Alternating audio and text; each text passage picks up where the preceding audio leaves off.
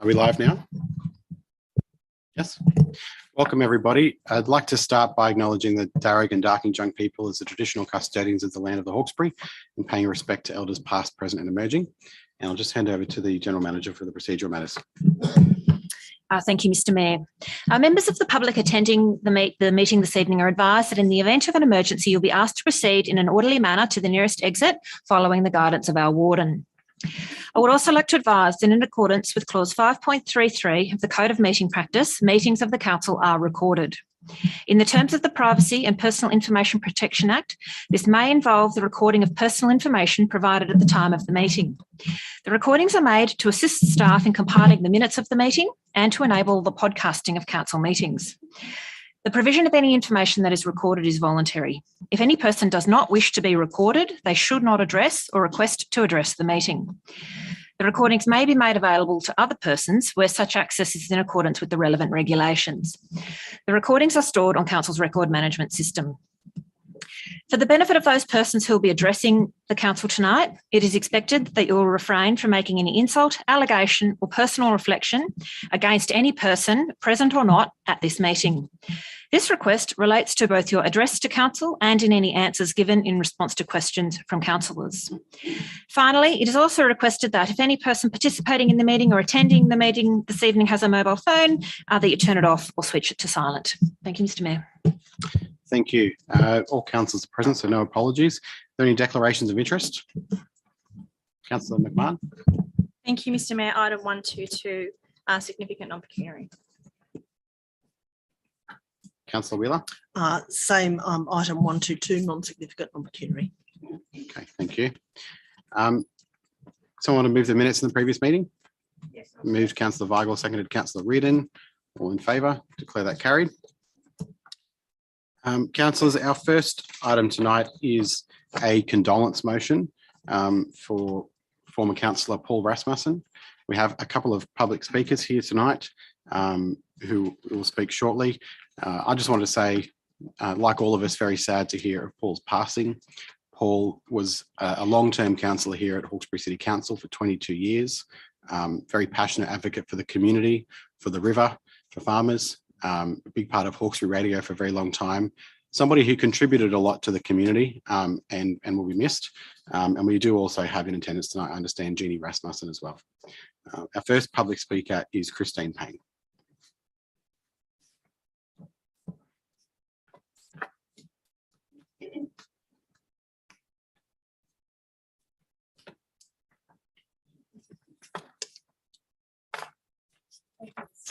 Thank you for allowing me to speak this evening. Councillors, and I'd like to acknowledge Jenny Rasmussen here tonight. Jenny, it's lovely to see you, and not under these circumstances, but certainly lovely to see you. I'm a bit incapacitated and have taken some drugs to get here tonight, so I hope I do Paul justice. Paul was born, well, Paul was a really good bloke. We all know that. Paul was a top bloke. He was born in Copenhagen and he moved to Australia at the ripe old age of 12 with absolutely no English. He carried a dictionary around for 12 months in his first year at school here. And by the end of that year, he was dux of the school. And for those of us who know Paul, that doesn't surprise us at all. He was a very driven man. He met Jeannie in their 5th year at high school, and again he met her at their first year at uni towards the end of the year. She said he was a very shy man, and this is in Adelaide because the Rasmussens had moved to South Australia. They were married 12 months later, so they didn't waste time. And they didn't waste time having children. At the ripe old age of 21, Paul moved to join the RAF as an officer. They moved with 2 young children and Jeannie in tow. He loved the Air Force and spent a long time in that. In 1990, he moved from Melbourne to Richmond. He moved here with a title of group captain. He was the youngest ever group captain in the Air Force, and his job here was the base commander And I believe that's the first time a non-flying officer was base commander of RAF Richmond. Those of you who knew Paul well, like I did, would know that Paul would make a change wherever he was, and he certainly made changes in the RAF. He was the guy in the RAF, and in those days, in those early 1990s, smoking was very big and you were allowed to smoke everywhere. Paul stopped it in the RAF. He kind of even stopped it with the pilots in the plane. It was pretty much unheard of. He was... I first met Paul during that time. I met him it was 1992. My sister was working for a minister in the federal government, and she phoned and said, could I go out to the RAF base and pick this fellow up? He had a 2.5-hour wait, and would I go and get him and look after him for the 2.5 hours while he was in Richmond? And I was to call this fellow Rasmussen because he was head of base command, and he would show me how to get to the particular spot. And that was Paul. That was my first meeting. The minister turned around when he got off the plane, had a long chat to Paul and got in my car and said, what a nice bloke. And that's what people thought after meeting Paul Rasmussen. What a good bloke. He quickly became involved in the community, and particularly in those days with the tourism industry. He joined the very active tourism group that did so much to advance tourism in the Hawkesbury. And he got out of the RAF base in 95. 99, he stood as an independent for the Hawkesbury City Council and enthusiastically went to work to try and make Hawkesbury a better place. He stood as a true independent in the Hawkesbury. He became the champion for the farmers and saw the need for agriculture here. He was instrumental in getting the water licence for the farmers. And of course, we know today water licences are very valuable. That was Paul Rasmussen's work. And really, I was on the council at the time. That was he was the only one who was pushing that.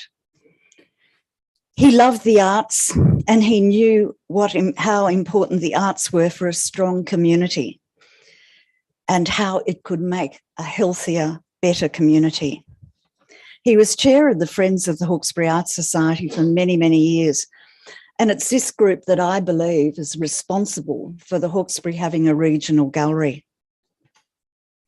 Our much loved community radio that's situated in Fitzgerald Street needed help. So they went to Paul Rasmussen, and he quickly stepped in and guided them through some very difficult years. That's what Paul Rasmussen did. He was very active in the Sports Council and also had a big hand to play in the Kurrajong Forum. Paul will be remembered for many things that he's achieved. He was a quiet achiever, and lots of times you didn't know what Paul was up to or what he had done. During my many years on council with Paul, we did not always see eye to eye on issues, and quite often found ourselves on different sides of the fence. But we did respect each other. And during those difficult times that I was having in council during the late 1990s, Paul Rasmussen, I could always guarantee he had my back, and for that I'm forever grateful. Mr. Mayor, the Hawkesbury has lost a good man, a man who gave much to this community, a community he loved. Rest in peace, Paul Rasmussen. Thank you. We have another speaker, Colleen Turnbull.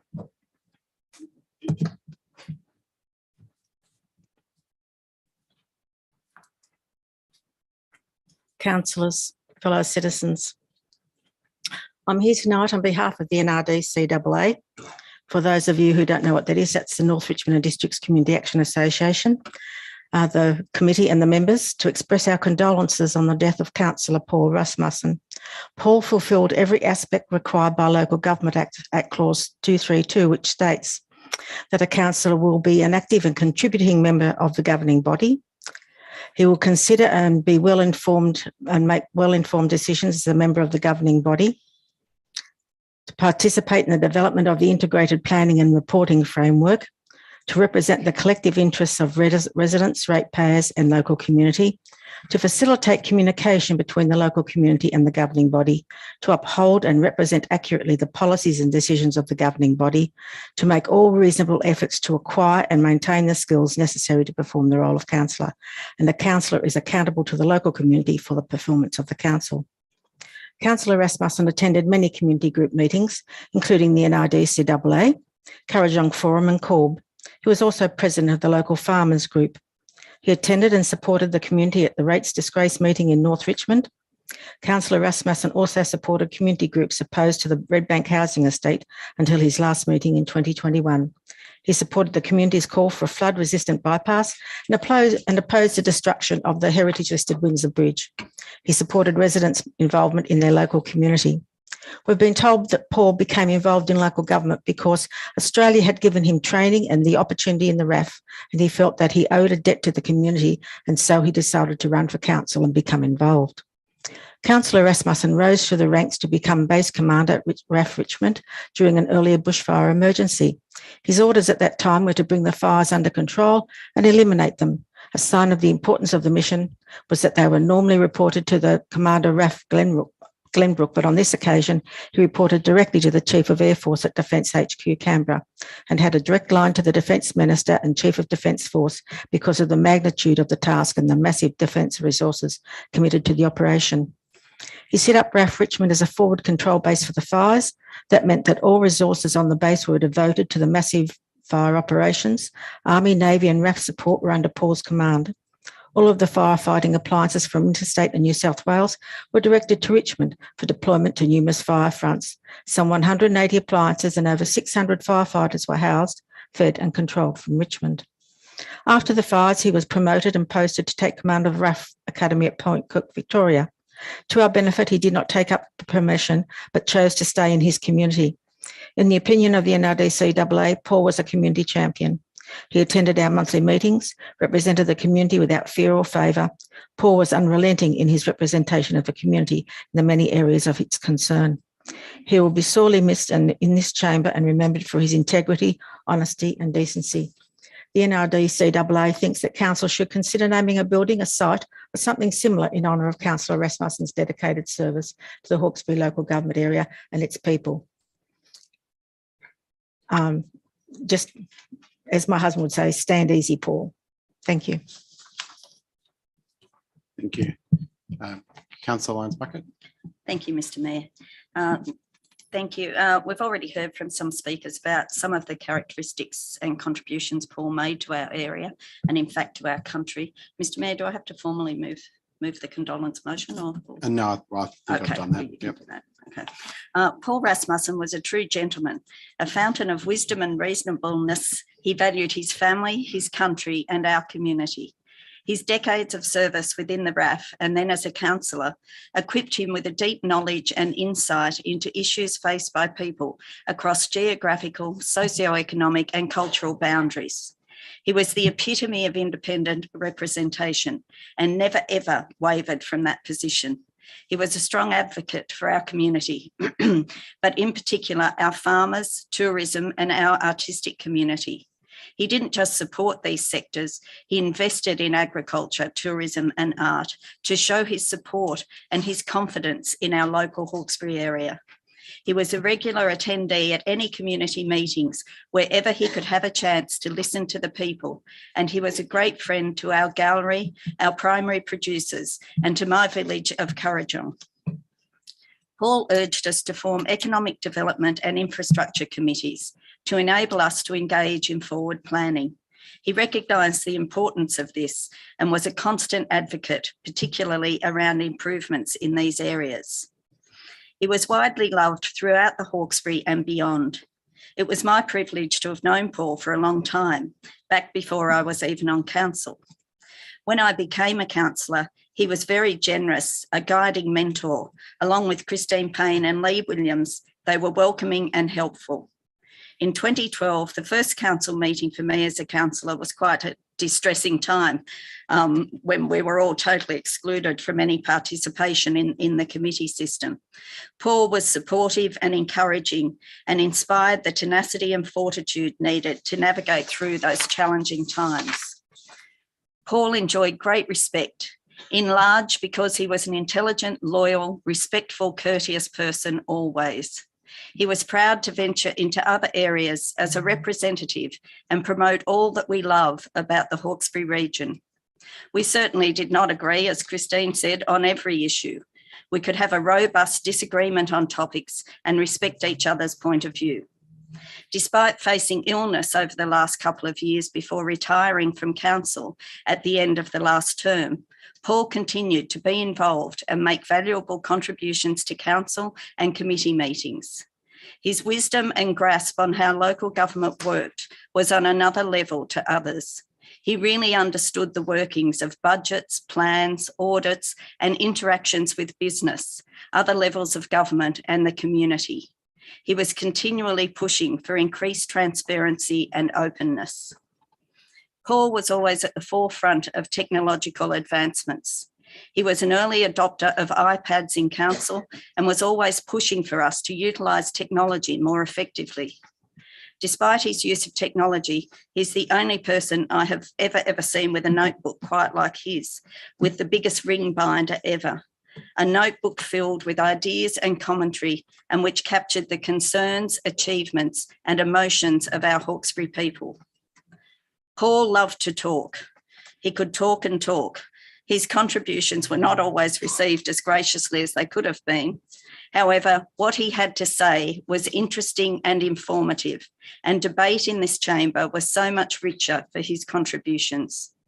Our post-meeting chats were filled with exchanges of wisdom and frivolity, bad jokes, memories spanning generations and experience. Whether Paul was dishing out valuable advice or explaining how or why something was what it was, roaring with laughter or shaking his head in disbelief, I will forever treasure those special times. I will never forget Paul, as so many things will remind me of him. I hope at some stage as a council we'll find a suitable way to make a permanent symbol to his contributions to the Hawkesbury. He was a generous, kind, supportive colleague and a very precious friend.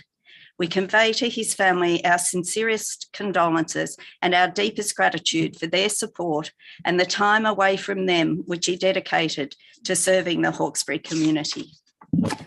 And Mr. Mayor, I have something that was sent by Hawkesbury Radio, who were unable to be here this evening, which I'll just read out. Paul Rasmussen was chairman of Hawkesbury Radio's parent organisation for more than 20 years. After a period of 35 years in public service with the military, he retired from the Air Force, and rather than rest on his laurels, he launched himself into more public service with many organisations in the Hawkesbury area. One of the organisations he took interest in was Hawkesbury Radio. Paul was constantly looking for ways to provide service to the people of the Hawkesbury. With Paul's leadership, we developed our ethic of service to our district and made it a cornerstone of our thinking in everything we do. Paul's long experience in public service helped us in our own dealings with government organisations at all levels. His military background helped us channel our enthusiasm for making radio programs in directions where our efforts would be most likely to make the most difference. Under Paul's leadership, our range of programming skills developed to improve our music, sports and talk shows and the technical quality of our sound. His hands-off style of leadership allowed many people at many levels in our station to grow their skills and strengthen our station as a whole. When the history of Hawkesbury Radio is written, the name Paul Rasmussen will be writ large as a man whose tireless efforts and leadership went a long way towards making Hawkesbury Radio the voice of the Hawkesbury. Thank you, Mr. Mayor. Thank you. Anyone else wish to speak? Councillor Wheeler. Thanks, Mr. Mayor. Paul gave an extraordinary contribution to his adopted community. Like me, Paul was a blow-in. He was born in Denmark and came to Australia as a child. He grew up in South Australia and remained a devoted connoisseur of their red wines. In fact, he and I compared notes on the marvels of having a space in your teeth for aerating and therefore further appreciating the tastes of those red wines. His first contribution to the Hawkesbury was as the Richmond RAAF base commander. He and I often discussed how very lucky we were to have served in the Defence Forces during such a long period of peace. Paul never took this luck for granted. His RAAF service gave him a deep understanding of real leadership and the importance of morale in an organisation. And this understanding added to his sense of fairness and a loathing of bullying. He was also pivotal in keeping Hawkesbury Radio on air, and recent natural disasters have highlighted just how important these local stations are. Paul was a strong advocate for the retention of farming and proper land use planning to maintain food security for Sydney. He hated seeing development swallow up farmland and had a strong voting record against such developments. He was a great supporter of the arts and tourism. He was a wonderful mentor to me and other new councillors when we were elected in 2016. He reinforced the importance of turning up even when the audience was hostile. He was always happy to explain a technicality, give you the history of an item, or talk through a difference of opinion.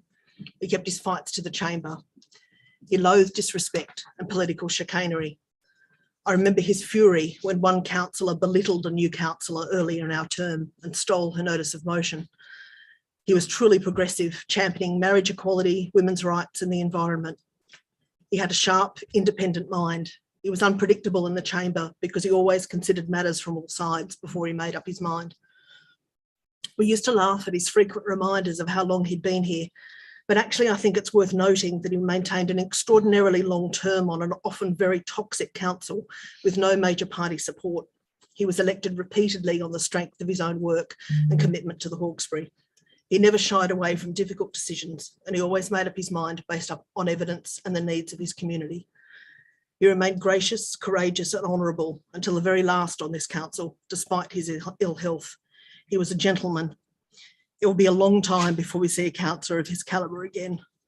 I'm honoured to have called Paul a friend, and I'll miss him greatly. To Paul's family, especially his wife Jeannie, who's here tonight, I want to say thank you. Council takes a heavy toll on our families. Thank you for supporting Paul and sharing him with us. It was time well spent and it's much appreciated. Thank you. Thank you. No further contributions. Councillors, I'll take that as all in favour. Declare it carried, and we'll have a moment's silence.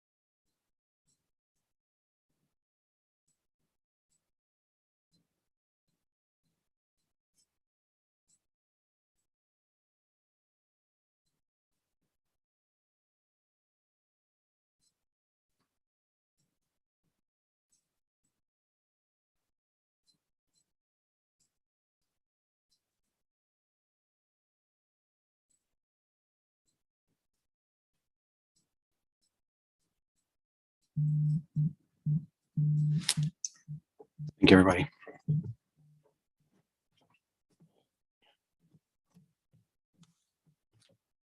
Councillors, we have a couple of other items subject to public address. The first item is Mayoral Minute 1 regarding flood mitigation. We've got 5 speakers. Our first speaker is Daniel Delia.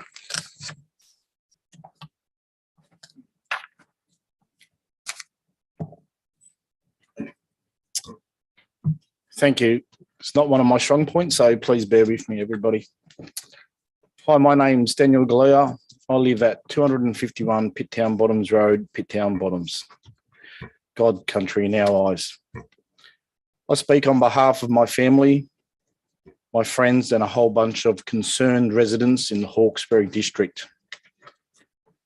I'm not here to debate at this time if we're for and against the raising of the dam wall. Right now, I'm here the immediate future, with the weather already being forecast in the coming months, I'm here 100% for mitigation of the level of the water held in the Warragamba Dam. It's without a doubt that if the dam was not mismanaged, we could see much less damage to homes and properties and businesses if there was airspace in the dam's capacity. This theory of airspace will work to lessen the amount of water that spills when we have a massive rain event. The role of airspace is to capture and hold back floodwaters coming into the catchment area from further upstream. It is observed that we have the dam spill after one of these weather events with no regard to loss of properties and homes. I'm a firm believer that all residents in the Hawkesbury accept that, yes, we live on a floodplain and floods will always be a risk to our lives. What we can't accept is that the government, the Bureau and alike have warned the public time and time again over the many months that these weather events during the La Niña event, and yet have done nothing to mitigate the fallout of such horror floods. Lowering the water level will take the edge and force the water running downstream, perhaps some things a little less damaged. It'll buy us time and give us time for the water. In the damaged floods, having our communities as a whole and individual families and business is beyond measure. And the real threat that this could happen again in a few months is terrifying, to say the least.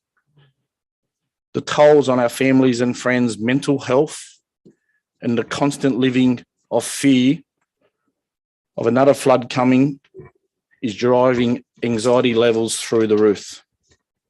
The financial burden is beyond thought to hundreds of families. Many will not recover, will take years to get back to where they were is devastating. With the increase in development applications in the urban sprawl, the floodplains and Riverston and Marsden Park outwards towards us, community pushing waters to our direction. We are copying it from all angles. The floods over the past 3 years are proof of that. The nomination that the dam cannot be mitigated due to being the water storage was once valid. But given a $2.3 billion was spent on a desal plant makes this argument null and void. As a community, I believe we need mitigation to the dam level is step one. Then deal with the dam wall, raising the dam wall is step two. The mental health and what it's done to our community is beyond measure. We need to mitigate the dam level. We need a buffer. We need some time when we have another rain event. We can't keep living in fear of what's coming. Thank you. Thank you. Happy to take any questions from councillors? Yep. Any questions? No, thank you for that. Thanks. Thank you. Next speaker is Sophie Devine.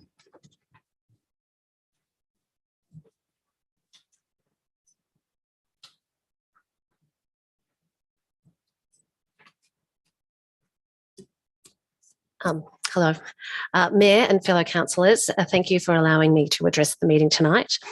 I'll firstly speak on recommendation 1. It's a good start. However, it doesn't come close to what we were actually asking for, which is 12 metres of airspace in the dam immediately. This exact request should be made public and in writing. and we should be encouraging the New South Wales government to start drafting legislation amendments now for tabling as soon as Parliament returns in August. It's estimated to take 2 weeks to let the water out in a controlled way, and with La Nina projected to return in September, we haven't a moment to lose. Those who flooded are now working through the rebuilding process and moving their families back into homes. I'd like to ask, do we waste our time, resources and money now again? Do we put our lives on hold until October?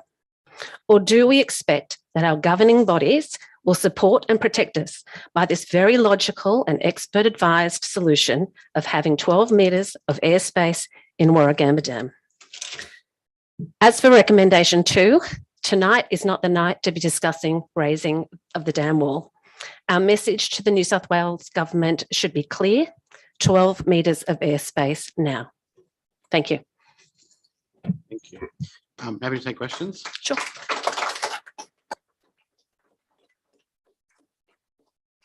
One question I have, just what you said there at the end, that 12 metres has been the expert advice. Mhm. Which advice are you referring to? Dr. Sean Carr.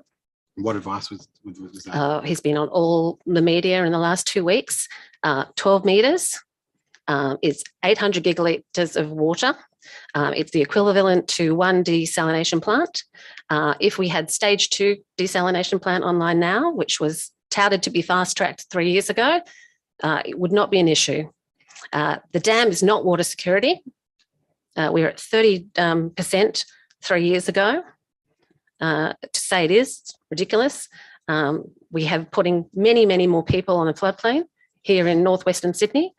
There are other options, and we should be looking at all of them. Now, that's a big discussion. Not going to have it here, but we should be demanding it. Yeah. It should be in writing. It should be public. It needs to be done now. Thank you. I was just wondering if there's any official advice around that, because I've never seen any official advice to the government suggesting 12 metres is the ideal level. Well, there is spill before. There's 5 metres, there's 12 metres. It's on all the documentation. It's in the resilient valleys, resilient peoples documentation. Okay. I won't debate with It's you in now. the EIS. In those documents, none of those have actually recommended that. That's why I asked the question. They've looked at it as an option and not recommended it. But thank you. Okay. Any other questions, Mr. Vine? No, thank you. Next speaker is Maurice Smith.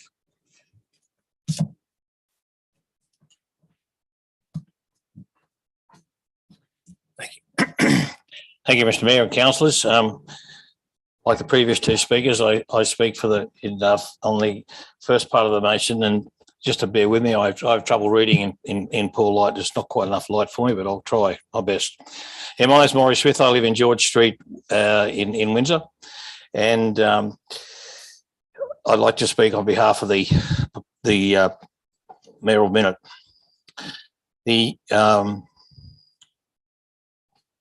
The proposal to contact the New South Wales government to have the Warragamba Dam used as both flood mitigation and flood storage is a good idea, a first step in the right direction.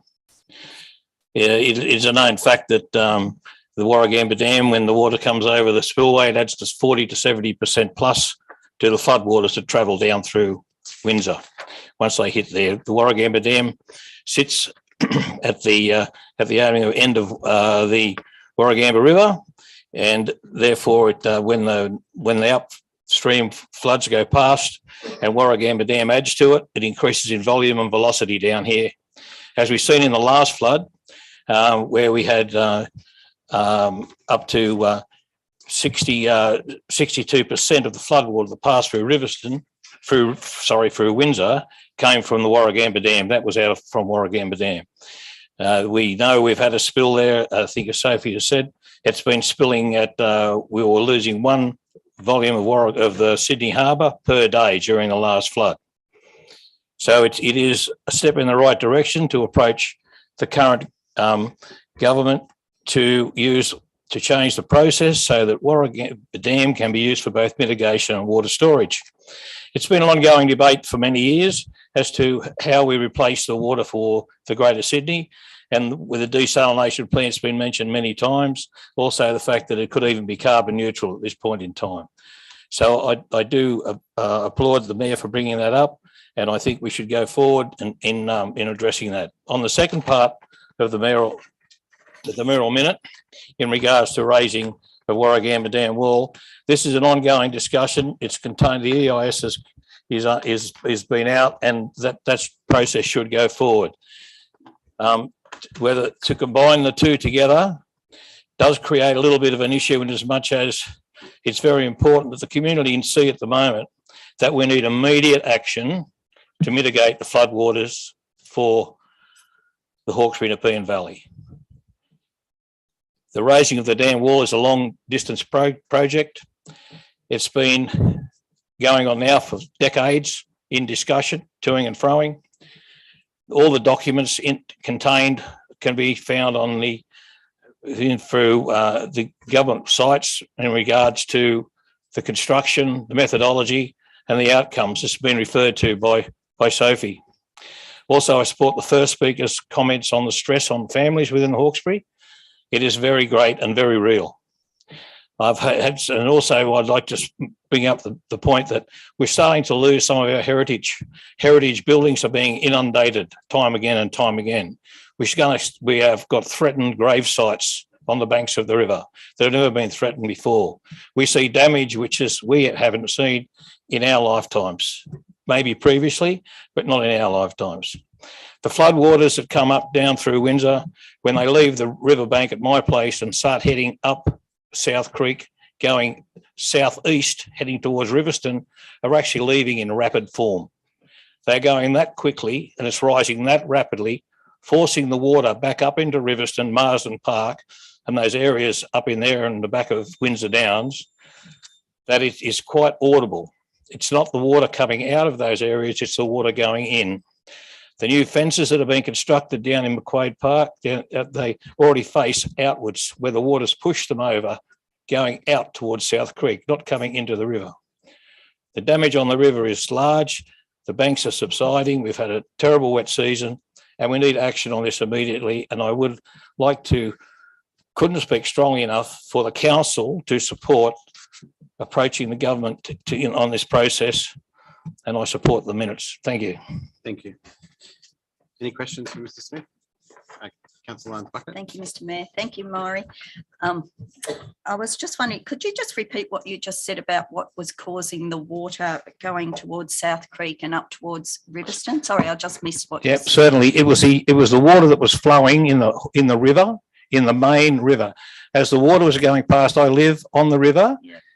Just at the start of the park, the water was going past our property we've only seen 3 floods since we've lived there, 3 major floods, and it was going a lot quicker than any other floods. They all do the similar thing, but this particular flood was leaving the river in a wave form, going up South Creek, not coming out of South Creek, going up South Creek towards the toll house under the bridge and across the floodplain.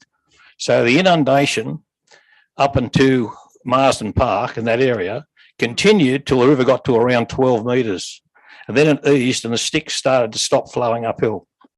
So it was the water that came out of the Hawkesbury Nepean River was a very, very large amount. I don't know, but I'm contributing to the fact that we had major rainfalls up in the upper Nepean, where Camden and that area flooded, which put a lot of flood water in the river. And then we added to that the equivalent of Sydney Harbour every day out of Warragamba, which topped up the river, which got us up to the 13 metres or thereabouts, and increased the speed of the river astronomically. I lost 4 large she oaks, 3 of which I'd planted 15 years ago, and we've got bank subsidence, which is quite severe. So you've not seen the river at that velocity at your place before? That's correct. That's correct. Okay. Thanks. And likewise, down from all the people I speak to downstream, they are similar, especially around the Sackville area and either side of the Narrows at Sackville. Also, Wiseman's Ferry, Del Rio was inundated. The highest flood at Del Rio that the owner, who's 92, has seen in his life. The people of the McDonald River got absolutely bashed. Now they had a bit of rain up the top too, but when that exasperates, of course, as we know, no two floods are the same. But what we do know is the Warragamba Dam spill adds about the same quantity and the same velocity on top of what's already there. Thanks for that, Maury. That's all right. Thanks for the question. Thank you. Councillor Wheeler? Thanks. Thanks, Maury. Have you documented this information about the behaviour of the river this time, apart from you telling us now? Well, I haven't written it in documentation, but I've been to several workshops since not this flood, the flood previously, with resilience and with the SES and with consultants, and we have discussed it at length. And one of the consultants said, "Why don't we get the public reaction to floods as we do in a bushfires?" So, well, as I see it, we have a bushfire. There's sparks, there's flames, there's trucks, there's sirens, things are going on everywhere. Cameras are all over the place. It's really good news, and everyone sees it, and people are rushing into the fire. We get a flood here. It doesn't even rain. It wasn't raining when our flood occurred here in July. We had some rain, but it wasn't flood rain. So we got flooded when there wasn't. So it's just a dull, grey, dingy day, and we all get flooded. So it's not a spectacle. It's not exciting, but it's certainly demoralising, damage, and terrible for the people of the Hawkesbury, especially those that are living in and occupying some of the most oldest properties we have. And yes, what do? Do we relocate them? Do we pull them down and move them? It's all a problem. But to do something about it right now, as some of our previous speakers have said, we should lower the dam wall. Now, in saying that, the wall can only be lowered to 72% because that's as far down as the gates go. You can't take them down anymore unless you let the water out through the environmental flow outlets. So to lower the dam now down to 72%, that could be done through the drum gates. And that would probably take about a week to get rid of with some very minor flooding downstream. But I'm not an authority on it all. I can't tell you exactly how it would happen. The same as I can't tell you how much big the desalination plant's got to be. That's the time and place for other people. But what we do need is action. We've talked about this, and I must say, I'd also like to give my condolences to Paul Rasmussen. I served on the floodplain committee with him, and he was a great bloke. Thanks, Paul. So, not saying that, I think if there's any other questions, I'm only too happy to answer them. Thanks, Maury. That's helpful. Any further questions? Thank you for that. Yeah, thank you. Our next speaker is Linda Fennick.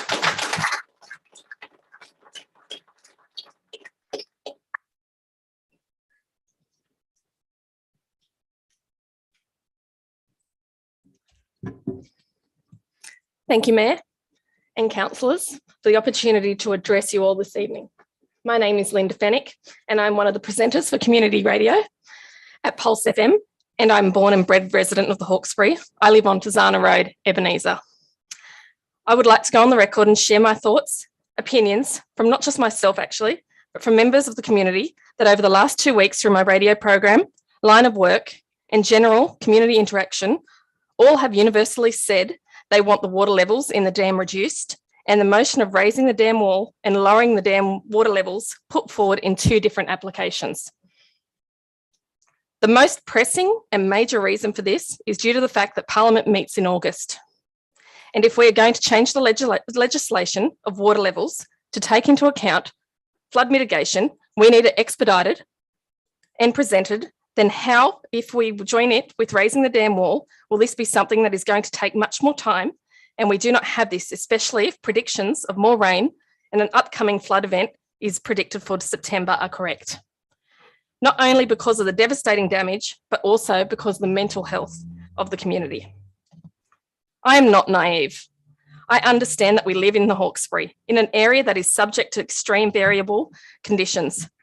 My mother was pregnant in 1978 with me in Londonderry during the floods, some of the biggest that we've seen. I understand that the Hawkesbury floods. However, it is about preserving as much infrastructure as possible and reducing the impact to livelihoods and homes where we can. While I'm happy for engineers and people far more educated than me to consider options such as raising the dam wall, piping water elsewhere, or building an additional dam, we need something done immediately. As previously stated, the forecast for September is more torrential rain and a return to the La Nina event, which we thought we had finally escaped. Legislation needs to be amended now and allow Sydney Water to reduce the dam levels to mitigate this ongoing damage, which will take 2 weeks to perform. The February 2020 flood event, which has all but been forgotten, was a mere 9.28 metres and closed Windsor Bridge as well as North Richmond Bridge. March 2021 reached 12.93, and the 2 floods for 2022 have exceeded both. If we release Warragamba Dam capacity by a level of 12 metres airspace, this will allow recovery to happen more swiftly and damage greatly reduced. I implore each of you to raise this issue as soon as possible to save our Hawkesbury landscape, our homes, our businesses, and our sanity. Thank you.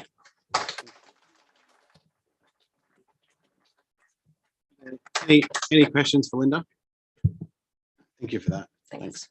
And a final speaker is Sam Magnuson, who's speaking audiovisual.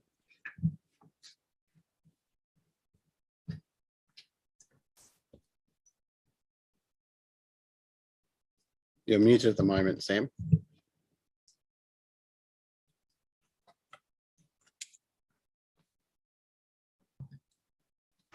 Can you hear me? Yes. Great.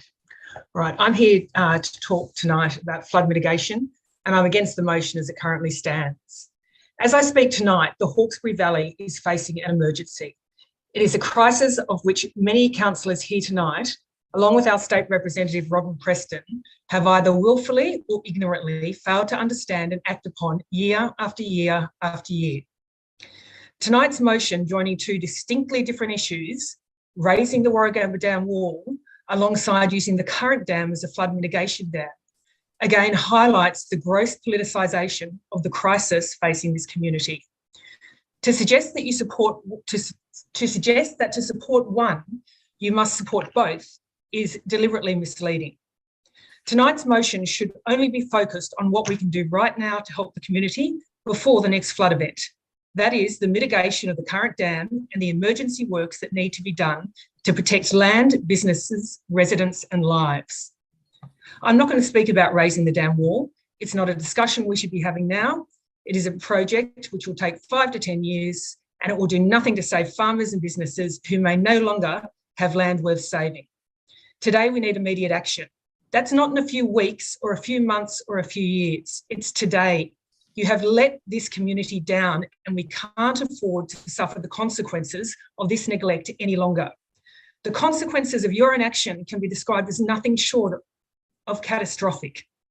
Still to this day, no one has accepted responsibility for the colossal damage at Cornwallis. No one has apologised to the farmers and the landholders there who have seen their livelihoods wiped out. No one has apologised to the remaining landholders who are wondering how long it'll be before their land, now so compromised, suffers the same fate. No one has demanded on the community's behalf that emergency works were needed 18 months ago are now undertaken. We sit here none the wiser as to what you and the state government are doing today to protect us and what is left of farmland in the lowlands and all the way along the river. As I said at the Cornwallis community meeting in May, just weeks before the recent flood event, and at 2 government flood inquiries, we have run out of time. Without battlefield engineering works and an army of workers to help businesses and residents repair their land along the river in the coming days and weeks, have no doubt about it, there will be no land left for many to repair. The last flood was the most ferocious I have ever seen. The water was like a white rapid. It was terrifying.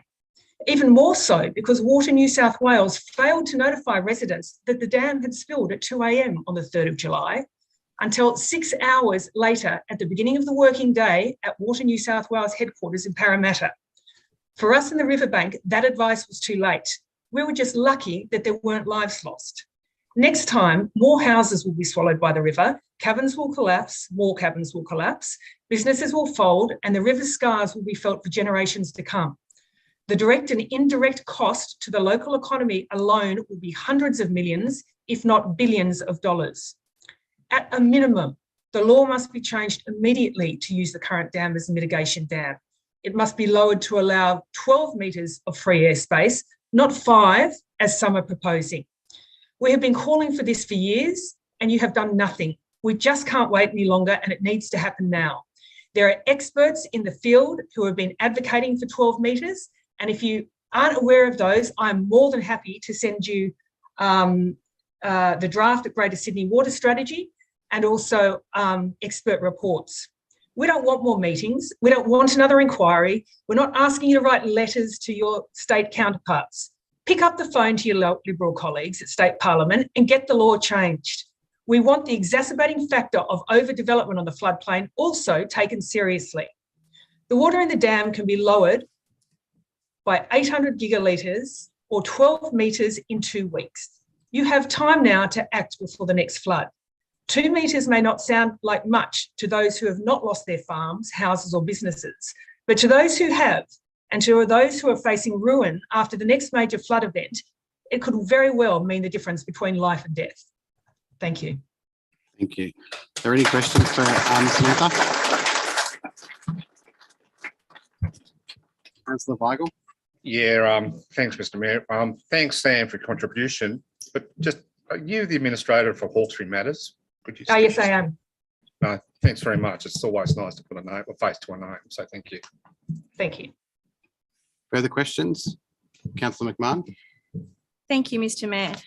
Thank you for your contribution there, Sam, and for, I guess, confirming via the previous question you are the administrator of Hawkesbury Matters. My concern... Sorry, we just isn't quiet in the gallery, especially from people who have just had everyone listen to them quietly. That's quite rude. It's totally expected, Mr. Mayor.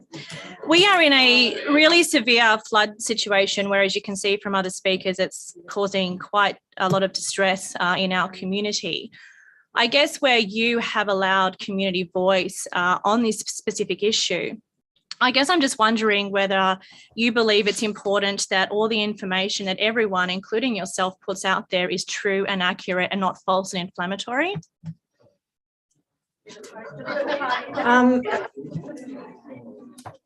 Thank you for your question, Sarah. I think it's important, if you would like me to answer any questions, to be quite specific about them. As you would know, people are here tonight to talk about flood mitigation and the emergency that is facing the Hawkesbury at the moment.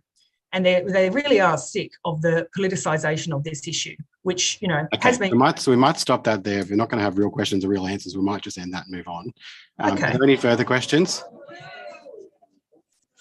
Well, I think the question wasn't related to the matter, really, and neither was the answer related to the question. So we're entering into some weird territory if we keep going there. Thank you. So that was our final speaker on the matter. Mr. Mayor, I had a question, not for the speaker, a question for you, a question around Procedure.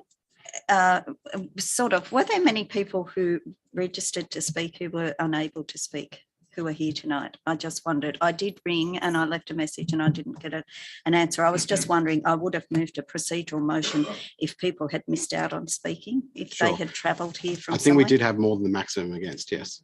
Okay. Yeah, but we indicated to those people that they should talk to each other and decide who was speaking.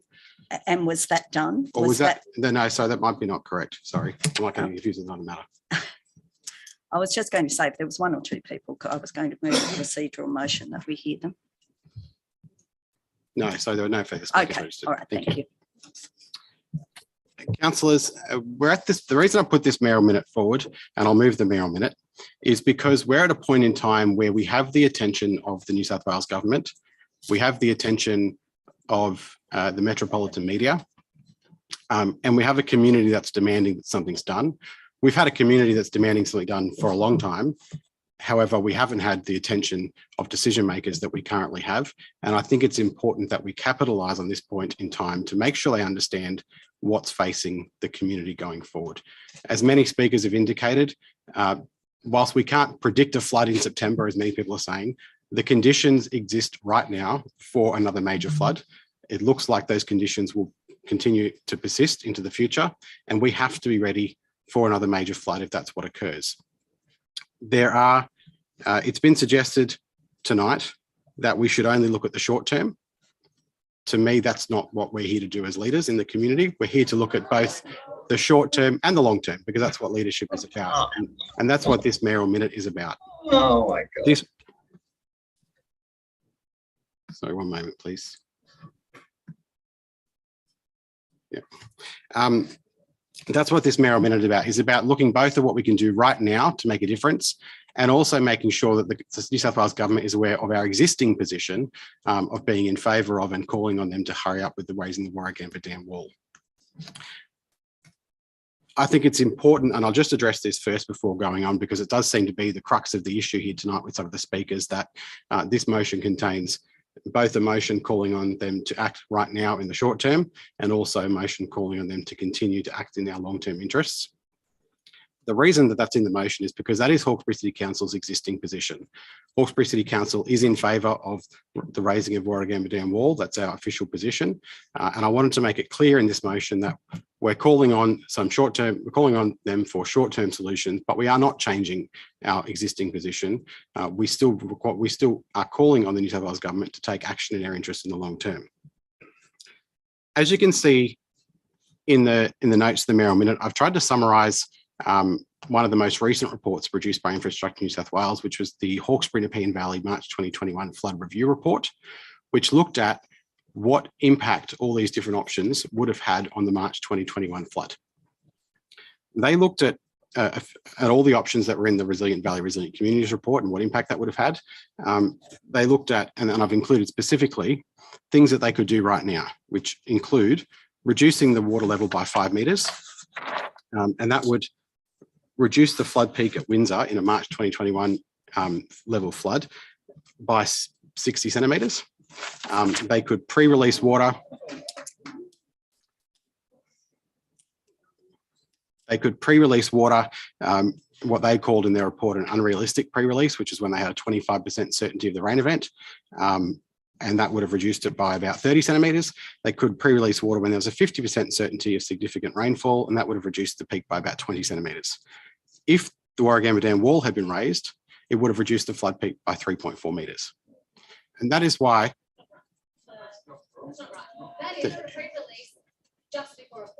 Excuse me, you're completely out of order. We all did listen to you quietly. And the problem with it, if I could just take the liberty to take that interjection, the problem with this discussion in this community is that there's people that will not approach it with an open mind and listen to everybody. We need to listen to everyone in the community. I listened very quietly to all the speakers, even though I might not have agreed with everything they said. I didn't yell over the top of anybody and tell them they were wrong, because it's important we have a mature conversation about this, so that even if we don't agree, everybody's had a chance to have a say. Those are the numbers directly from the Hawkesbury Nepean Valley March 2021 Flood Review Report completed by Infrastructure New South Wales. Those are the numbers they've come out with. That's what the modelling says. If that was pre-releasing water before an event, or reducing it by permanently reducing the level by 5 metres. Some people have suggested tonight that we should look at the other option in that report, which is permanently reducing the level by 12 metres.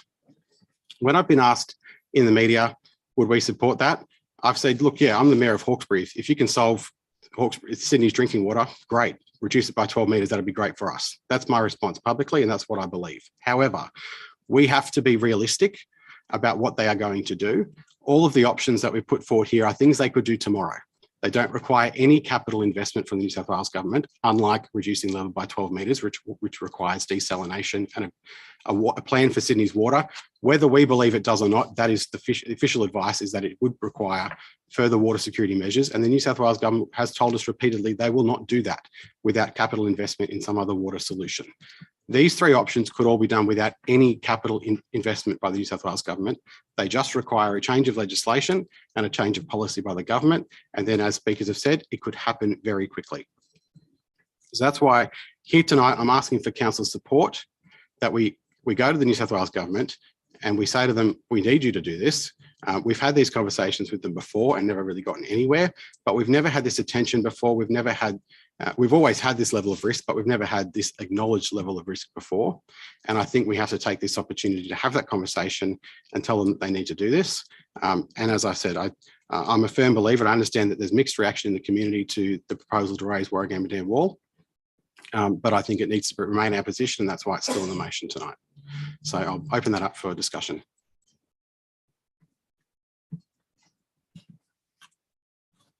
Councillor Sheether. Yeah, thanks, Mr. Mayor. It's flooding's been in the Hawkesbury for a long while, and I've got. I'm going to make some comments out of the Warragamba Dam raising executive summary from the environmental impact study, and it's something that I've been involved with for 30 odd years, along with Maury and a few others in the community.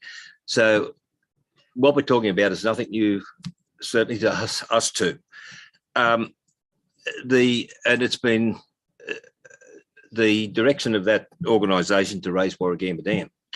And originally it was going to be by 26 metres, got knocked on the head. That was the first EIS in the 90s. 97, we had another EIS, Bob Carr. We got the Jim Anderson Bridge and a couple of pipes under the roads. And more recently, with the state government, we're back on the agenda with a third EIS that covers all the issues that have been discussed tonight and many, many more. There isn't an idea that hasn't been put forward about piping water straight and river dredging, buying property, all those things. In some cases, they've been done, and some haven't been. But just some statistics. In a 16-metre flood, we've got 71% of the water that comes past Windsor comes over Warragamba Dam in a 16-metre flood. 14% is the Hawkesbury Nepean. The gross is 9. South Creek's 5, and others are 5. So we've got a massive amount of water that comes over Warragamba Dam. In relation to the comment the lady made about dropping the dam down,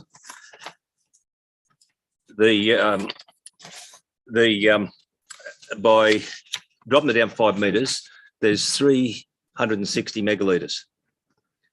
That's not Sydney Harbour. By taking it down to 12, it's 750, I think it is. And you have to take it down 25 metres to have the same effect as raising the dam by 14 metres. And this is in our face, and it's really bad. And the things I say, I take nothing away from the heartache people are feeling in our city. A lot of my friends are on the river or on the floodplain, and I know a lot of them. But from 1794, for 6 years, there was only 6 years, there's 26 floods. In the next 35 years, there was none. In the next 42 years, there was 39. In the next 47, there was 13. In the next 40, there was 38. In the next 30, there was 3. That's one we can remember. And more recently, in the last 2 years, we've had 5. We've had 156 floods. I've seen a third of them. And it's in our face, and it's really demoralising, and there's nothing good you can say about it. Your motion about reducing the dam wall, the committee and stuff that I'd been involved prior to council was to raise the dam wall. We argued that through 30 years of drought, and it was like bashing your head on the wall. The different state governments, different politics and the likes, bashing your head on the wall. The reason we didn't go with the argument to lower the dam is because of the comments that you made about Sydney relies on the water. But when we started, the Weather Bureau wasn't as smart as they are. I think they are smarter, and they can do it. But you're limited to how far you can reduce the water because of the gates. Now, that doesn't mean to say you can't keep ending. There's a couple of small pipes down the bottom where the generators used to be, the environmental flows, you can use those. But we can't lose sight of raising the dam. it's a long-term salvation in the sense of catastrophic events. I've seen catastrophic spoken of with this last event. It was 13.8 metres. We can go to 26. What are we going to call that? You know, like, so this council has got a responsibility to look after our community. And if it means going down and bashing, not that we haven't, again, and with the support of the community, for the government to do what they should do. You know, we don't want to be another Lismore here, but it's on the darn cards. When, you know, those of us that speak about it, when we speak about floods, we're not the predictors. We're just reading information that's supposed to come from professional people that know a lot more than you and I put together. And what action's taken on it? None. The word mitigation, you might recall a couple of months ago, I asked for a copy of the state floodplain manual. It was done in 2005. That's how long ago. And the word mitigation is not in the state floodplain manual. That's how effective their attitude is in relation to minimise flooding. It's pathetic. And Mr. Mayor, I support your motion in both areas. One, for more immediate action, and the lower they can lower it, the better. And the second, in the long term, is to build the wall. And they're only going 14.5 metres, and that's only going to take into effect a 1 in a 500-year event. So if we have a bigger flood than the 1867, which was a 1 in a 500-year event, we're in trouble big time again. So, Mr. Mayor, I do commend, and for the people who are suffering in the meantime, I can only say there's sympathy from the community. Thank you. Further speakers? Councillor Lyons-Bucket. Thank you, Mr. Mayor. Just a question first. Was there anything you were intending to include around riverbank stabilisation at this point? Not in this mayoral minute, no. Council has recently written to the Department of Planning with a proposal around riverbank restoration. That's from the Western City Planning Partnership. So that's well and truly underway, but this is more around flood mitigation. Okay, so there hasn't been a response or anything to that. General Manager. Through you, Mr. Mayor, Council forwarded a proposal for alterations to state planning law to the Department of Planning last Monday, with substantial changes that we felt were needed to enable immediate restoration of damaged riverbanks. That is currently sitting with the Department of Planning, and as I understand it, there are active discussions at quite high levels of government across multiple agencies at the moment. I'm pulling a group together to work on that, but I don't have much more information than that at this point, hopefully next week. Thank you. So that technically, just to explain to the people that are here, the result of that would be that there could be some immediate interim works that could be done in some very vulnerable areas to stabilise the bank before further inundation. Thank you. The second question that I had was, Mr. Mayor, do you require me to move a procedural motion, or could we be voting on the mayoral minute in seriatim? No, look, I'm happy to have it voted on in seriatim, and I just would state again, I didn't intend for this to be a debate about Warragam Dam Wall. I just wanted to be clear we weren't changing our position. So on that basis, happy to let councillors support one and not the other. Thank you, Mr. Mayor, because yes, obviously, as you said, it was passed, half the council supports it and half doesn't. So, Mr. Mayor, I'll speak to the motion, and I would be supporting part of the motion, subject to perhaps any amendments that may come forward subsequently. But I think it's very evident here tonight that the community want us to take these action on any measures that will offer protection or even part solutions before another imminent extreme weather event. In all the contacts and discussions I've had with people, there's the question about what we are actually doing. There's the enormous amount of angst and feelings of hopelessness, along with perceptions of being ignored by those who have the power to advocate for and implement solutions. We're putting the dam wall aside. I'm not going to mention that. If the government are listening to us, then they've already been told what the position is here. What we need to do is really get some actions in place quickly before the next event. These interim solutions have been raised in this chamber previously, may I say, and ignored outright. Such missed opportunities we've had in this chamber around flood and flood discussions. It's a shame because they could have been pushed forward to the government previously and might have already been in place had there been the will to push aside politics and work collectively for our community rather than appeasing the state government and their backers. Let's not forget that when this council adopted the 2012 flood study, they did so excluding the section on planning and development controls. Is it any wonder community members have suspicions around the intent behind the calls to raise the dam wall, and yet they still refuse to release the crucial studies such as the regional land use study and the cumulative overland study? These are really crucial for us to understand flood behaviour and how we can best manage the floodplain. In 2018, we called for the data around all the alternative investigations that were carried out for the strategy. We've never received that data.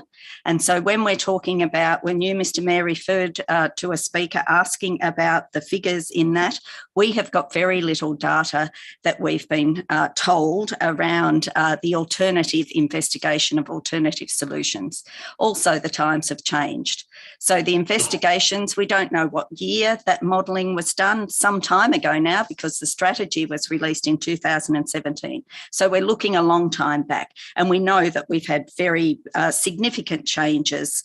We've got to acknowledge the impacts of climate change, that they're contributing to these increases in the frequency of heavy rain inundations. We've known for some time that we would get a pattern where the intensification of the water cycle and the precipitation whiplash effect would deliver conditions such as we are seeing now, not just here with flood, but we're seeing the flip side overseas with the massive heat waves causing many deaths and wildfires in areas which generally never have fire. Despite much pleading by myself and others, we have failed to act on those projections and investigate all potential options, which has resulted in the current reactive state where we have massive amounts of money being funneled into recovery funding and missed opportunities around preparation and betterment, resulting in increased resilience, rather than a proactive stance. I have more to say about those sort of things in my notice motion later in the meeting, which is around the security of electricity supply, upgrades of evacuation routes, and investigating the feasibility of the McGraths Hill levy, which is something that I had added to my motion today. The point around that being that while we have all been consumed and absorbed by looking at the raising of the dam wall, we've missed the opportunities to look at localised solutions that could have been being implemented. Now, the McGraths Hill levy was identified as a cost-effective solution that we could have. It wasn't included in the strategy because it's not of regional benefit. However, it is of benefit to our people, and we should be having these discussions and we should be looking at whatever localised solutions we can come up with. And there must be many of them, innovative solutions. We can also do the work. The state government does its regional work, and we can also look in particular to how Queensland is managing their flooding. They have many, many policies and strategies in place that are really effective and are really making a difference, particularly leading to decreases in flood insurance and so on. So we heard our speaker, Maurice Smith, say before that and I know he is someone who knows an enormous amount about flooding, and he said he was seeing uncharacteristic, unprecedented flood behaviour. That is the key to what we're dealing with. We're dealing with things that we haven't seen before. So we can't sit back and just depend on various strategies that are around to be delivering us just exactly what was said, years and years ago. We've got to be proactive in looking for the solutions that are going to keep our community safe. And if there's any solution, then we should be supporting that.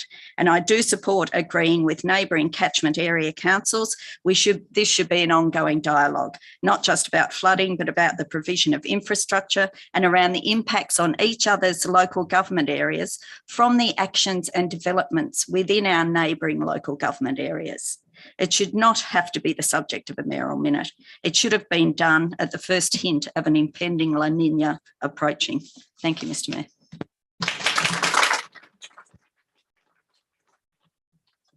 Thank you. Councillor Dogobachi. Thank you, Mr. Mayor. Oh, sorry, Councillor Sheila. Just a clarification, the information that I was reading from the data that is the 10th of September 2021. Thank you. Councillor Dogobachi.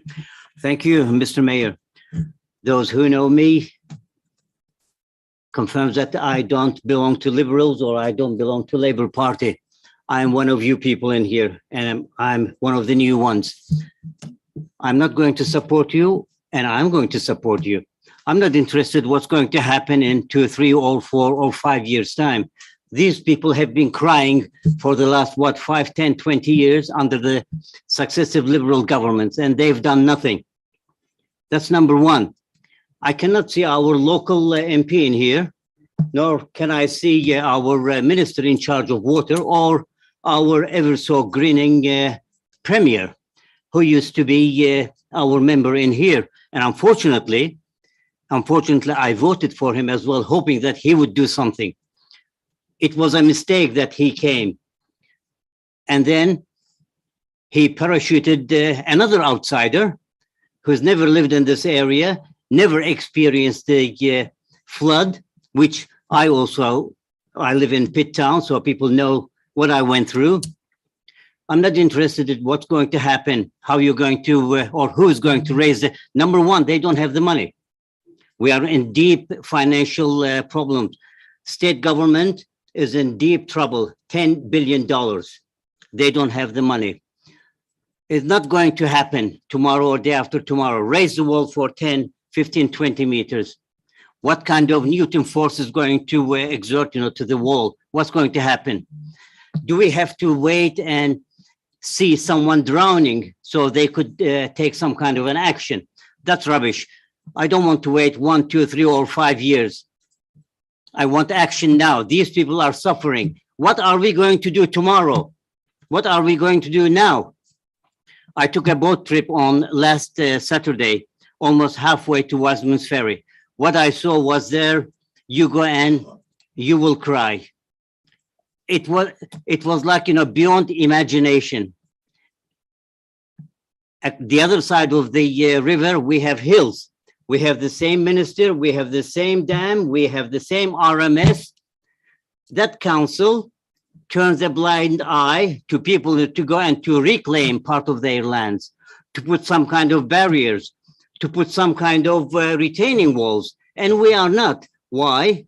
Because some people, I don't know who, I'm new in this council, but we have people, we have officers using their positions, maybe harassing people, maybe trying to put stop work meetings. It has to stop.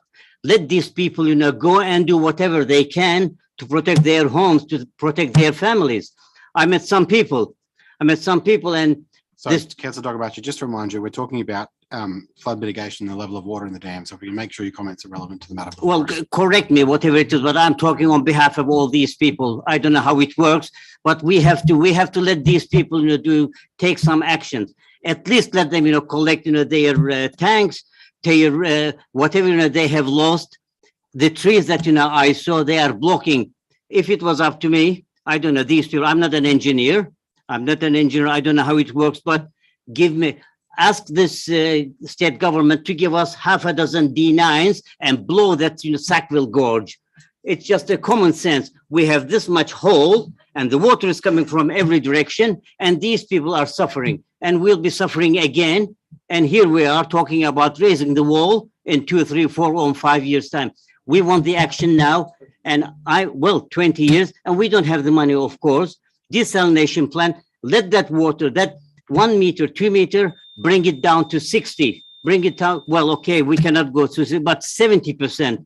What is it? The reason is that our water minister is in a business of selling water. That's what they want. So we have to start tomorrow, not next week or next month. We're expecting a heavy rain again. Let this water run and give some kind of rake to these people. Thank you. Thank you. Councillor Kotlash. Thank you, Mr. Mayor. I'll start with a question. If the state government decides that it's a good idea to lower the full supply level of Warragamba Dam to 12 metres. If it keeps raining and that release it needs to be sort of carried out on an ongoing basis, is that going to hamper our repairs of Cornwallis and associated problems with bank stabilisation? I know there's lots of people doing hoping to do private work, but are we going to be in a situation where we won't be able to do that sort of work? Just so I know who to refer the question to. You're asking is it going to prolong the flooding? Is that what we're saying? Well, I don't know I know people have said, and this is another thing that happens in the media, everybody's saying, oh, we can do this safely, we can do it in such a way. But we have problems. I mean, Cornwallis, I went to the public meeting for Cornwallis. We have to do something. And those repairs aren't going to be able to be carried out if we're going to be releasing water constantly from Warragamba.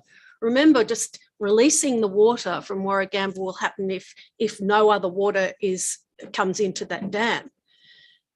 But if we're in a heavy rainfall period, and that's what's being predicted, that the amount of water that's going to come into Warragamba might mean that we are in a heightened state of high river flows. So that's why I was just wondering whether that is just going to hamper some of the work that we desperately need to do. Refer that to Mr. Sorry, Kearns that's a hard one. Mr. Barton. No, sorry, no.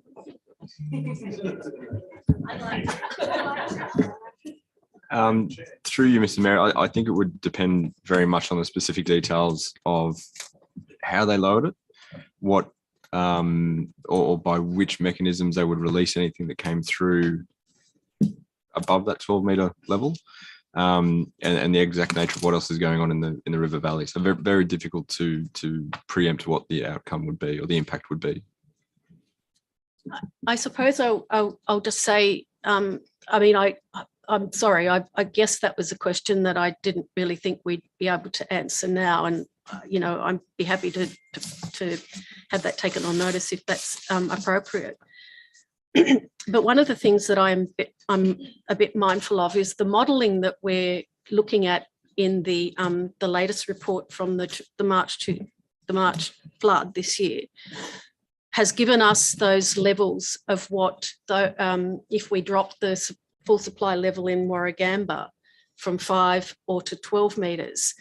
That's based on that flood. And just from my reading and just from all of the talk that's around the town is that this flood was very different. We had water coming from every direction. So I just wonder, are we putting, I caution against putting too much stake in lowering the supply level. We might give ourselves some benefit, but I think we have to caution that we may not be getting that level of benefit that we would have seen because the modelling was done on that last flood. I think if the government can do it and it's able to be done quickly, effectively, and even if we do get a slight benefit from that, we should be pushing for that. So I'm in favour of the first part of this Mayoral Minute. Look, let's get on with that.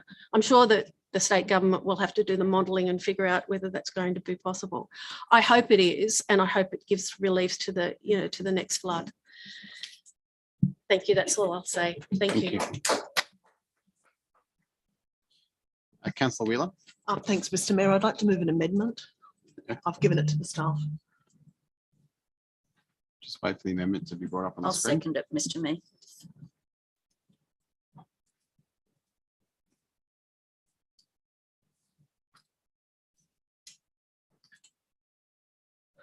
The intention of the amendment is to uncouple the two issues, raising the dam wall and providing immediate mitigation and action. And I think all of our speakers, regardless of what side they've spoken on, have highlighted the need for a real immediate response so that we get some relief for people who are affected by flooding. And let's face it, all of us are affected by flooding, some of us more than others. Some of us are just cut off and we have an inconvenient week where we can't go to the shops. Other people have lost huge tracts of land and their capacity to carry out their business or live in their homes. We've already got support for raising the dam wall for this council based on the Mayor's casting vote. And it should be noted that that is not unanimous support from this council, that in fact 6 of us, fully half the chamber, voted against it. Hence the need to, I think, to uncouple the 2 points of the original mayoral minute. What we need to do is provide people immediate help and call for immediate government action. It was mentioned that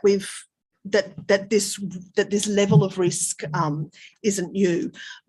We have already had this level of risk. What we haven't had is this many people living on the floodplain, nor have we had this much runoff coming at us from developments in the South Creek catchment and the hills. And that, I think, has made a very large difference. There's numerous things that we need to be doing. We know that we live on the most dangerous floodplain on the continent. We've seen enormous destruction in Lismore, but what we are looking at here, if we get a large flood, is really serious consequences for life. We should be demanding an El Nino and La Nina dam management procedure so that we're not hoarding water in wet years like we have been.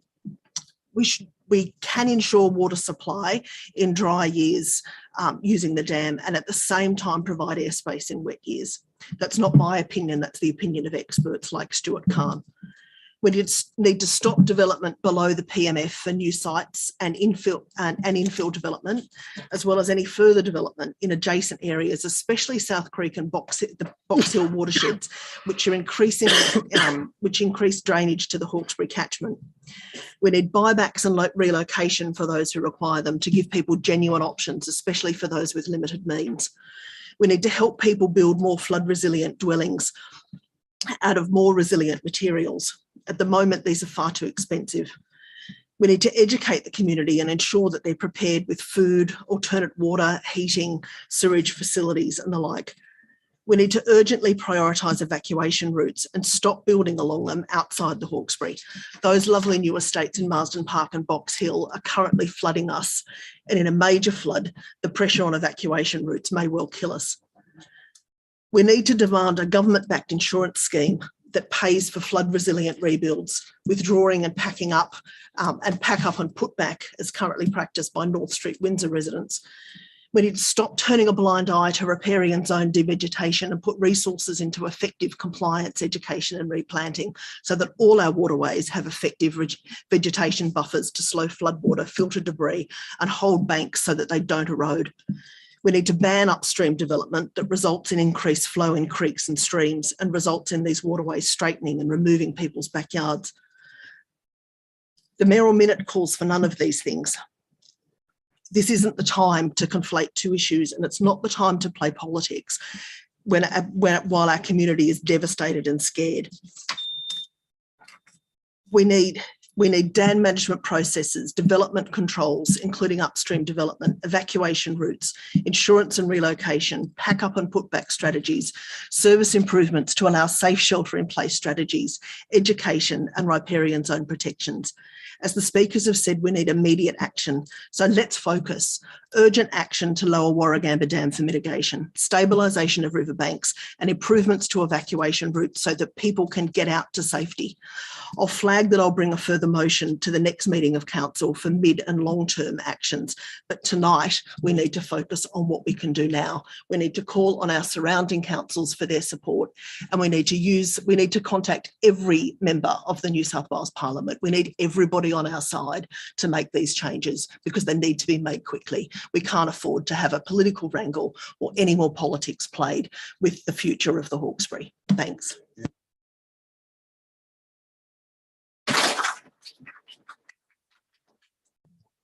Further discussion?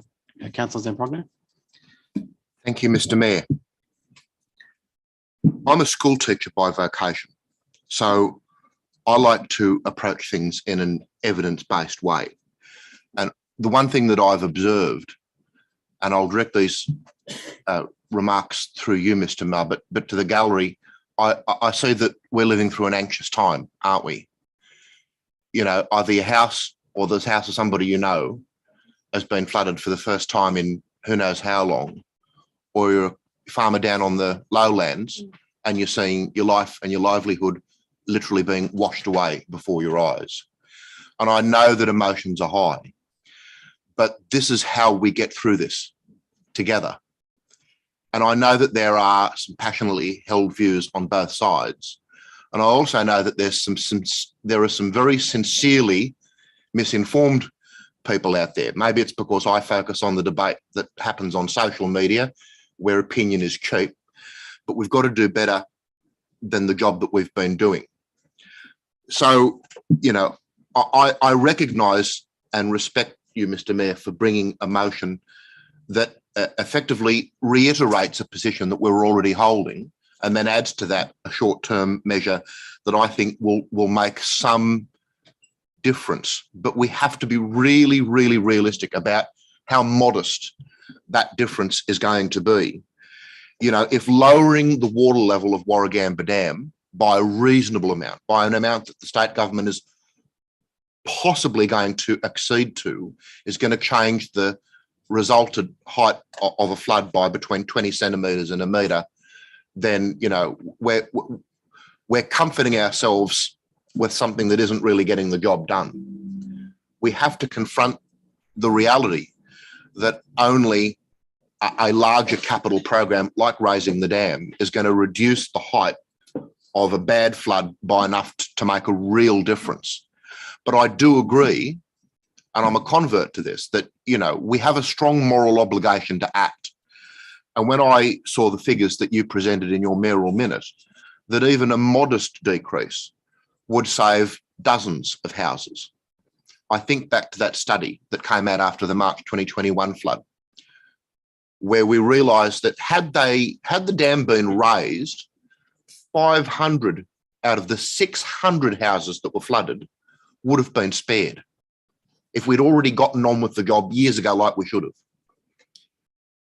And I think to the people who passionately advocate for the sake of ecologies around Lake Burragarang or the Cowmung Valley or sacred Aboriginal sites, I hear you and laud you for your passion. But the thing is, you've got to look into the eyes of those hundreds and hundreds of families whose houses and livelihoods could have been spared by bold action, and tell them that they don't deserve the degree of safety that engineering and combined cleverness can deliver them, and tell them that they don't deserve it. And I can't bring it in my heart to do that. I think this is the moral imperative that we have to act and to do whatever we can. The one thing that we know about the scientific reality of climate change is that it's going to deliver us greater variability of weather. That means times of even more rain and perhaps even times of more drought. And we know, for example, that the studies tell us that if we had dropped the permanent water storage level by 5 metres, in February 2020, when we were coming to the end of a protracted drought and the dam was at about 48% full, if we had already had a policy in effect of keeping the water storage down by only 5 metres, the dam instead would have been at 26%. That's catastrophic for Sydney. Sydney would have effectively run out of water, and the desalination plant wouldn't nearly have been able to keep up, not within a bull's roar. If we dropped the permanent water storage level by 12 metres, as some people advocated, then, you know, the dam would have been empty. Sydney would have had no water at all. That's just the blunt reality. And you know, part of the misinformation that we have to counter is the difference between somebody reading something in a study and then suggesting that that was recommended.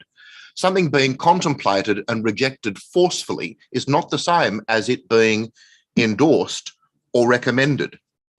Just like there's a degree of misrepresentation about whether this is a stalking horse for development. I am not known in this chamber as being a friend to developers. I am against inappropriate development in all its forms. I support the raising of Warragamba Dam because we have a moral duty to keep our people safe in any way that we can. That's what this boils down to. There are other things that we can do about flood evacuation routes, public education, other forms of resilience. Councillor Lyons Bucket and I went to a national conference and we learnt that 97% of all disaster funding in Australia is the ambulance at the foot of the cliff after the disaster. Only 3% of the money we spent on disasters, 3%, is spent before to stop the bloody disaster from happening in the first place. And natural disasters currently cost us $38 billion a year, and that cost is probably going to double within the next 3 or 4 decades. These are the blunt realities that we deal with. We live and trade on a floodplain, but by being wise, we can do something about it. Thank you, Mr. Mayor.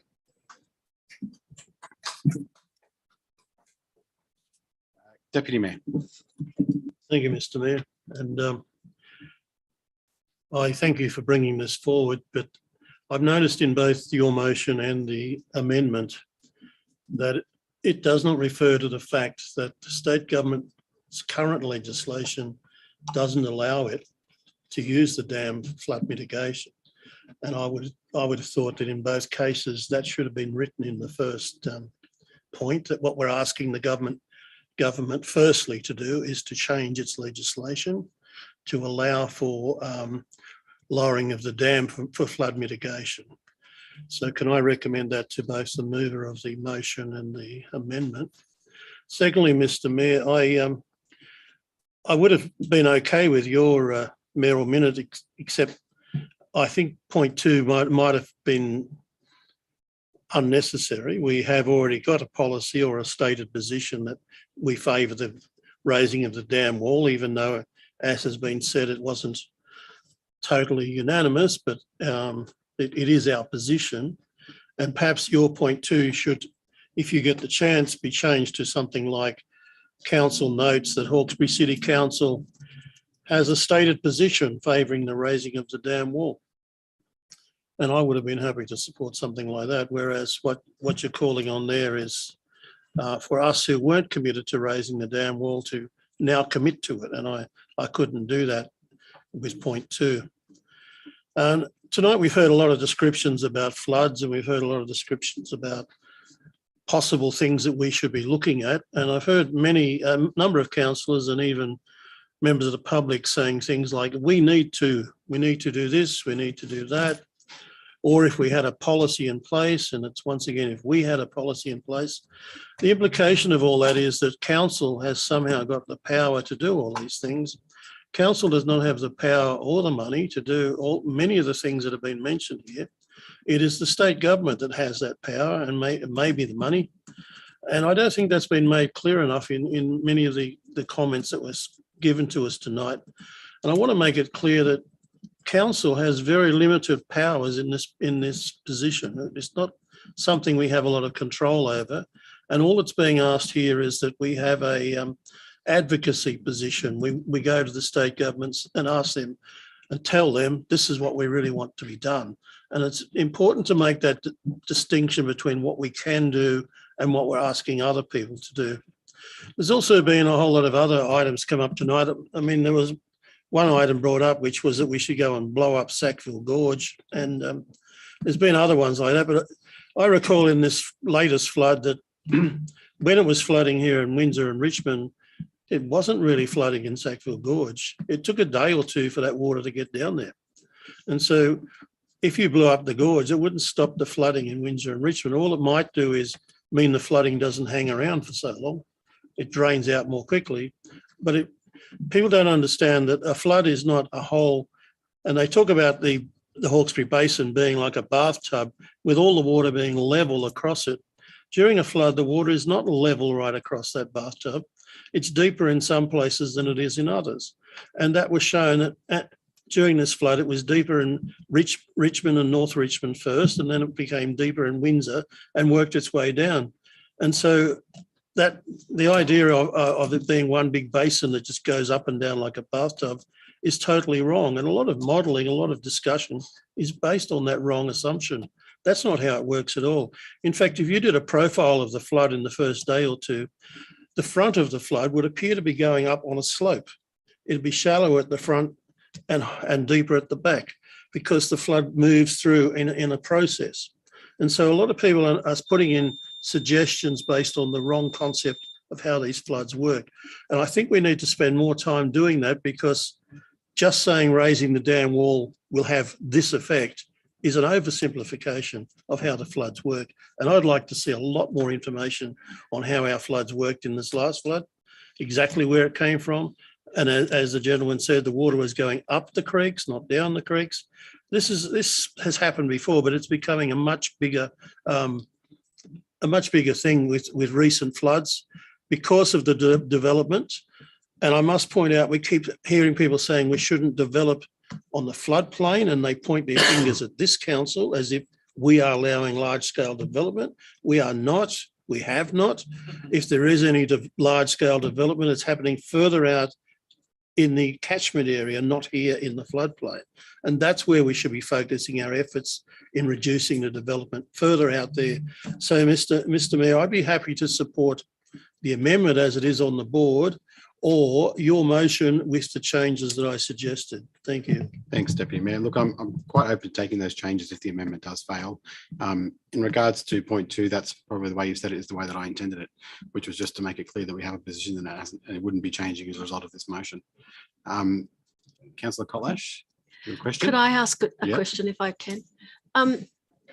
Could we, if somebody might know this, I don't know off the top of my head, but does the minister have emergency powers to lower the Warragamba Dam in these sorts of emergencies?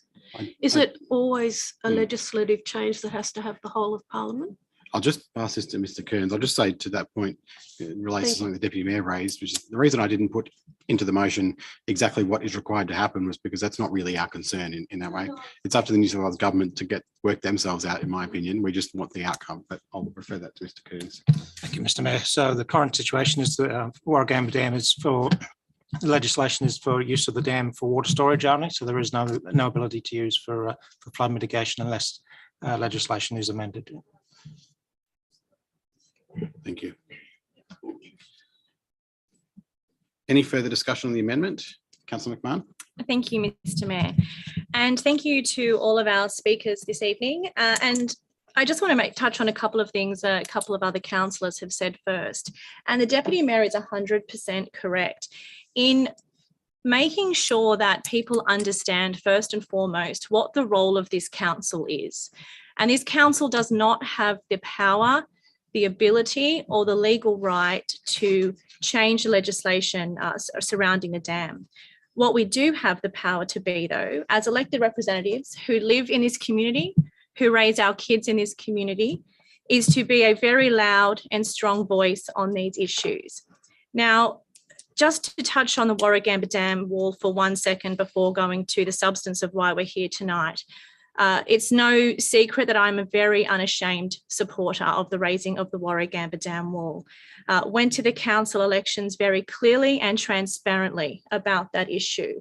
And we were elected with a majority on our ticket for that. So having that voice on an issue is something that is extremely important to me and something that I will not shy away from, no matter how much the noisy minority want to try and say that it is the wrong move. We are all entitled to our opinion. What I do strongly suggest to people, though, is not being misinformed. And through speakers and through a lot of chitter-chatter on social media, which quite frankly, I do not pay a lot of attention to, what people need to do is inform themselves of facts and inform themselves of evidence. And if people haven't read the 3 key documents about flood mitigation, about minimising the risk in the Hawkesbury, then I implore you to do so. And if you want to contact me and have me provide you with those links to those 3 key documents, then I'm happy to do that as well. Now, that's the 2017 Resilient Valley, Resilient Communities investigation by the New South Wales government, which suggested 9 options to help mitigate flood risk in the Hawkesbury. The raising of the Warragamba Dam wall was option 2. The other option that we're discussing tonight wasn't part of those options. But that doesn't mean that as a community, we can't have a very strong voice to the New South Wales State Government to do something about it. When the New South Wales State Government gets it wrong, then we need to tell them they've got it wrong. And I don't care what party is in power in the state government. They are the ones right now with the power to make a change. But what is also vitally important in this, and is something that other speakers touched on tonight, is managing community expectations. Changing the legislation for the Warragamba Dam, not just to be water supply, but to also be flood mitigation, is not the silver bullet you all think it will be. And that information is contained in those documents that I have already referred to. So while I'm very happy to support this, I have no hesitation to support this. We have to do it for our community. I live here, I work here, as I said, raise my kids here. I've been out in every single flood meeting with farmers, turf farmers, veggie farmers, covered in mud, hearing their stories, listening to their concerns. And it's really disappointing that members of the audience think that that's funny, because that's people's lives and livelihoods there. Meeting with them, hearing their stories about their concerns. And what we have to do when we come into this chamber and have our meetings is make sure that those concerns are represented. Now, a lot of those people aren't here tonight because they are in distress or because they have their businesses to attend to. And we need to make sure that when I'm stopped in Coles or stopped out on the street, if many of us are in this council as elected representatives, that we're also conveying their messages as well. Now, there's one person in this room who I would never, ever argue when it comes to the facts on flood mitigation in the Hawkesbury, and that's Councillor Les Sheether. After his 30 years of commitment to this issue, there is nobody who knows more than he. He'll sit you down and talk your leg off for hours with facts and figures on this. And I applaud you, Les, and your other committee members that you have and the work you have done in advancing these measures for our community. So I think we need to be strong. We need to be loud. We need to tell the New South Wales State Government, who has these powers, that this is what we expect as members of the Hawkesbury, that we want these changes to take place. But please rest assured that we need to also manage community expectations about what this will do. The most important thing, I think, and we must remember this, is we all live here. And the number one thing that we must protect when we are talking about this issue is lives and livelihoods in the Hawkesbury and Nepean Valley floodplain. It is protecting people and their properties that have been long here before even any of us in this room may have been born. And another speaker touched on that tonight, that we have so many historic properties, because it's well known that we are the third settlement of the colony, and we have buildings and history dating back to that era. Now, a lot of time expired there. Oh, sorry, I didn't even hear a beep. I could have kept talking. All right, thank you, Mr. Mayor. I just wanted to make a very strong case, definitely in support of being as loud as we can to the state government to make this change. Thank you. Councillor Dogamachi on the amendment. Very briefly, Natalie, you know more than I do. Who do we have in state government that could allow that water level to be dropped, whether 10 centimeters or 10 meters? And instead of just approaching them, red tape and that kind of garbage, excuse me, my English, but that kind of thing, which I have no time for that sort of things. We're not going to sit down and write letters and invite these people. Those people are our servants. How about we convene some kind of an extraordinary meeting in here, not tomorrow, maybe day after tomorrow, maybe next week, and invite our member, water minister, if necessary, ever so grinning Mr. Parrotet, to come in here, and with all these people coming in here and give us, their word that they are going to lower the Warragamba Dam, meter 2 or whatever it is. Who is it? What do we have to do without going to red tape? Can we not have some kind of a common sense? So, these people don't have to wait years or whatever, and they could, start to attending their businesses. Yeah, so I think what we've heard from the answer from Mr. Kearns is that nobody, no individual in the New South Wales government has that power. It's a legislative change that's required. So it needs Parliament to sit and change legislation on the recommendation, most likely of the government. So they have to just suffer again. We're going to go as hard as we can on it, but we don't have the power in here to change the legislation. Yep. Thank you. Councillor Lyons-Bucket. Thank you, Mr. Mayor. It is frustrating, Councillor Dogamachi, I know, but that's the way it is. I'm also interested in how 4 out of 12 constitutes a majority. But anyway, I'll ponder on that. Yeah, 4 out of 12. I think this is a good amendment, and I think this moves us forward considerably compared to the motion, although it encapsulates still the similar sentiment. I don't think that we, as the Mayor said, we would not be telling the Parliament how to do this, but the amendment is calling to facilitate. However, we do know that the various powers within the Parliament can have legislation drafted and passed very quickly. We saw, in fact, how quickly they managed to change the National Parks Act when they wished to have that changed within a month so that, that could allow for temporary inundation upstream. So legislation can be changed quickly when there's a will.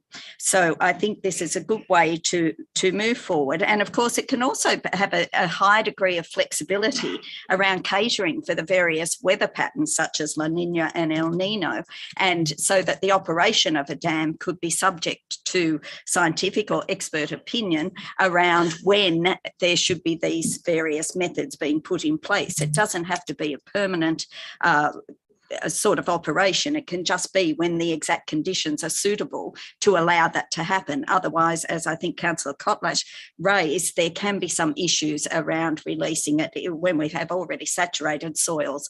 And of course, the last thing we want is any more water going into those various areas and causing more rotational slips when they're going into those areas already saturated. But when we rely on people that really know about the engineering behind it and so on, I think that would be a really good way to proceed. And having this sort of cuts out a middleman in this particular one by going directly to contacting all members of the New South Wales Parliament, which gives us a bit more impetus to get to it quicker than if we were to hold any other meetings. We can't rely on the dam for our water supply. We know from the Greater Sydney Water Strategy that they've already said that we have to have non-rainfall water supply into the future. So regardless of whatever happens around the dam, if they're going to keep putting more people in Sydney, they're going to have to find more water. In terms of the resilient strategy, which did include around the dam wall raising, of course, it's really unfortunate, I think, that they didn't keep it as an ongoing system where they could monitor when we've had these various changes occur, that they should keep monitoring, they should keep modelling. Once we have a stagnant set of modelling figures, we're looking at things way back before we've had these very unusual events occurring now. And so it's not really reliable to just simply be basing everything on what one set of figures has given us. And then, of course, we see the very interesting manipulation and selectivity around the use of statistics that we see connected with issues such as this. I hope this is supported, this amendment, because I think it's a good amendment. There's so much we can say about flooding and what we must discuss about flooding. But I think the overwhelming sentiment here tonight is for us to push forward with what we can do as immediately as possible. And that's what we're going to try to do. In the long term, I think recently at this talk I mentioned before, which was from the insurer IAG, I think it is, yeah, IAG, and they actually said that we believe land use planning, development controls and building standards are the most effective tools society has to reduce the impact of flooding and other natural disasters on the community. So we are going to have to move further down the track and be looking around, as we've established, not necessarily development here, but the impact from development in the catchment area. So I thank Councillor Wheeler for bringing this notice of motion. I hope that our mayor will be engaging with the mayors from our neighbouring councils. Of course, there'll be differing opinions on some things, but I think it's really important that we are working together across the whole catchment. We can no longer divide along a boundary that is meaningless in terms of where the water goes and where the impact goes. We have to work on it together on the whole catchment from where the waters come from until they get out into the ocean, taking many of the Hawkesbury's water tanks and boats and caravans with them. But I thank you, Councillor Wheeler, and I hope that the amendment is supported. Thank you. Okay. Councillor Sheila? Yeah, speaking against the amendment, Mr. Mayor. Mr. Mayor, we don't have school kids that write these reports and the like.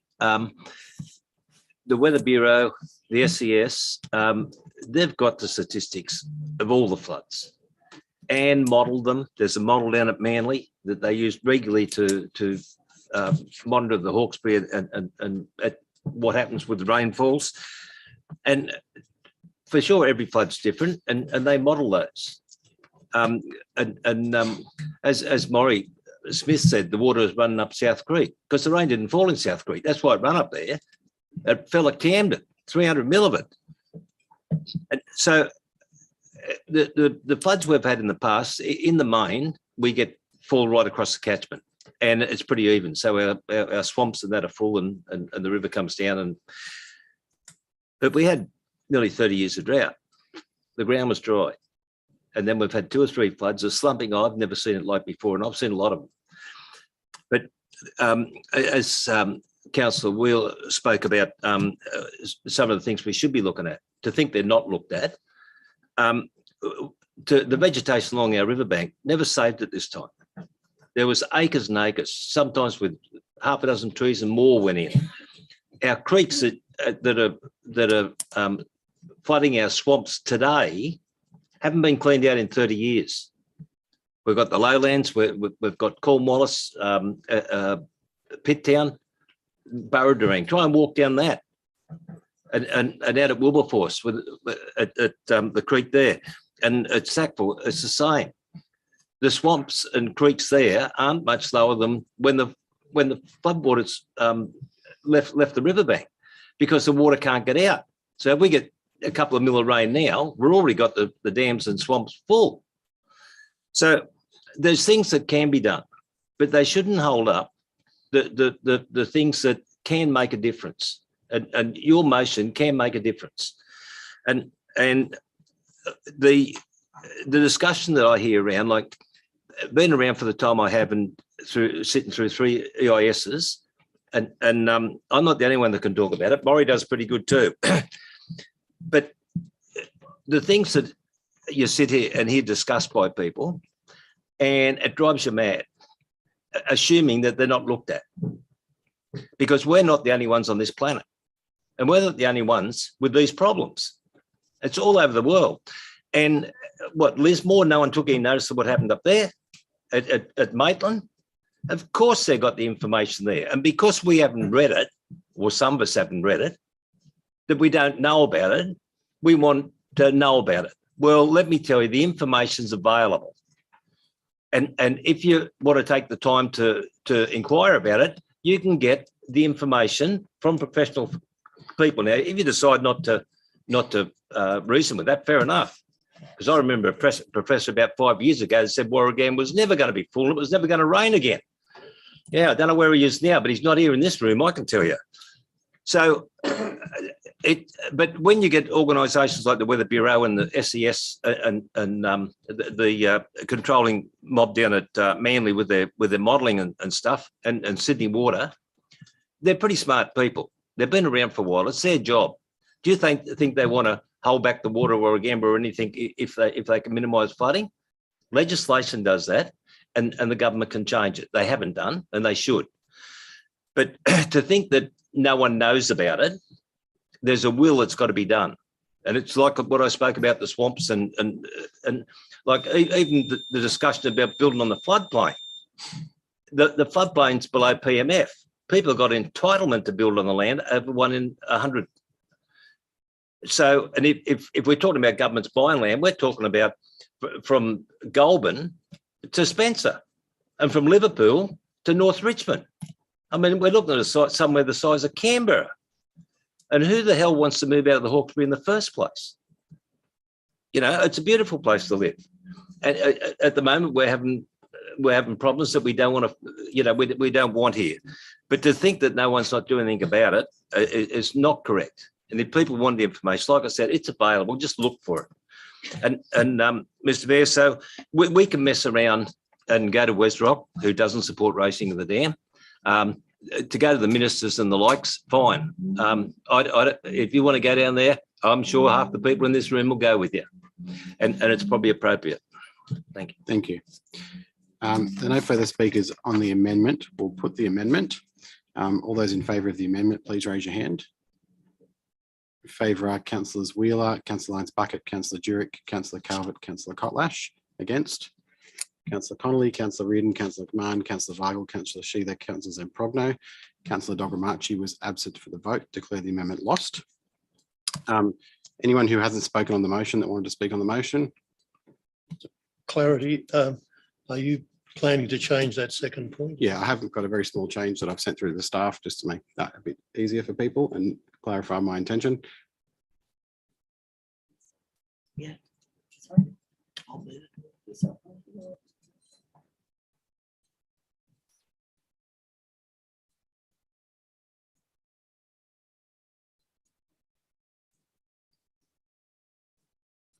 I'll just read it out while you're waiting.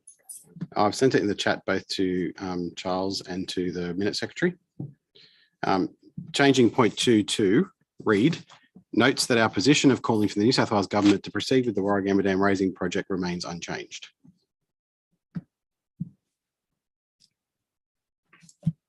No further speakers. I'll go to right of reply. First of all, I just wanted to touch on a couple of things that were said during that debate. I think the first observation is that we generally were broadly all agreeing with each other and arguing about the very slight difference in the way we might approach this issue. And I think it's pleasing to see that there does seem to be support around the room for this measure. We have all heard the community loud and clear that just regardless of whatever other options there might be, whatever else we might be doing in the longer term, that this needs to happen right now. I think everybody's on the same page about that, and just observe that despite the fact this is quite a heated debate, I think that broadly we're working together on that one.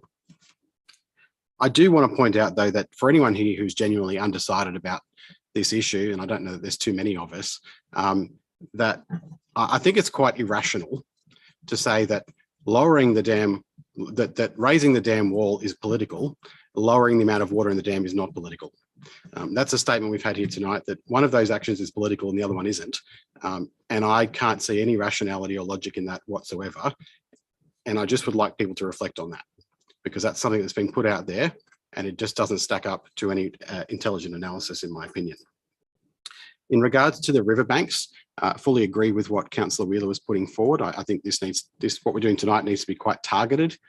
Into his why I didn't support the amendment, needs to be quite targeted in regards to lowering the water level in the dam or looking at pre-releases. I did ask for council's information, did ask staff earlier this week for some advice back on what we could be doing in terms of our role in education and or incentivising in some way private landholders to be revegetating their riverbanks with the correct vegetation to minimise loss, and also looking at what we're doing in our own riverbanks and making sure that we're leading by example in that sense. Even though it might be nice for us in many places to have rolling turf to the river, it's clearly not worked. So we need to go back and make sure we're doing the right thing, leading by example, and then also making it easy for the community to do so as well. So I've asked for that advice, and that will come back to us. We need to make evidence-based decisions. As I agreed fully with Councillor Zamprogno's remarks, we need evidence-based decisions. We can't say a document from 2017 is too old and now it's irrelevant. A document from 2021 that backed it up is too old and it's irrelevant, or we'll never make any decisions. If documents relating to flooding or any other large-scale infrastructure projects, mitigation projects, become irrelevant a year after they're published, we're not ever going to get anywhere. We have to look at the documents that are produced by the experts. We have to look at their findings objectively, and we have to listen to the experts in these matters. We can't just ignore them or say that they're too old because we disagree with their findings. So I have changed the motion, however, having said all of that, because I really did want tonight to be about demanding immediate action, as we said. I wanted to make it clear our position's unchanged, and I hope that makes it clear to everybody what the intention of that was, and that people aren't feeling like they're voting for something they disagree with, but just noting the positions remaining unchanged. So thank you everybody for your contribution. I think that was a good debate, and I'll put the motion. Mr. Sorry, Mayor, can I Councillor move a procedural motion for the Yes. motion to be taken in Oh, I seriatim? did say that. Sorry. Yes. Yep. So move point 1 of the motion. All those in favour? Favour, Councillor Connolly, Councillor Reardon, Councillor McMahon, Councillor Weigel, Councillor Sheether, Councillor Kotlash, Councillor Calvert, Councillor Jurek, Councillor Lyons Bucket, Councillor Wheeler, Councillor Zemprogno, Councillor Dogamachi was absent for the vote. Declare it carried. Point 2 of the motion. All those in favour, please raise your hand. Favour are Councillor Connolly, Councillor Reardon, Councillor McMahon, Councillor Weigel, Councillor Sheether, Councillor Kotlash, Councillor Calvert, Councillor Zemprogno. Against? Against? Councillor Wheeler, Councillor Lyons Bucket, Councillor Jurek, Councillor Dogamachi was absent for the vote. Declare it carried. Thank you. Councillors, our next item is subject to public address is item 123, the Red Bank Voluntary Planning Agreement. We have 4 public speakers. We might just wait one moment.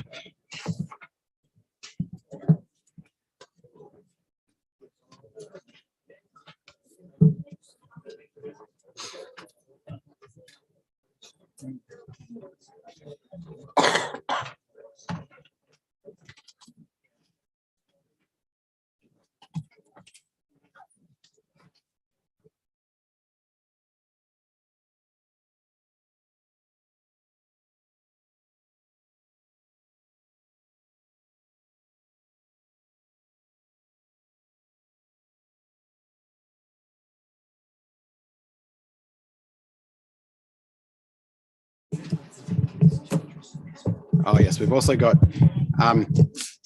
councillors. We've got 2 declarations of interest before we go to public speakers. Councillor Richards.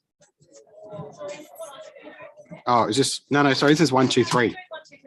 Sorry, I've been thrown off. Hi, Laurie. Yeah, Mr. Mifsud has made an error. First speaker is Jeannie Rasmussen.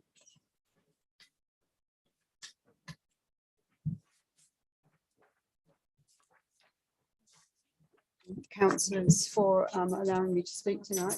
First of all, I would like to thank everyone Yes, he's in. who gave tributes to my late husband. It was very, very good of you and lovely to hear that everyone felt that he had done as much as he really did. And of course, being close to it all, I obviously knew how hard it was sometimes on the other side because, yes, he did dedicate his life to the community after he left the Air Force. And that was, in fact, before he left the Air Force, he began work with the community on a local airport that was put forward at some stage. But that didn't eventuate. But anyway, thank you, everyone. It was very good of you and most satisfying. And then I would like to say that he also supported, not just supported, but fought for this change in legislation that you've all been talking about in this last item with the mayoral minute. And he tried for years to do it from all sides, partly from the political side and partly from the Water New South Wales people themselves. And they were always frustrated by the fact that they were not allowed to let the water out down below a certain level. So I know that's not what I'm here to talk about tonight, so I'll finish. The item 123, I support it as it stands because it is not about approving the new route or any of those things that people get emotional about. It is simply about supporting the fact that that's been already approved and talking about little amendments that need to be made to the document as it stands to support that so that extra little things like acquisition of land and so forth will be in there and mentioned. And then the main point of it, as I understand it, correct me if I'm wrong, please, Mr. Mayor, but I understand that the main point of it is to change the timeframes and the trigger points of the whole thing to make them more in line with what is achievable. As they stand at the moment, it certainly wouldn't be with the new plan and the new route. And I do think it was very sensible to move it so that it was on higher ground, because what is the point of building a new bridge that's still going to flood as fast as the Yarramundi one does, which the idea before this one definitely would have happened. Unfortunately, there is one statement in there that I do disagree with, because it says that it's going to help relieve the traffic congestion as it stands today.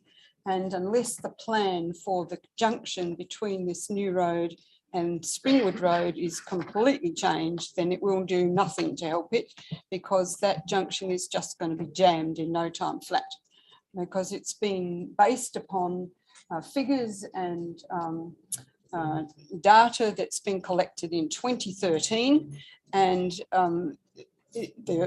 the report on which this design has been based is woefully inadequate.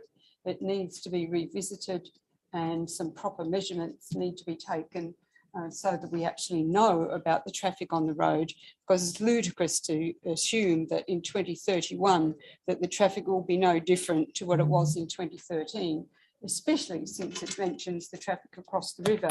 And as I said in my submission to the DA, that they must have come by canoe, because there wasn't any other way to cross it. So I don't know how they measured it.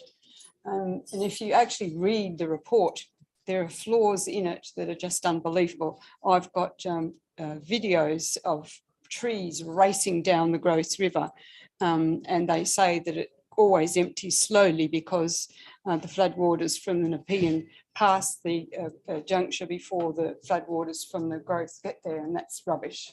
So, you know, I just think as long as the plan is revisited, and I believe that this happens in another amendment that's going to happen, excuse me, after we've all had our submissions considered, and it's not really anything to do with what we're talking about tonight. So I think tonight's amendment is purely and simply about timeframes and other little fiddly things. So I see no reason to not support it. So thank you for your time. And again, thank you so much for all the kind words about Paul. Thank you. Our next speaker is Jeanette Hatherley.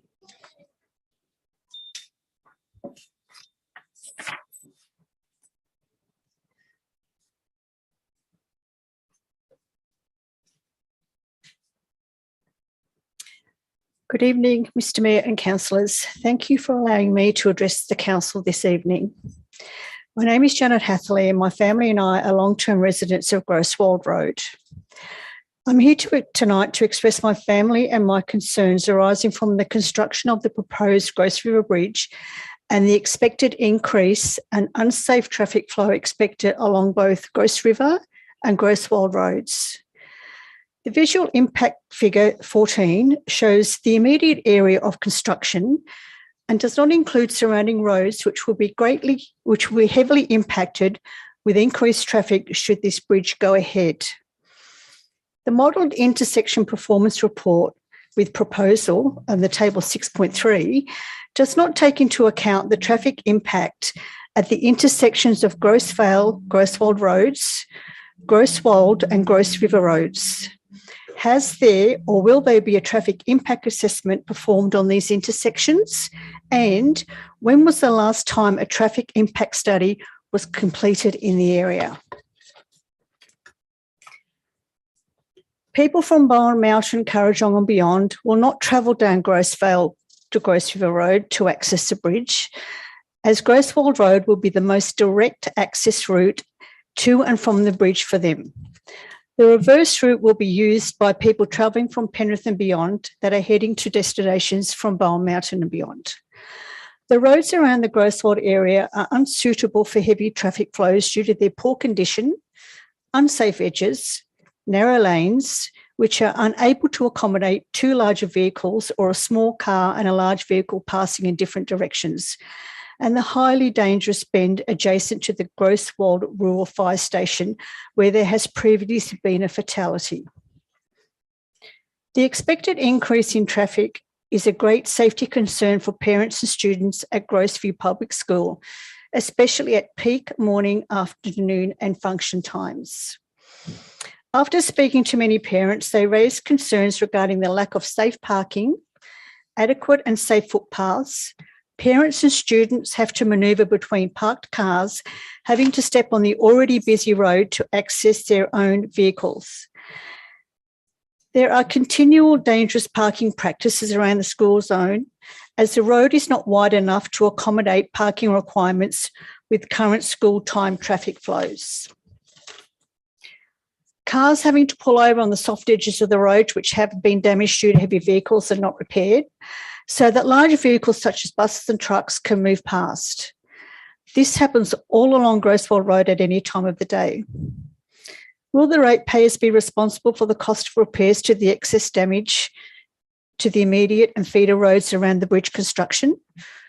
Who will be held responsible should a fatality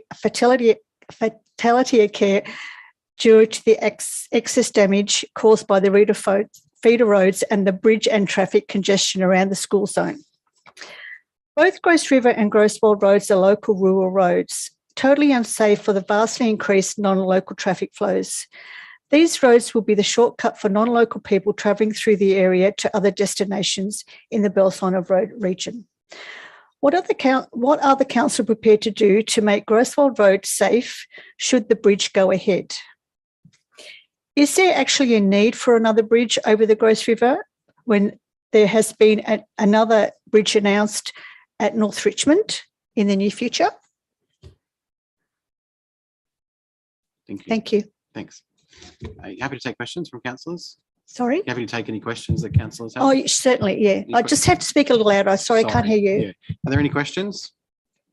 No, thank you for that. Thank you. Thanks. Our next speaker is Marion Wilcox.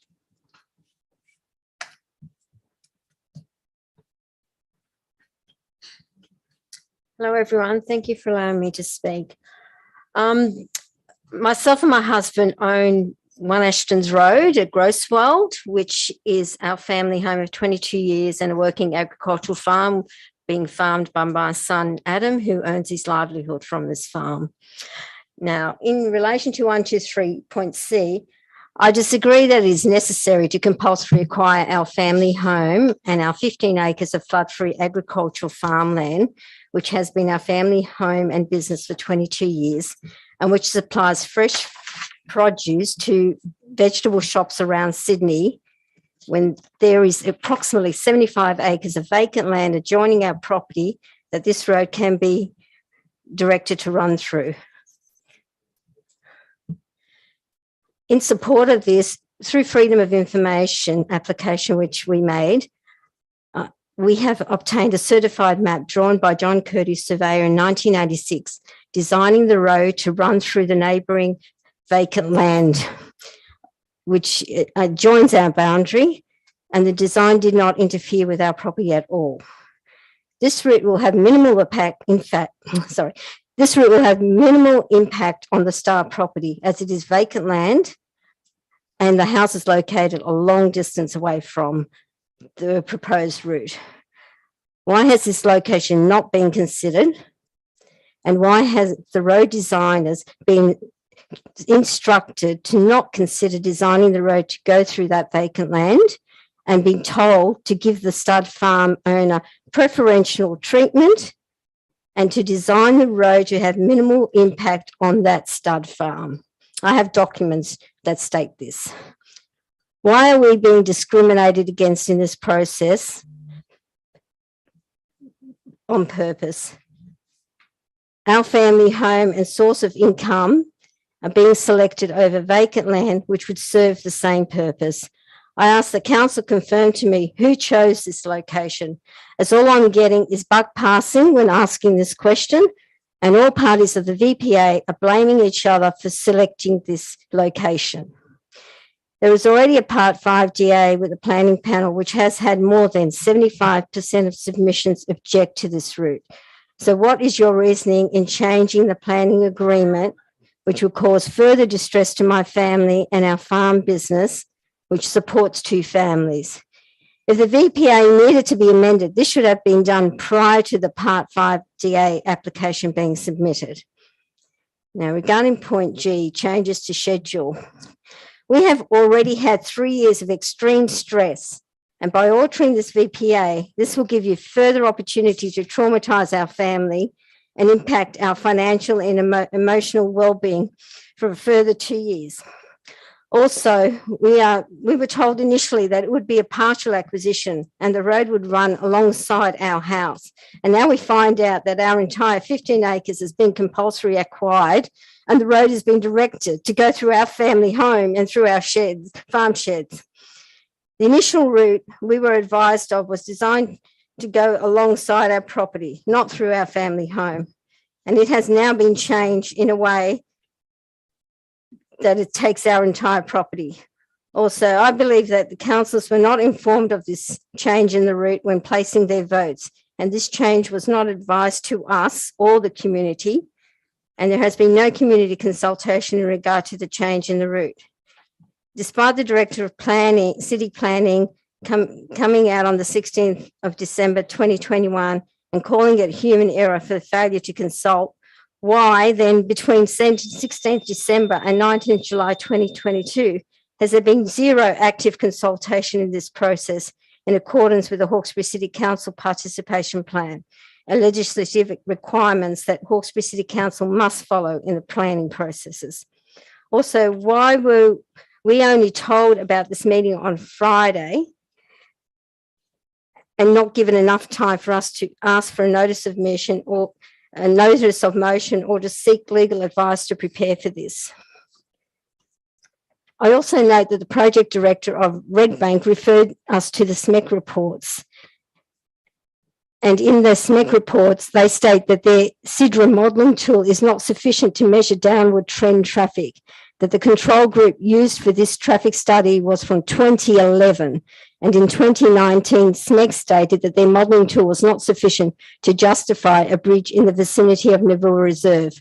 I feel the increased traffic is due to the VPA between Redbank and Hawkesbury Council, which allows increased development, causing increased traffic, and therefore a bridge should be built to deal with this, located in the vicinity of that development. I would like to know what investigations were carried out on the adjoining vacant land and when were they carried out, and why is this vacant land not being considered for the construction of the roads? Also, in light of all the numerous recent flooding, why is council not pushing for an overpass at North Richmond to be built, which is a much better solution?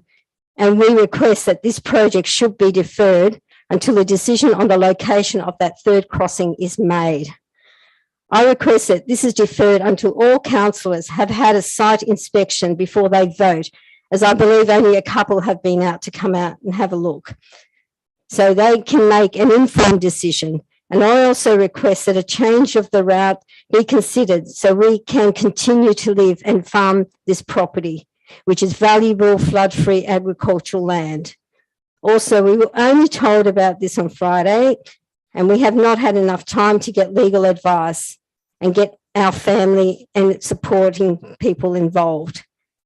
This item 123 should not proceed until all our questions have been addressed in a meeting with the General Manager and the appropriate council officers. So we also request a deferral on this basis.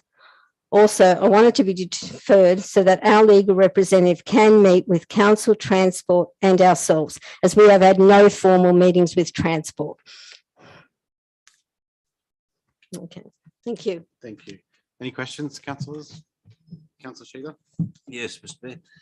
Mrs. Woolcock, you made a statement there that you had letters, documentation.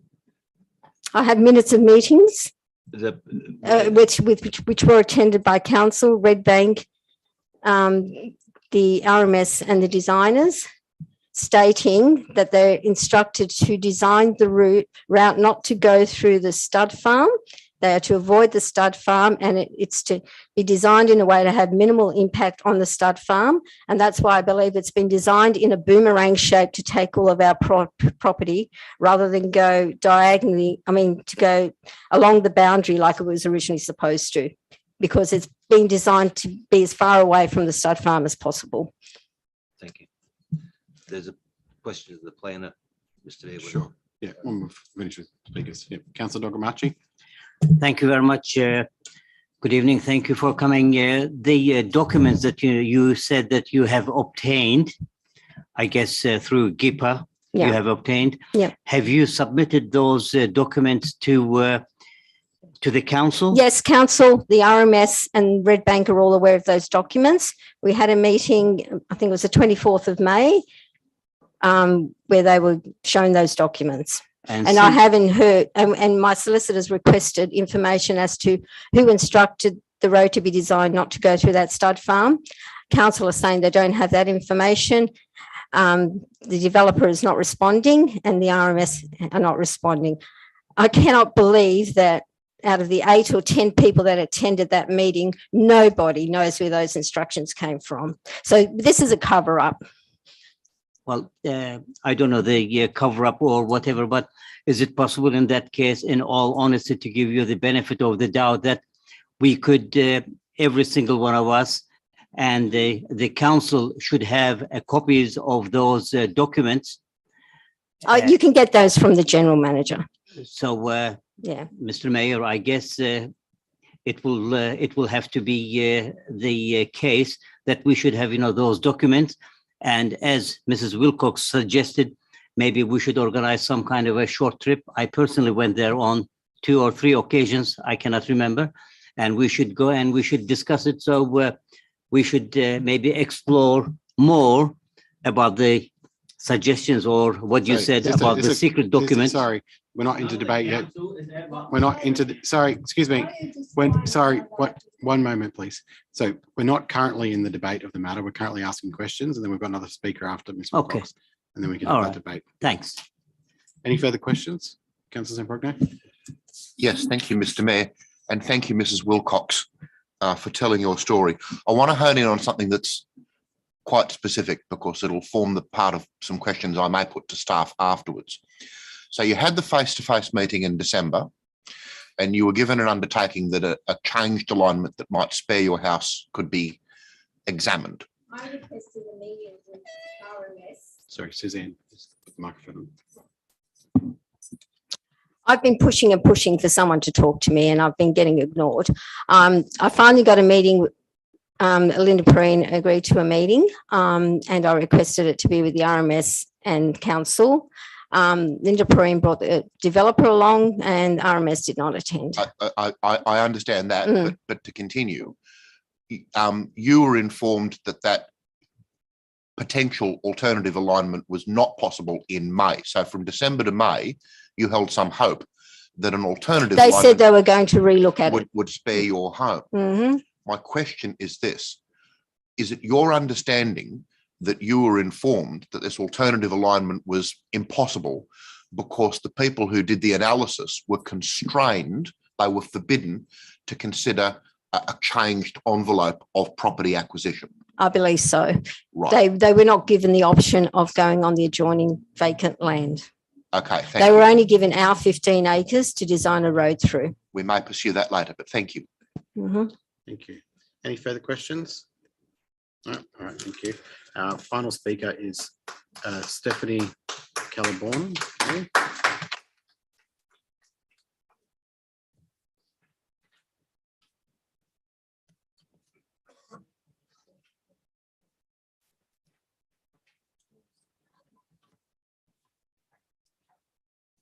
Thank you for allowing me to speak. Firstly, I'd like to pay my respects to the traditional owners, the Darug and Darkinjung nations, the traditional owners of the land in which we stand. Firstly, I'd like to table some documents from Michael Want and Anne Donny. So where do I table these 2 documents? These are submissions. Yep. You can. Thank you. I can take those. We can't really table the documents. Oh, okay. Well, yeah, I'm used to, anyway, I've tabled them another. So anyway, I'd like to talk to the part 5 and the change in the voluntary planning agreement between council and Redbank.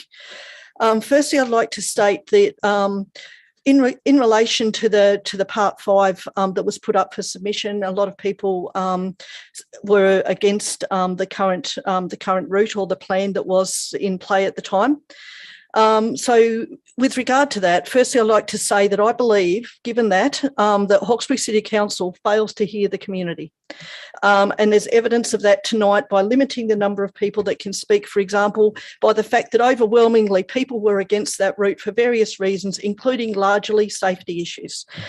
The manager of communication who I spoke to, her comment was that active consultation is putting up a part 5 and DAs on websites and newspapers. That is not following the law. That is not following active consultation. Is that how Hawkesbury City Council actively consults in regard to DAs and part 5s? How many years has this been going on? And how many times has Hawkesbury City Council failed their legislative responsibility to uphold Part 5 and DAs with regard to following their community participation plan? How has the planning director, how has the mayor, how have councillors and the general managers allowed this to occur, and who is preventing the law from being followed? Which people here are deliberately not following their legislative responsibilities? We went out, the Wilcoxes and myself, we went out, we actively engaged, and we found overwhelmingly by talking to people and doing letterbox drops that Hawkesbury City Council has failed to follow their community participation plan. We made calls and we spoke to people, and Hawkesbury City Council didn't do this. In fact, I was advised by the town planner that Hawkesbury City Council is a large area, and that's the reason why consultation doesn't occur the way that it should. Despite calling it human error, for a further 6 months, even more to this day, they failed to do this. You failed to follow your legislative responsibilities. You want to passively engage. You want to go and you want to put another VPA for people to decide whether they want to go ahead with it or not. You want to put it on your website.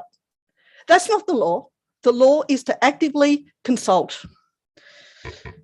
Hawkesbury City Council, you don't want to engage the community, because if you engage the community, you'll find out what Marion Wilcox and myself found out, that people don't want what you want.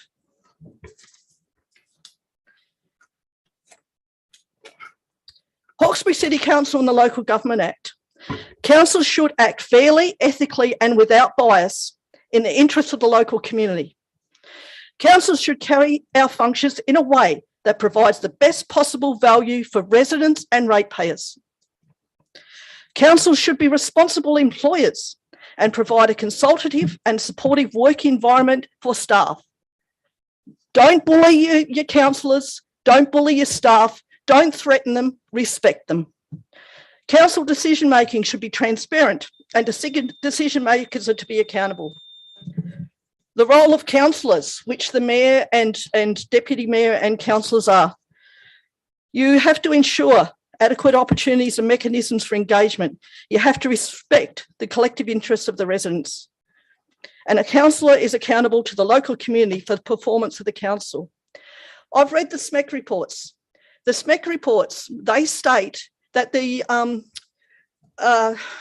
modelling tool that was used was not up to standard, couldn't measure the traffic flow properly. You used as a control group data from 2011. The 2019 and 2018 reports said that the tools that they used wasn't sufficient to warrant the bridge at Navua Reserve. I question every councillor here and the mayor and the general manager who overwhelmingly are to uphold the legislative responsibilities of council. Who are you kidding? You cannot continue this way. Questions are being put up on notice on Hansard's because of the way that you are conducting your role. Time has expired, so I'll get you to finish on that sentence, if that's okay. Just respect the people. Thank you. Are there any questions, councillors? Councillor Dogamachi. Good evening, Madam. You made a comment saying that, you have spoken with Linda Perrine, who told you that in that circumstance that consultations or, some kind of get together to discuss that sort of thing, it was not possible because of the size of the areas. Is that correct? think I'm not sure if that makes sense, Councillor. I'm not sure that I'm getting what you're I trying think to say. if I can, I think the question is, what was the context of the remark where you've quoted someone as saying the area was too large?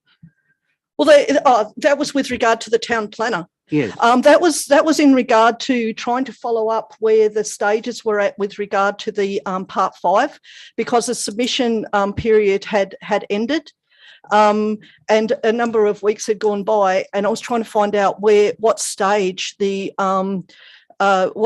process was at, because I was trying to follow up, because I've got to be honest with you, the Wilcoxes have been suffering badly, and I wanted to find out so that I could let them know.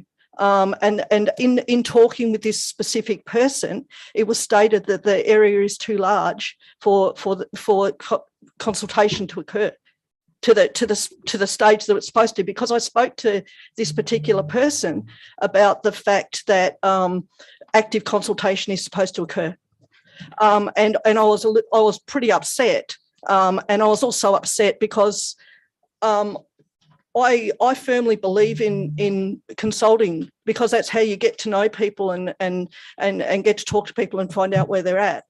And amazing things can happen with active consultation. And I was very upset to hear that from a town planner.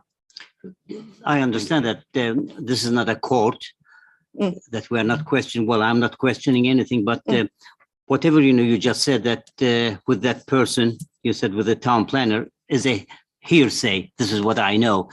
Did you get anything in writing to substantiate that, when she said that the area was too large? And No, then, but if I may ask the mayor, is it? Okay, so I might just stop that line of questioning, because I don't think it's relevant to the matter we're considering. I think it was a comment around a consultation that, as you said, isn't substantiated at this point, and we'll take that on board and move on with that point, I think. Yeah. Is there any further questions? Thank you for that. Thank you. Okay, councillors, that was our final speaker. If someone wishes to move something.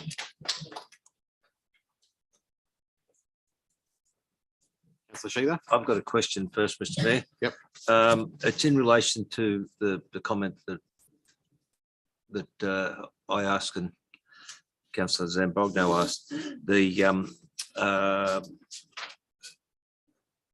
information that something had been directed in a particular direction that prohibited further direction. What's the question? Have we seen that document? Was that the case?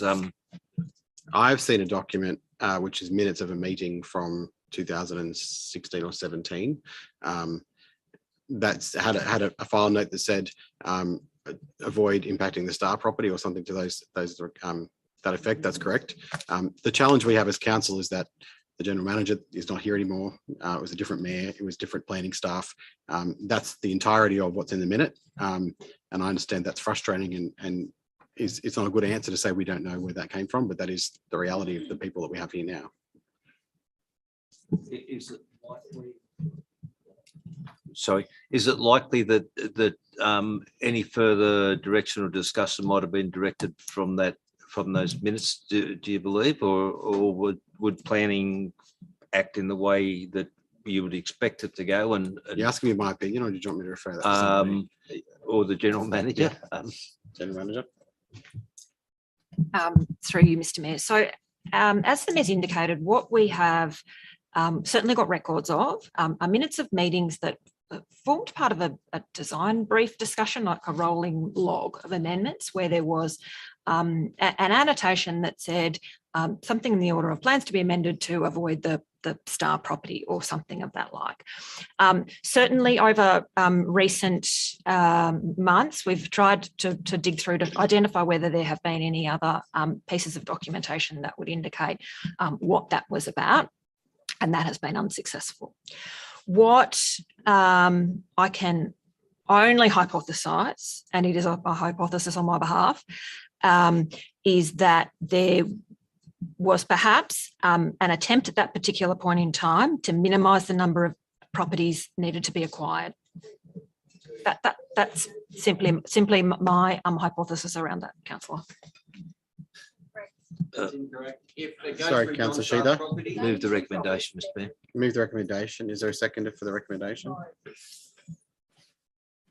put a BPA through when there's shocking stuff going on. No seconder? I'll second it for the purpose of debate. Okay, thank you. Discussion, Councillor Sheila? Yeah, Mr. Mayor, we've had briefings in relation to this, and during those discussions, just in context to the Wilcox, the concern that council has had, because we're all aware of the frustration of the family. The concern that I've got is that things like that weren't brought to our attention. But in saying that, with the firmness, sort of, for the want of a word, of the general manager and how she deals with other things, I don't doubt that there's an over concern there that we should be concerned about. But we should have been informed about it. So, Mr. Mayor, if there's any area that we need to assess, and there's some comments made by the speakers today, and I'm sure there's been discussion between the planners and the general manager, and perhaps yourself even, that needs some further investigation that we need to be made aware of, I would like that to happen as soon as possible. In saying that, while the speakers tonight have been predominantly in opposition to the bridge, it's something that has been dragged out for a long time, and it should never have been. The other proposals that were looked at and the information that was given to us in relation to their not acceptable. Well, I guess the only concern that I've got, and I take on board the comments made by the speakers, and I know sometimes a little pinprick hurts a lot, and I would hope that's the case, because if it's any bigger than that, it's not good. So, Mr. Mayor, if there is anything that we should be discussing, we need to know about it.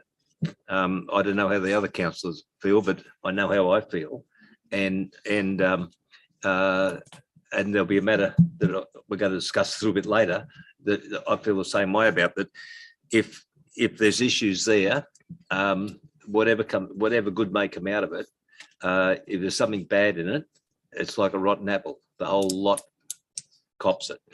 So, in saying that, Mr. Mayor, I do support the recommendation, and certainly sympathetic to the heartache that it's causing. Thank you. Further speakers, Councillor Zamprogno? Thank you, Mr. Mayor. Let me pick my way carefully through this, if I can. My position has been from the beginning that the Grace River Bridge has been delayed and delayed and delayed, that the VPA inked by an earlier chamber and by one of your predecessors, Mr. Mayor, was weak. It left us in a very poor negotiating position. We were effectively over a barrel. All the developer ever needed to do was to say, well, we want another delay, or we want this amendment or that. And all we could do is agree to that, because what was the alternative? The alternative is that they stump up an amount of cash that's far less than the cost of construction, with no commitment from the state government that they'd ever come to the party, and they'd walk away. Not good for the community. And it was a poor agreement, a very poor agreement. Nevertheless, now that Red Bank is a reality, we have a real obligation to get the best outcome for the community that we can. So every time the developer comes to us and says the market's sluggish, or we couldn't get our approvals from Sydney Water, or whatever the excuse was, legitimate or otherwise, all we could do is agree to the further delay and further delay and further delay. Here's the reminder that I often offer at this juncture. Under the terms of the original VPA, the sweetener that was offered to the community to tolerate the Red Bank development, in terms of the number of lots sold, the bridge should have been open by now. There should be traffic on it today.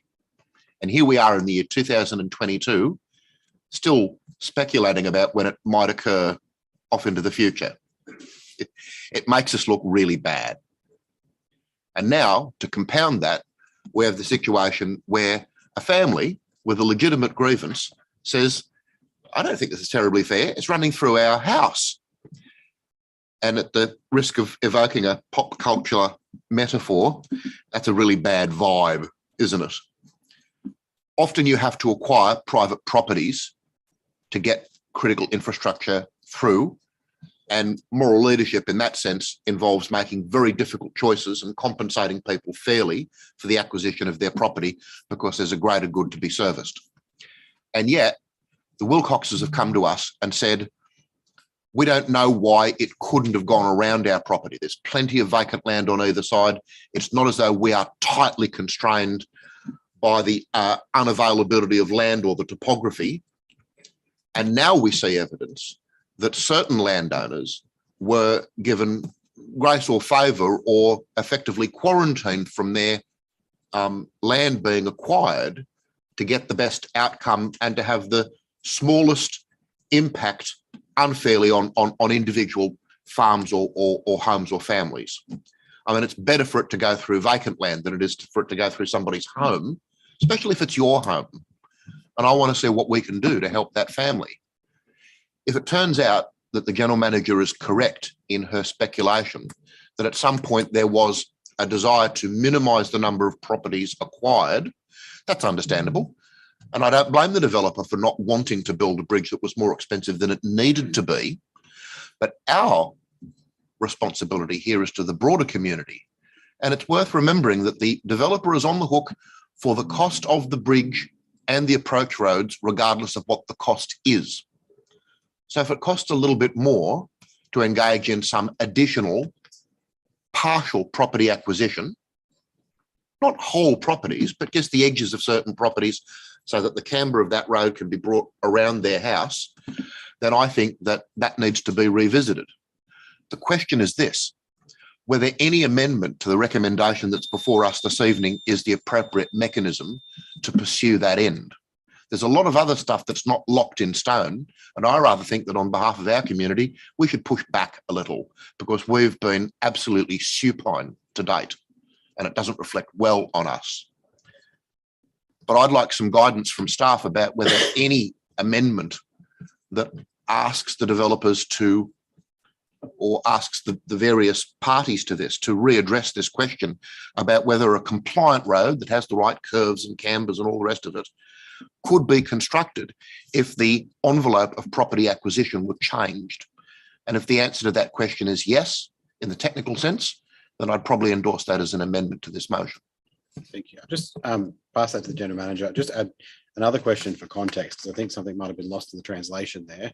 That options report that's been looked at recently, I don't believe, and I'll ask you to confirm, that there was any instruction given to avoid any particular properties in that options analysis. Yeah.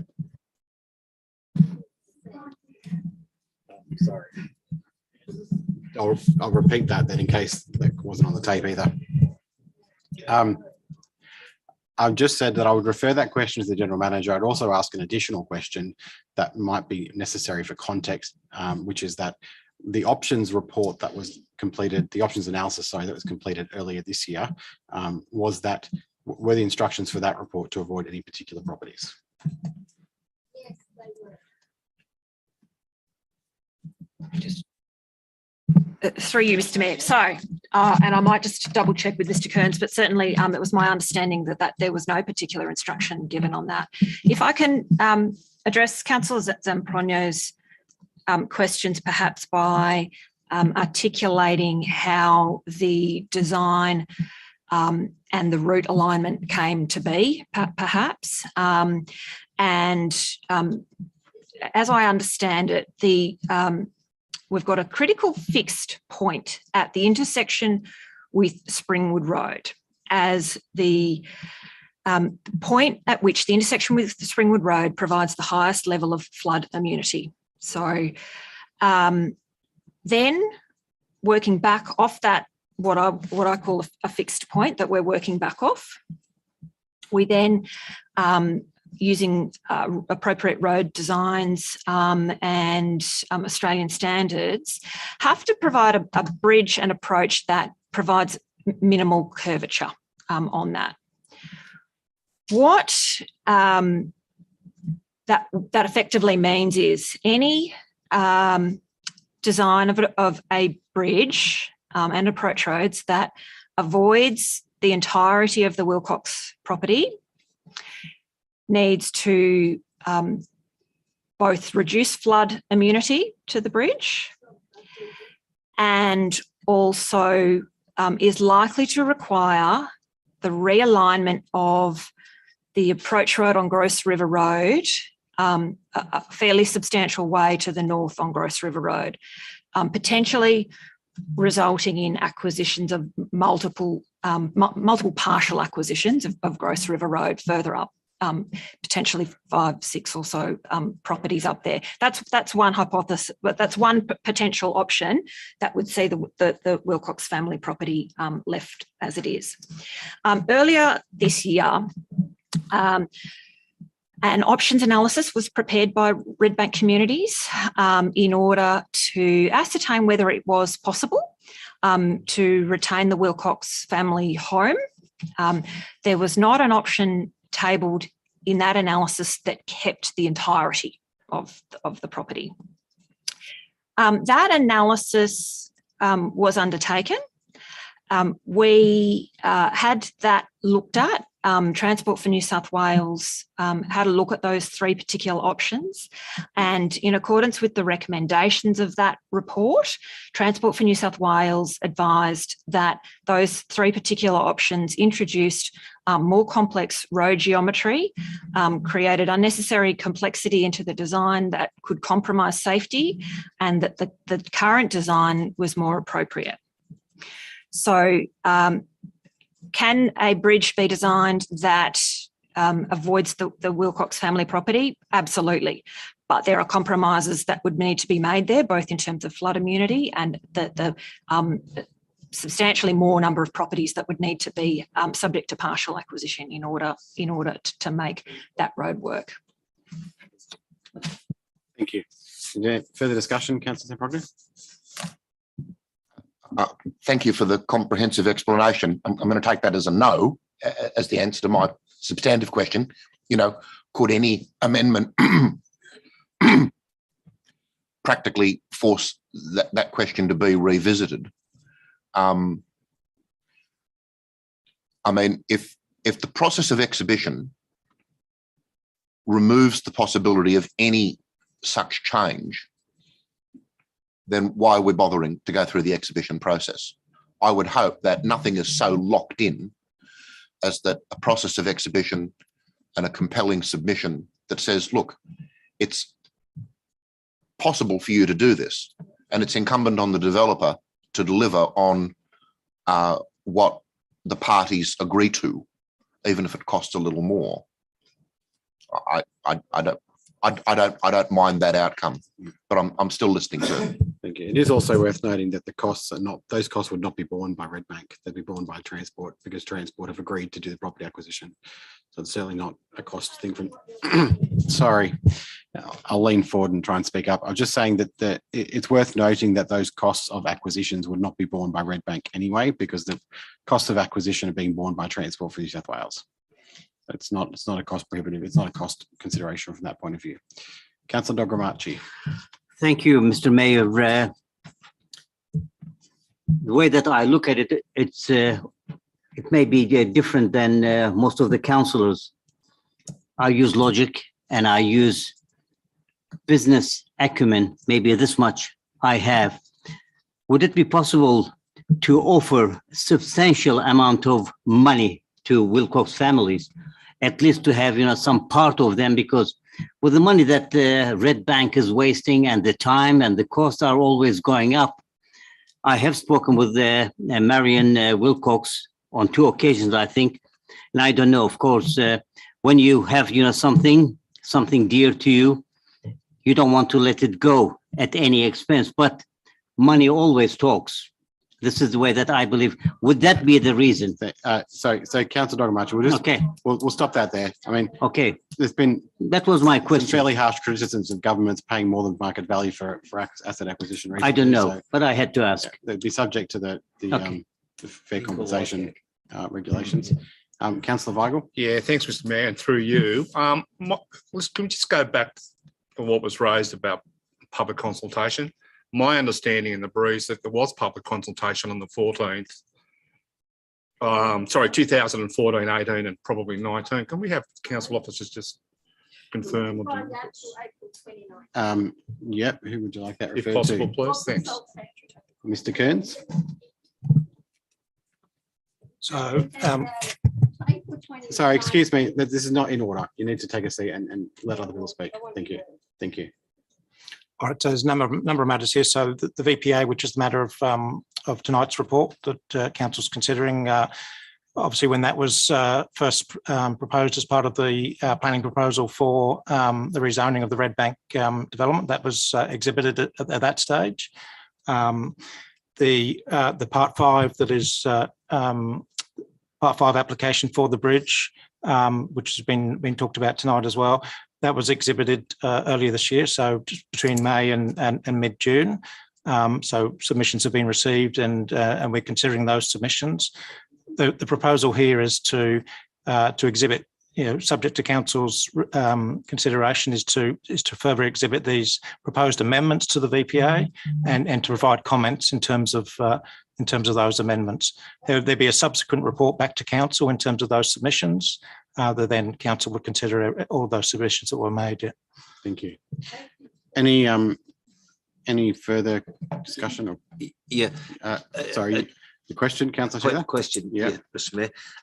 With the requirements, the lady that spoke said that we didn't consultate wide enough, or do we go further than what is legislated in relation to advertising, or do we go to the limit, or we got a policy on just how we do it? I guess it would be helpful for the question to know which part of the process you're referring to, because in this process there's been community meetings that have been held around the project in general, and where this direction of this community is going, but then there's also the specific statutory points of consultation around each application. The answers might be different.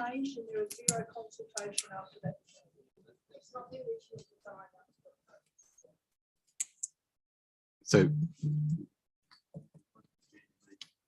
sorry, Councillor Shearer, was there an additional question, or is that? Sorry, I understand that. I do understand why you want to have your say, but councillors do need to be able to ask questions and get answers from staff so we can make a decision on this matter. We can't hear, because we can't hear over top of you shouting out. Yeah. Mr. Smith, I suppose in each one of those where we have to involve the public in whatever format, do we only do what we've got to do? That's what I'm getting at, or how do we approach that? Because I know there's different ways that we do different things. Fine, but the lady that spoke said she door knocked neighbours and that knew nothing about it. Should they have known about it? Yes. Okay, I'll refer that to somebody to give a comment on the. I might perhaps take that, Mr. Mayor. I'm unclear from the speaker's presentation about if there was at one particular point in this fairly protracted process where there may have been some sort of a procedural failing, I guess. All I can talk through is how we would manage our notification processes with what's known as the Part 5 application that's currently under assessment by an independent planning consultant at the moment. And absolutely our planning instruments and the community participation plan all allow council staff to make judgment calls above and beyond where we feel like that is necessary. What I don't have on hand at the moment is a particular notification map of that particular process. What I will say is that I'm certainly would take that back to our planning consultants to double and triple check that that's been done. But given it was the process that was undertaken earlier this year did involve fairly extensive letters, notification signs, pushing out a lot out through our social media pages, really trying to increase the awareness of it. So, and given the number of submissions that we got, it's probably fair to say a lot of people probably knew about it. Yeah. Thank you. Can we take on notice the specific consultation around this matter? Yep, thank you. Councillor Wheeler. A question, Mr. Mayor. I've been sent the documents this evening that are referred to about avoiding the property next door, and they appear to be prepared by WT Partnerships. Do we know who they worked for? Or are they our consultant? Refer that to the General Manager. Yeah, I believe they were the consultants acting on behalf of Redbank Communities. And do we know the date of this document? Is this the recent options report that you're referring to, or is this another? No, that's some years old. This is, I believe, I don't have it in front of me, I believe late 2017. We can take that on notice. I saw that claim on a current affair and I looked it up myself. There's no sort of secrecy here. Right. So I'm finding this quite troubling because it does form a pattern of behaviour, I think, where we are either not given information, we are given information late, or information is circulated that may have a bias. And I refer and look, to be frank, we received this week an email from Redbank detailing their take on the timeline involved in this property, and it missed some notable things. It missed Operation Spicer, for example, that you would think would be a notable part of a notable thing in the history of this development, and some of it was certainly a fairly subjective take on what had happened with this development. This development has been vexed from the beginning. Navua was never a sweetener for the community. The community was never keen on this development when it was proposed. It was passed on the casting vote of the mayor, and the next time it was considered was in ICAC. The fact that there is the fact that we are now being asked to decide on something where there are clear concerns about what the most affected party has been told, the fact that the route was substantially changed from what the community was told at the last active consultation session, which was back when Councillor Calvert was mayor, I find really concerning. We went to the community and said, we're going to change the route of this because we think it will give a better outcome. And now and then there was, that awful moment when Mrs. Wilcox realised that this was going through her property. And now we've gone from just going up the side of her property to going right through the Wilcox's family home at no money. I don't think, if you love the property that you live on, if you've spent time and effort getting the land so that it's productive, if you've raised your family in that house, there is no amount of money that is sufficient to shift you.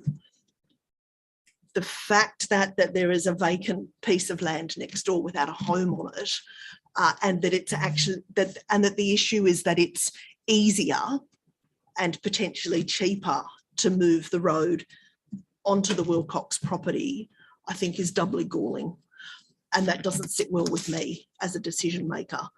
I would like us to defer this to next month, where we can go away and have a really frank discussion about how we have come to this point, and see what can be done so that we get a better outcome here. I'm talking about a delay of a month, if that's possible. because I don't think this is an outcome that we can be proud of for our community, and I can't support it. So I'll move an amendment that we defer for a month to consider for further information. I would like all of us to be given the document in question so that we can discuss what's happened here. I would like further it's been a very long day. Yeah. Further information about the route, the change of route through, so that it goes through the Wilcox property and alternatives.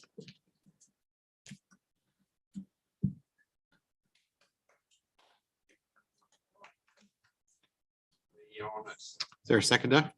I'll second it, Mr. Mayor. Councillor Nines Bucket. Councillor Kotlash. Can I just ask, thank you, Mr. Mayor. Are we able to place this on public exhibition? I'm just thinking about moving it forward. Are we able to put this on public exhibition and get answers that Councillor Wheeler and Councillor Zamprogno have outlined? I know that's a little unusual, but if there is something very ordinary going on here, then we will show. If that comes out, then we will act accordingly. If it doesn't, we haven't lost a month. So what you're suggesting is that we, instead of the amendment, that the sort of foreshadowing another amendment potentially, that the recommendation with an additional point that a briefing session be held before to get this information being asked for before the matter, the VPA comes back to be adopted. Yes, no, I think that's perfectly possible. Yep. Yeah. If I could assist, Mr. Mayor, it would seem to me that the preferability of Councillor Kotlash's amendment would be whether anything that we find or subsequently decide would force a VPA put on exhibition in its present form to then be re-exhibited. So could we get some guidance from staff about, you know, if we decided after we had our briefing that this stank and we demanded that certain things be revisited, would that invalidate the exhibition of the current VPA? It would, yes. But if you didn't find that, you haven't wasted a month waiting to find that out, is the difference. Yeah. Deputy Mayor. Thank you, Mr. Mayor. Just a question about the location of the route. It's my understanding that that route was determined by Transport for New South Wales. I don't believe it was determined by council. Yet here we are talking about the route should be changed. The question is exactly what is the legal position? Is it Transport for New South Wales who are going to decide that route? What input do we have into it? Refer that to Mr. Kearns. So I guess, yeah, there's two parts. So there's the VPA matter that we're considering tonight, and whether council resolves to place that on exhibition, and then that will obviously come back to council for consideration of submissions and comments as part of that. But then in terms of the actual route itself, the Part 5 application is what we'll ultimately consider that route, and that's the actual approval process for that particular route. So through that Part 5 application, that's determined. Yeah. Does that answer the question, Councillor Carver, Deputy Mayor? No, I don't think it does, Mr. Mayor. The Part 5 application has a route in it. Who puts the route there? Is it us? Transport for New South Wales? Sorry, Mr. Kearns. So that's been prepared by the applicant. So Redbank that's proposed that, and obviously council's involved in that. So that's why we've engaged an independent assessor to consider that Part 5 application.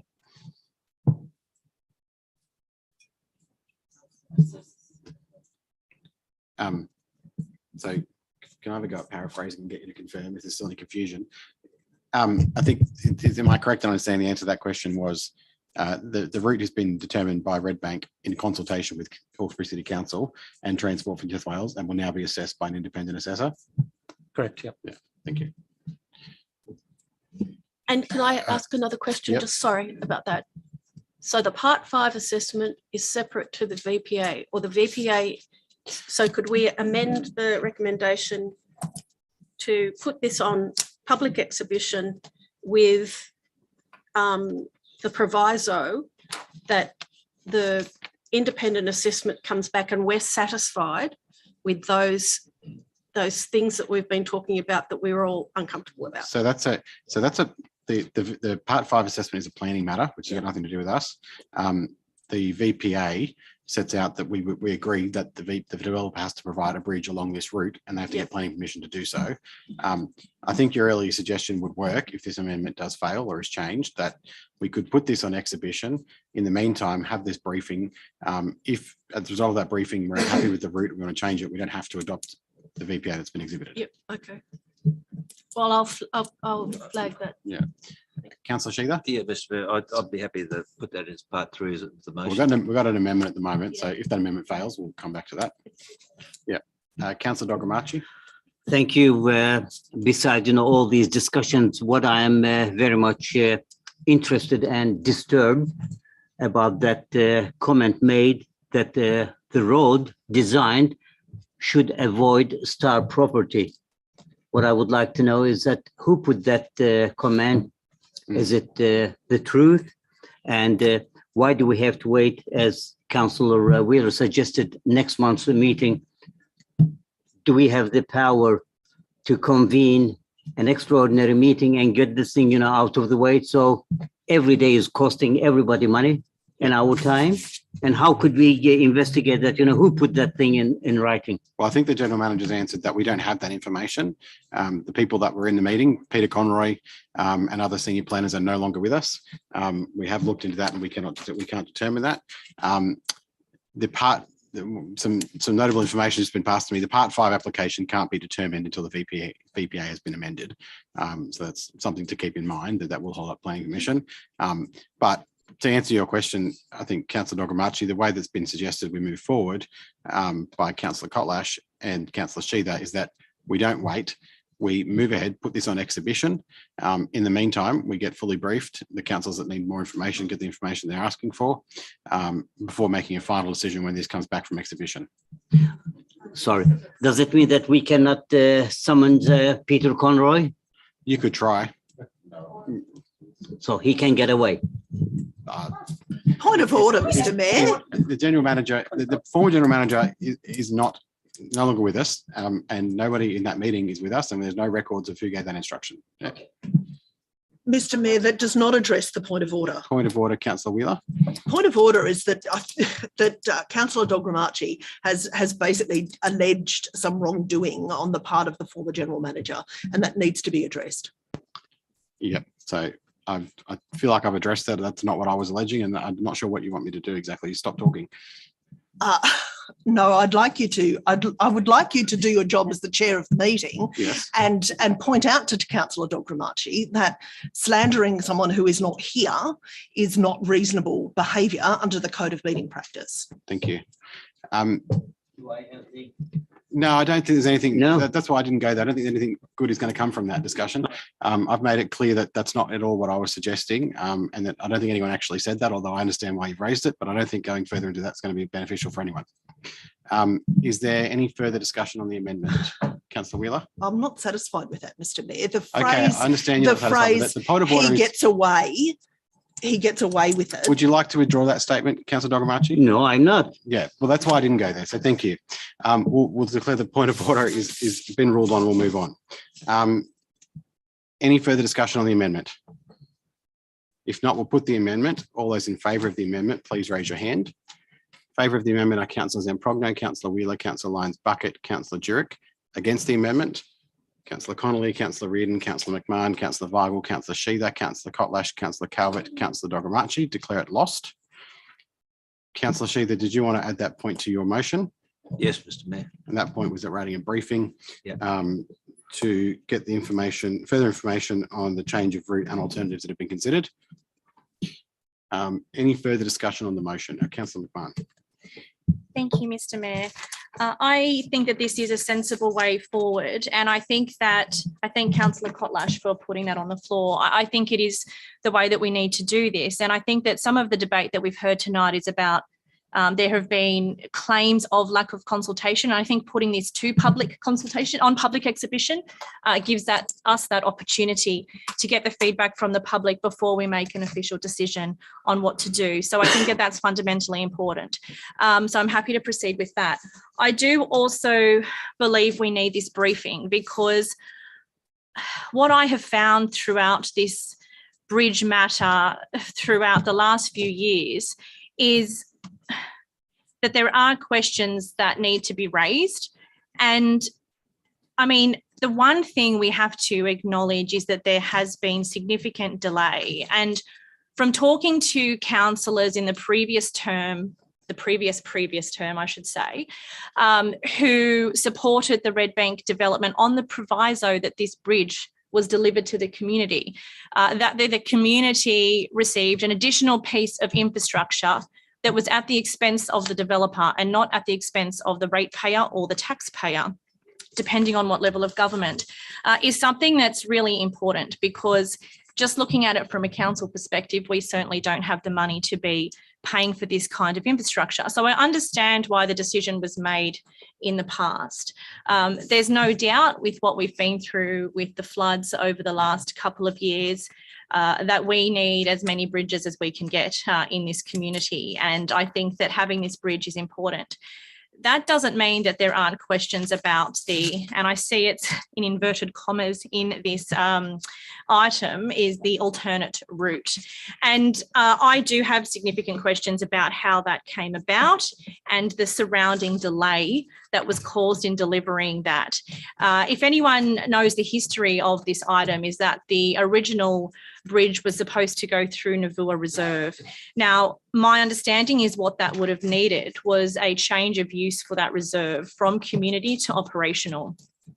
Had there been an agreement with the council at that time that the bridge would go through that original block of land, which was Navua, then a decision could have been made early on in the last council term to simply change Navua from community to operational, and the bridge could have gone through its original destination. However, something happened when the 2016 elections took place, and there was a new mayor and there were new opinions on the council as to that. Now, I have significant questions about the delay that surrounded that. I'd like to ask the General Manager, and not all of us have been privy to this document that everyone's referring to with this footnote. I haven't seen it, and I don't think it's fair that some have and some haven't seen it. This is a planning matter, so I don't want to involve in that. I think getting documents during planning matters discussion isn't the way things should be done, and then refer to it when other councillors haven't been privy to that information.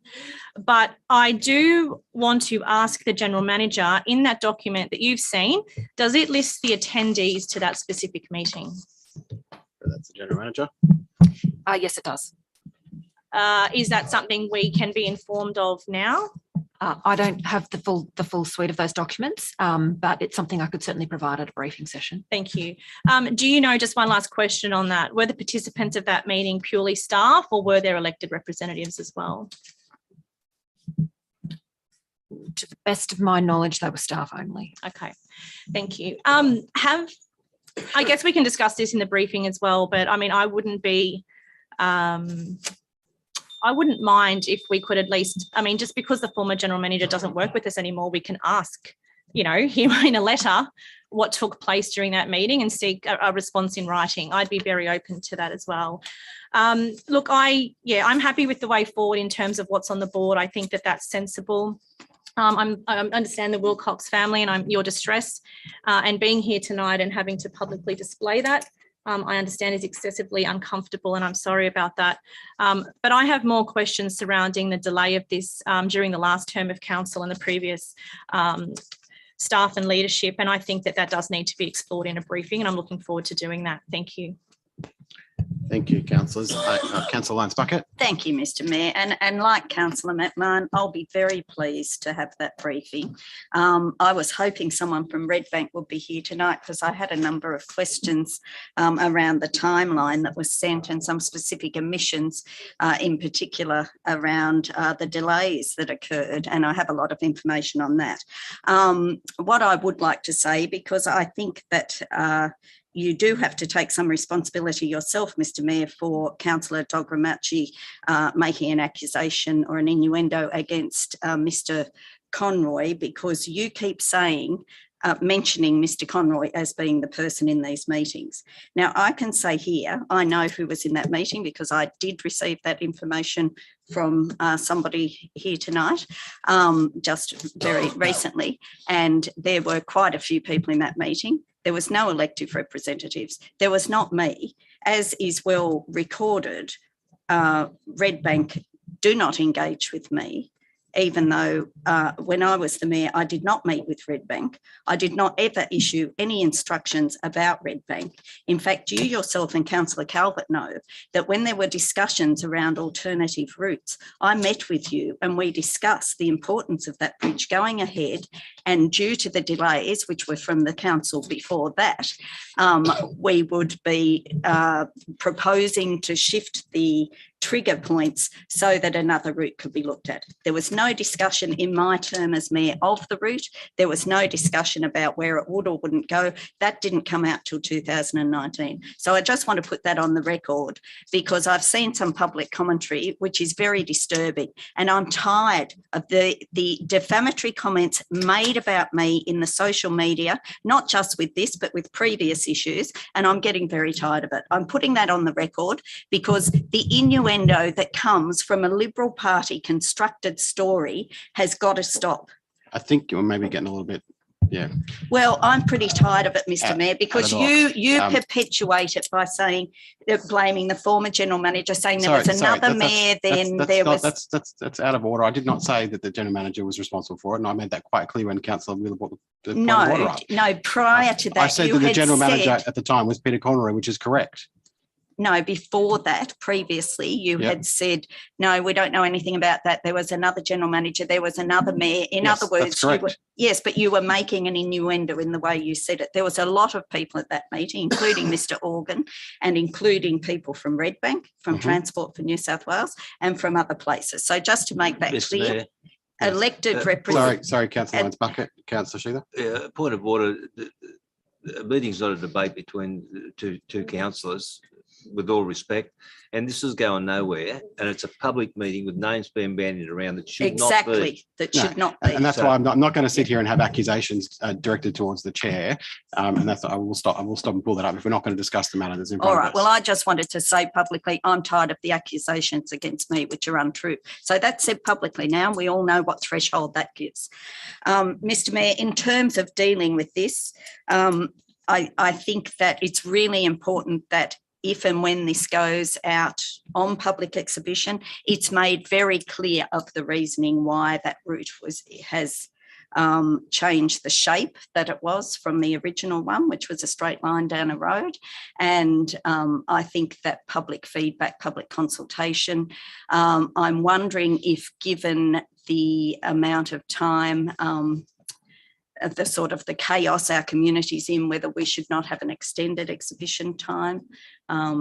We know, I don't know if we could extend it a bit. I think it's a little bit too short when people are dealing with other issues. I mean, it really is important to get this feedback if that's what we're genuinely claiming to be doing. Thank you. Any further discussion on the motion? Councillor Wheeler. Thanks, Mr Mayor. Just want to address a few of the points made. I'm speaking against the motion. I am happy to support point 3, but not points 1 and 2.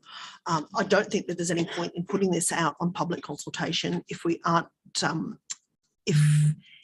if we're going to change it afterwards. We've talked about a delay of potentially a month. If we put it out on public exhibition and we go to a briefing and then we change it and then it goes back on public exhibition, then we're just delaying it further. There's also no point putting this out to public consultation when we've already heard from the public that they're not satisfied with our means of consultation. If all we're going to do is post it on our Facebook page, which not everybody reads because not everybody's on social media, particularly when they're recovering from a natural disaster, and they don't read the paper, then what's the point? That is not active consultation anymore. It might have served some years back, but it doesn't work now. This is a major change and a major piece of infrastructure, and frankly, a major ongoing cost to council. The fact that the developer is on the hook for building the bridge, if they build it, doesn't mean that they're covering the entire expense of this. There will be extraordinary expense to ratepayers for improvement to and maintenance of feeder roads. And that is something that the community needs to be appraised of because it's their dosh, not ours. It also needs to be noted that Redbank requested many of the delays and they got more lots released as a result whenever that came back to council. Significant changes to the lot numbers, in fact, several hundred if you look at the report in the business paper. And just finally, reclassifying community land to operational land is not a quick change.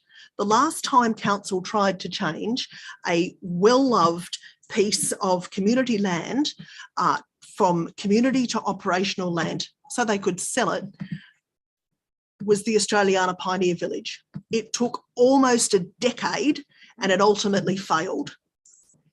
Changing Navua to operational land was never, ever going to be a quick decision fixed by having the usual makeup of council. It didn't not happen because all of a sudden democracy elected a progressive chamber. Worth keeping in mind. Thank you. I'll just speak very briefly before we go to right of reply. I share the concerns that this has been going on since 2013 or 14. Like Councillor McMahon said, I was one of those councillors who did support the Redbank development back in that first term I was on council a very long time ago now, and would never have supported it without this infrastructure. I think it's a great development. It's an amazing place to live for a lot of families in the Hawkesbury. It's a really good example of what a greenfield development can be in Sydney, and we should be proud of it. But I still maintain I never would have supported that without the associated infrastructure. And this bridge has been delayed many, many times, many changes to the route. There was a development application lodged for the bridge to go through Navua Reserve, I believe. I'm not going to get the year wrong. I would have thought 2015, maybe soon. November 2015. November 2015, that's right. We could be, if the route had not been changed by that democratically elected, but a new council who changed the route, if that had not happened, we'd be driving on it now, if it had gone through the road reserve. Now, I respect that there was a strong feeling in the community. Point of order, Mr. Mayor. That you're saying things that aren't true. That's not a point of order. If you disagree with me, that's not a point of order. But you're saying something that's inaccurate. That's not a point of order to disagree with me. If we all interrupted everybody every time we disagree with them, we wouldn't get very far in this meeting. Everyone's listened to you, and now I'm having my say as well. That's not a point of order because you disagree. That council was elected democratically. I acknowledge democratically elected, but doesn't change anything. And they changed the route, and that was the next delay. And there's been delay after delay since then. We're now in 2022. We've got a chance to keep this moving and progress it. It's very important to our community. We should do consultation, but I don't think we need to do extensive consultation to know that people who live on the western side of the river are sick and tired of the terrible traffic situation and would very much welcome any improvement via way of a new bridge. I acknowledge that this route is going to require the acquisition of a home. That is a reality. That is the reality of this. I acknowledge that's happening. I acknowledge that's a very difficult decision to make. But as one of the speakers pointed out, we are elected to act in the interest of our collective ratepayers and residents. And that means looking at the bigger picture and making a decision about what is critical infrastructure and placing that interest as that is paying. And sorry, you're out of order.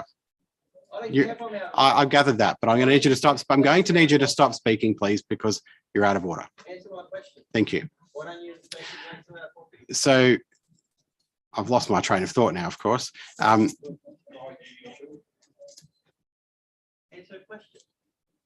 Thank you. Thank you. I've spoken to you at length on the phone and I had every chance to talk to you. And now, right now, I'm speaking in a public meeting. No, I'm not going to continue to engage in this conversation. You need to stop speaking. You're out of order. Look, I'll leave it there. The point being that this is critical infrastructure. I don't want to see it delayed any further. The motion before us allows people to get more information if they feel they don't have enough before making a final decision, but keeps the ball rolling. If we decide not to make any changes, we've saved the time. If we decide that we need to make changes, we haven't lost any time because it will be on exhibition while we're looking at that decision. And we would have to put it on exhibition again anyway if we're going to make changes after we deferred it for a month, as was the suggested alternative. So I don't feel like we've lost anything. We've potentially put ourselves in a better position. And those councillors that feel they need further information have a chance to get it. So I commend the motion. Right of reply, Councillor Sheila. Yeah, thanks, Mr. Mayor. Just carrying on from the comments that you just made. I guess there's four. You've got Redbank Council, the traffic and the residents all frustrated. And that's going to come about when stuff like this happens. I've got some correspondence from the Wilcox. I've certainly had discussions with a lot of fellow councillors about issues that they've brought to my attention. And I've also had a lot of correspondence from Redbank, and we've had the briefings from the staff. It concerns me, some of the things that has come to light, I guess, for the want of a word. I get gut feelings, and when I get them, I don't like them. So the issues that we'll discuss is important, and there's some issues that Councillor Bucket brought up, Lyons Bucket brought up in relation to Redbank. I would hope in the briefing that any issues the councillors should be aware of, irrespective whether they come from the Wilcox or Redbank or the consultants or the like, that we get made aware of it. Because when you pick and choose paragraphs, information, you can make an argument out of anything. So it's really important. We've got a decision to make. As I said, the staff with that information, by supporting this, we get on with it. At the end of the day, if a report comes back that we're not happy with, then it gets canned. It's pretty simple. We've been told by the general manager that if this process doesn't keep going, even if there's issues we need to address and look at, and we do, that's pretty obvious. But there's another side to this. Redbank can say, I've had enough, and we get nothing. The community gets nothing. So all this debate and heartache that's been going on, the community get nothing out of it. That's unfair, it's unjust, and it was always a good community proposal for this thing to happen. It's just a shame that we've got to a situation where there's frustration on every side. And one of the things that get us out of that, I think, is a lot more community consultation, as I've expressed my view to you about that. Friends don't fight, they talk. So, Mr. Mayor,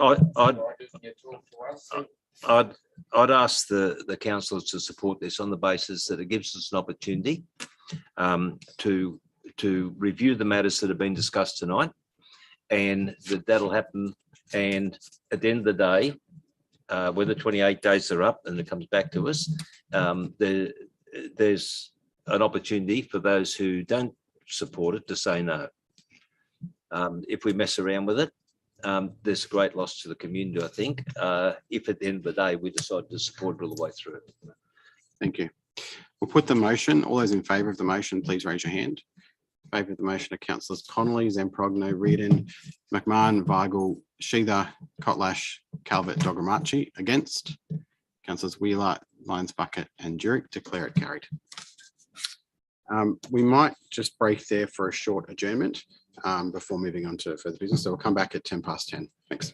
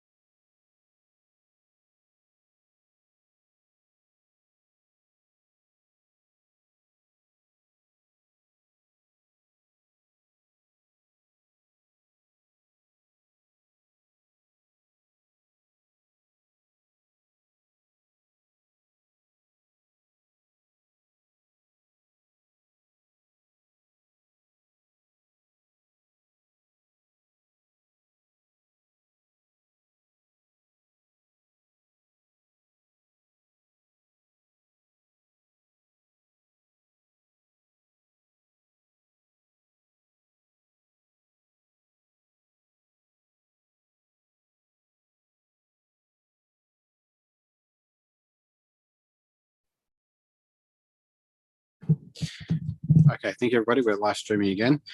Next, we'll go to the items on block. Somebody wants to move those. Moved. Councillor Kotlash, seconded Councillor Reardon. All those in favour? Declare that carried.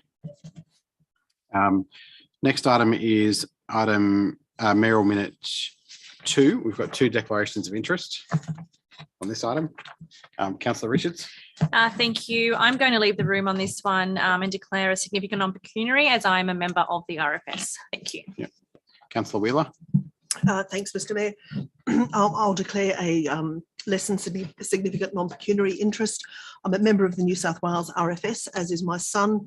The reason for no further action is that I'm not involved in the management or administration of the RFS, and the interests of council and the RFS are not in conflict. Thank you. Councillors, I feel like this is a fairly simple matter, but an important matter that I've brought forward tonight. The New South Wales government is, or has been for some time, attempting to tell councils that we own and control RFS assets. It is clear to anybody, I think, looking at this objectively, that we do not control or own any RFS assets. And if we tried to start directing them tomorrow morning, I don't think we would be successful. So this seems like a fairly blatant move just to shift some expense from one profit and loss to another. And I think we should be pushing back on that and saying, no, I've taken this recommendation from LGNSW, who have put together some standard wording so that all councils or many councils are doing the same thing, and hopefully the government's getting a consistent message from quite a few councils. So even though we have in the past accounted for these, I know immense pressure from audit, I don't think we should anymore. I think we should make a stance that we're not going to do that and tell the government that this doesn't make sense. So hopefully that's fairly straightforward. Is there any discussion? Councillor Wheeler. Just quickly, Mr. Mayor, I completely support the notice of motion. It is an example of more cost shifting, frankly, but I also think it's actually quite a high risk for us to be signing off on something that we have absolutely no control over. What this does highlight, and I hope that that more councils do support of this resolution, is the strength of collective action, and I hope that's what we get in this instance. Thanks. Thank you. Councillor Weigel. Yeah, I'll keep it brief too. I support the motion as well. It's just purely smoke and mirrors by certain nerves. It's a lay down as there, so I unequivocally I'll support this one as well. Thank you. Thanks. So we'll put the Councillor Sheeter. Repercussions. In terms of what might they be? Look, yet to be seen. There's no repercussions from passing this resolution.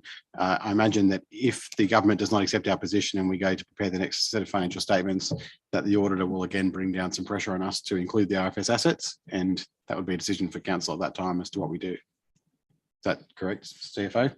Through you, Mr. Mayor. At the moment, we do account for them. So if we were to stop accounting for them, then potentially we would risk a qualified audit. How many councils are in that position? I did read it, but there's 50 or something, was there, out of 120? How many are currently accounting for it? Yeah. Don't recall that. I think it was 50, wasn't it? Or 57 or something. Anyway, it doesn't really It's matter. obviously of much more significance to peri-urban and rural councils than it is to most Sydney councils. Yeah.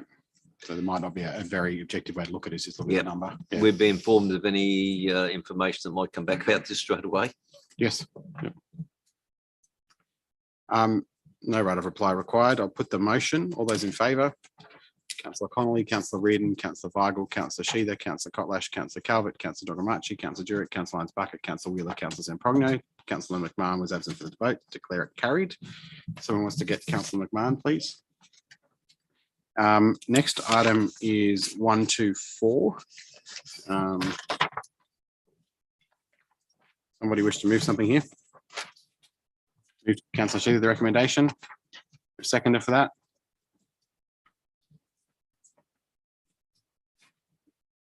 Seconder for the recommendation. Seconded, Councillor Jurek. I just wanted to say, if that's okay, Councillor, just briefly on this one, that we are talking about very, very small change here, and hopefully we don't need to have another debate about whether this was the correct way to set the rates, because I know there's divided views on that, but that has been settled. This matter before us tonight is just about whether we're moving the rate in the dollar in the residential category, for example, from 0.159 to 0.155 to make this work correctly. That's all we're doing. Second tonight. that, Mr. Mayor. It's been seconded, but thank you. Any further discussion? Councillor Lyons Bucket. Thank you, Mr. Mayor. I was just wondering if the rates issues or the rates notices already been issued? Further to see, vote. Through you, Mr. Mayor. Not at this stage. We're waiting for this adjustment to go through before we can issue the rates notices. Okay, so will they include an explanation around any of this, or what sort of an explanation? I do read my rates notice, but I can't recall. Oh, so there's a rate and the dollar amount included on the rates notice? So just the figure. There's just the nothing figure. about the fact that there's been the increase or anything. There is a about percentage quoted in terms of what's a base amount levied. So the base amount will state that there's a base amount in there. Okay. And then obviously the referral to the operational plan shows you that it's the 50%. Okay, thank you. Thank you. No further discussion. We'll put the motion. All those in favour, please raise your hand. Over Councillor Connolly, Councillor Reardon, Councillor McMahon, Councillor Weigel, Councillor Sheether, Councillor Kotlash, Councillor Calvert, Councillor Dogramarchi, Councillor Jurek, Councillor Zamprogno against, Councillor Wheeler, Councillor Lyons Bucket, declare it carried. Item 125. Councillor Lyons Bucket. I'll move that, Mr. Mayor. Moves the recommendation. Yep, seconded for that. Seconded Councillor Sheether. Thank you, Mr. Mayor. I'd like to thank the staff for preparing the information so fast. That's a really fast turnaround on a report. I think it's really beneficial that we have this information out on the public record so that we can have some discussions around it before actually having to make a decision. I think it's good for the public to understand the processes and what the potential implications of the changes would be should we go ahead and make any changes. Should we want to make the changes to apply to the next council term, we would need to make a decision over the coming months about that. And I understand that referenda are expensive, even when they're held in conjunction with council elections. But I think that it's good that we have that we understand what the consequences of any possible changes are. And in the past, we haven't had that. And I'm pleased to have got it out there because I think these are the sort of things we should have information around. We've got the timelines and the information, but I don't think that there's any real need to discuss it necessarily today, unless anyone specifically does. I'd like to see first if there's any push from the community around anyone wanting changes. And as well, there are the other potential changes that we're supposed to decide on, and I guess they haven't been specific, but then one of them is wards, and we know that we recently, or the term before, we had a referendum around that, and the answer was no. And also around having a popularly elected mayor. So they're the decisions. I think there could be something else. If there was an appetite for more than one of these being changed, then perhaps it would be pertinent to hold a referendum of them and address them all at once, whenever that would be. So from my point of view, and from asking, putting forward that notice of motion where I didn't have any specific end result that I wanted. I really wanted us to have this information though, so that we can get the feelings of the community and see if we move towards any changes or not. Thank you. I did wonder whether it might be worth, happy with the recommendation, the report you received and noted, but whether we also put a point 2 on there that this matter be further discussed at a council briefing session. Happy to do that. Just to not to have to be reported back if nobody wants it to be, but just to have just to have a talk. Yep. Councillor Through Weigel. you, Mr. Mayor. Yeah, thanks. Thanks to the staff too. It's pretty quick. So well done for that. You took the words right out of my mouth. How we're going to deal with this? It goes through a briefing session. But I have also noted in the last session that we need an odd number, I think, if I've got that right, as well, whatever that resolution comes to. The only thing I would say, if we make a decision on this, I don't want any more cost imposed against the community. It's got to be kind of revenue neutral or some saving in there. So the debate is whatever we do with the number, so be it, that can be discussed around the table respectfully. Also the elected mayor, that can be spoken about, not so much about the wards. I think that was just a missed management thing, maybe the last time it was raised, but nobody went out and sold them anyway. So I'll leave it with you. I'll leave it with you. Thanks. Thank you. Any further discussion, Councillor Wheeler? Thanks, Mr. Mayor, and thanks for the additional point. I think that's useful. I think it is something that we do need to discuss. It's clear from the report that it's very expensive to do a separate referendum, and I don't think any of us would be keen on going down that path. But certainly, I think we could change to an odd number of councillors at the council election. We could decide that at the council election in 2024 for 2028.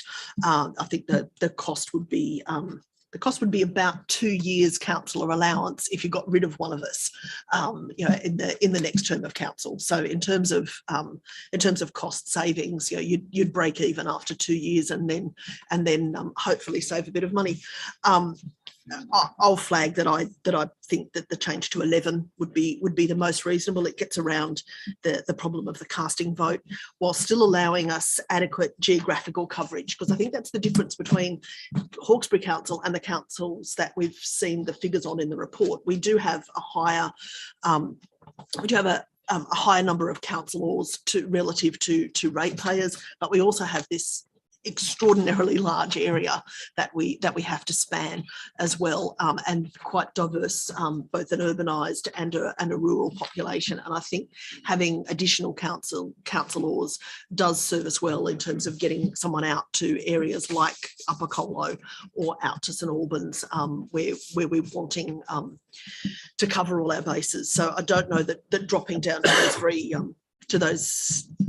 to those much lower ratios is necessarily a good idea for Hawkesbury. Thanks. Thank you. Deputy Mayor.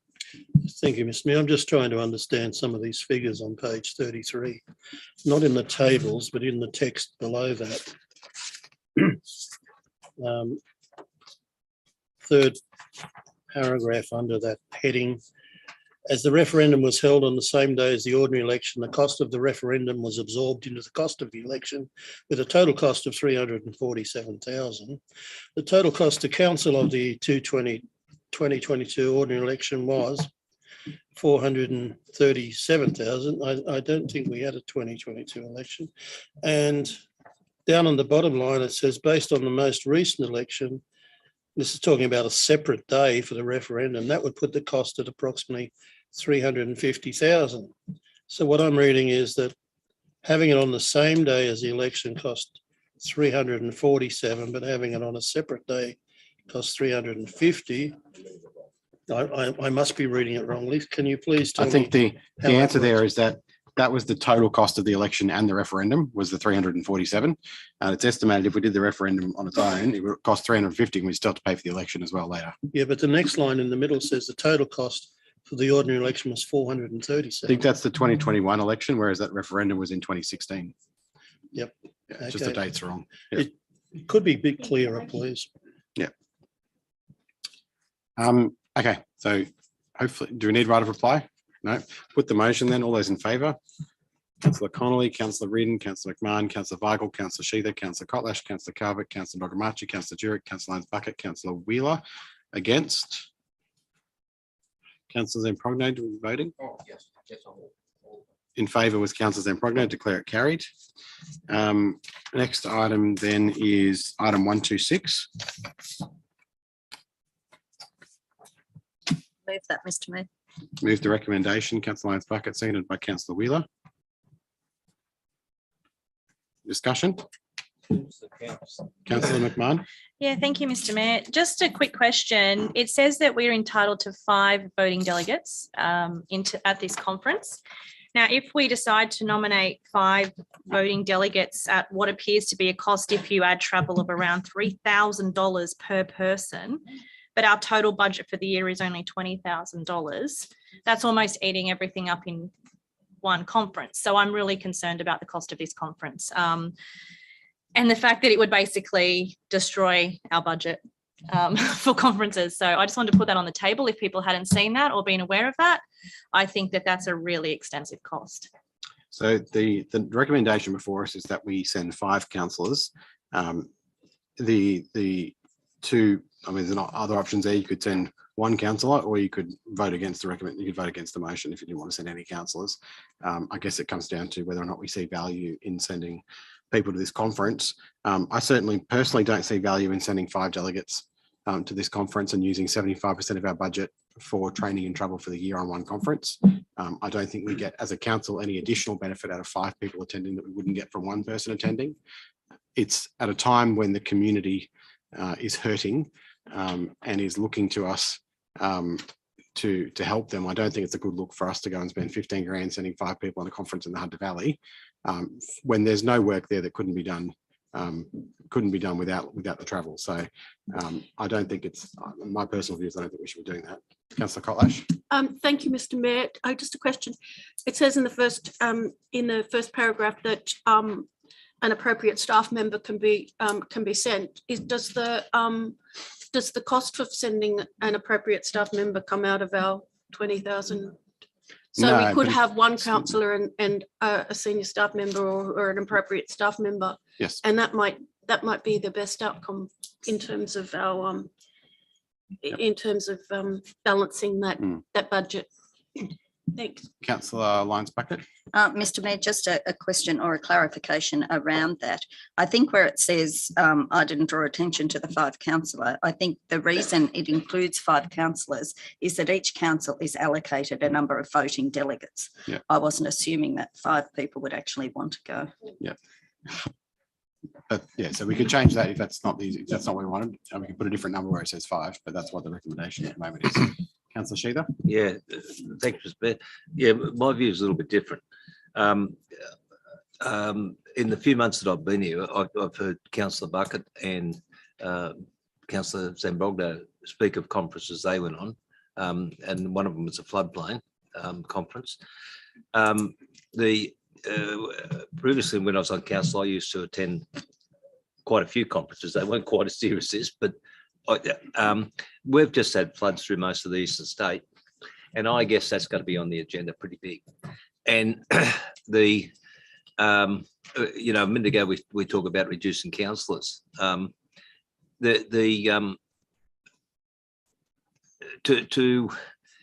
have knowledge and understanding of what's happening in this place, and I say local government, if you don't mix with other organisations and people, then to reduce the numbers, I'd go along with. At the moment, I don't, by the way. But we're a little part of the world, and it's a big place. And while we think we've got issues and things, other people have got solutions. And whether you get something out of the conference or whether it's sitting around having a meal at a table, which I never used to sit with my fellow councillors, I'd sit at a table at one of the other councils, usually with someone that you'd spoke to during the day that might offer some advice for direction on an issue you had. So, so my view is a bit different. I think that it's imperative that councillors go and seek the opportunities, not go and swim in a swimming pool somewhere or do the things that you see in the newspaper sometimes, but actually go and spend time at a conference like we're supposed to do. And I think council benefits from that. Certainly the councillors do. It's pretty hard sometimes to pass on their information and that experience. But I can tell you from past experience that it's worth every minute. Councillor Wheeler. Oh, thank you. Now, I support that we send delegates. In the previous term, even currently, I mean, the people that have tended to put their hand up, Councillor Lyons-Bucket, Councillor Wheeler and myself, I just want to observe that the value of sending one or more councillors really only comes into its own when that councillor works hard to gather that information and bring it back to their peers. And of course, some of you voted against a resolution that would have codified the obligation for councillors going to conferences to come back and disseminate that information. You didn't think that that was necessary. Still going to make the effort to do so, just observing that along the way. At any conference where our council has a motion to present to the floor or wishes to associate itself with another council's motion that is particularly germane to us, you're never going to get more than one representative from each council to speak to that. But so long as additional delegates are doing the hard yards in networking, learning, and then seeking ways in which they can bring that information back to their peers and to their community, then I'm all for it. Councillor Wheeler. Thanks. Yeah, I agree with Councillor Sheether. This is actually a really valuable conference for a number of reasons. It's the key lobbying conference for local government across New South Wales. It's the one point actually where councillors from across New South Wales, and it used to be divided into the shires and the city councils, which gave this sort of city-rural divide. Now everybody's in the same room and debating what we want the agenda to be that's taken to state and federal governments. It's a conference that's taken very seriously by state and federal governments, the state government in particular. The Minister for Local Government usually attends. They speak, they are open to questions. The opposition and the crossbench also send representatives, and they hear directly from councillors about the issues that are pertinent to us. Now, in the last couple of conferences, they have been around the loss of our planning powers and the continued that continued loss and the impact that has had on our communities, cost shifting, and also most recently on disaster preparedness. And that became very evident as a number of delegates, Councillor Lyons Bucket and myself, flew out of the room during a discussion about the impacts of climate change because we feared not being able to get home across a flooded river. And Lismore couldn't attend because they couldn't even get to the conference. This is a really valuable opportunity. It's also a conference where there is a lot of debate on the floor, and much of that debate is really useful. And sometimes as councillors, we need to speak to our council's perspective on that debate. For example, there was one motion that came up where one of the rural councils, still in drought, was calling for the airspace of every dam across New South Wales to be filled with water. Now, you can imagine how thrilled we were because the river was rising at the same, and so was the level of the dam at the same time. It's not enough for us to just say, she'll be right, we'll buy out of the conference. It's also part of councillors' professional development. And for those new councillors who haven't been along to something like this, I'd really urge you to try and find the time, and it is hard because it's a weekday conference, to get along and do it. Because it is a good way of seeing how different councils approach different things. We halved our conference budget in a previous budget, I think in the last year or two, as a cost saving measure, and that's one of the reasons why this is tight. It's possible that we could make some savings. We're not given our expenses up front. I don't think many of us actually spend all of our expenses. Some of us don't even claim them. I haven't claimed the last two conferences I went on, largely through disorganisation, not through any grand altruism. But we do stay in quite swanky hotels. We may not, maybe we downgrade a little bit. I'm not proposing that you sleep in a tent in someone's backyard in Cessnock, but I don't think that we need to stay at the top hotel that's available at every conference. But this isn't the conference to decide is a waste of time, because it's not. This is part of our political responsibility as local representatives, that we go and have our say at this body. Now, last time they did take proxies. I don't know if that's going to be on offer. They took proxies because of COVID last time. Given that COVID seems to be on the rampage again, maybe we'll get that chance. And if we are able to send 2 or 3 delegates, we can get proxies for the other votes. But those votes are important, and we should use them. Councillor Kotlash. Thank you, Mr. Mayor. I just want to say, by saying that reducing the numbers of delegates that go, I didn't mean to imply that I thought this conference was useless. It's really, really good. I went to the one before before the last one. And it was terrific. So that's actually not why I was saying about the numbers. I think 5's probably too many. Whoever wants to go, I think it is a good opportunity. And I also would like to put on the record that the reason I didn't want the reports from councillor attendance at conference to be put on the public record is that I think it's really important that when we go to these conferences and we report to it, and the reports are for, reporting back to council, is that you are able to put in those reports anything that you would like to tell your fellow councillors. They're not public documents, and that was the point of not putting them on being available to the public. They're not. Those reports that you give should never be public. They should be a report that advises the rest of us, gives us a different insight. I agree with everything you've said, but I think we could curtail the 5. That's all. So I just wanted to make sure that everybody understood that the value of a conference is really up there, and I agree with everything that's been said. Just wanted to clear that up. Thank you.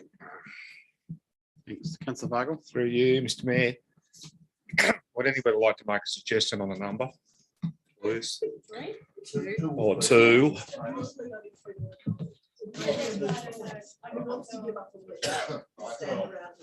I'm happy just for the debate, right?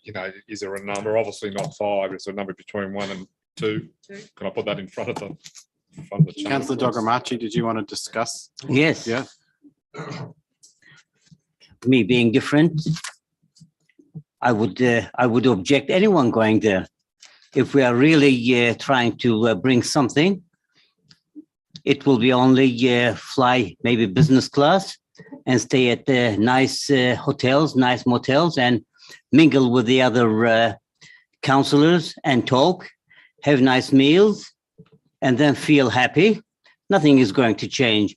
And I'm saying that the last 2, to me, of course, what a waste of time when we heard that young gentleman coming and taking my 1 hour. What an insult it was.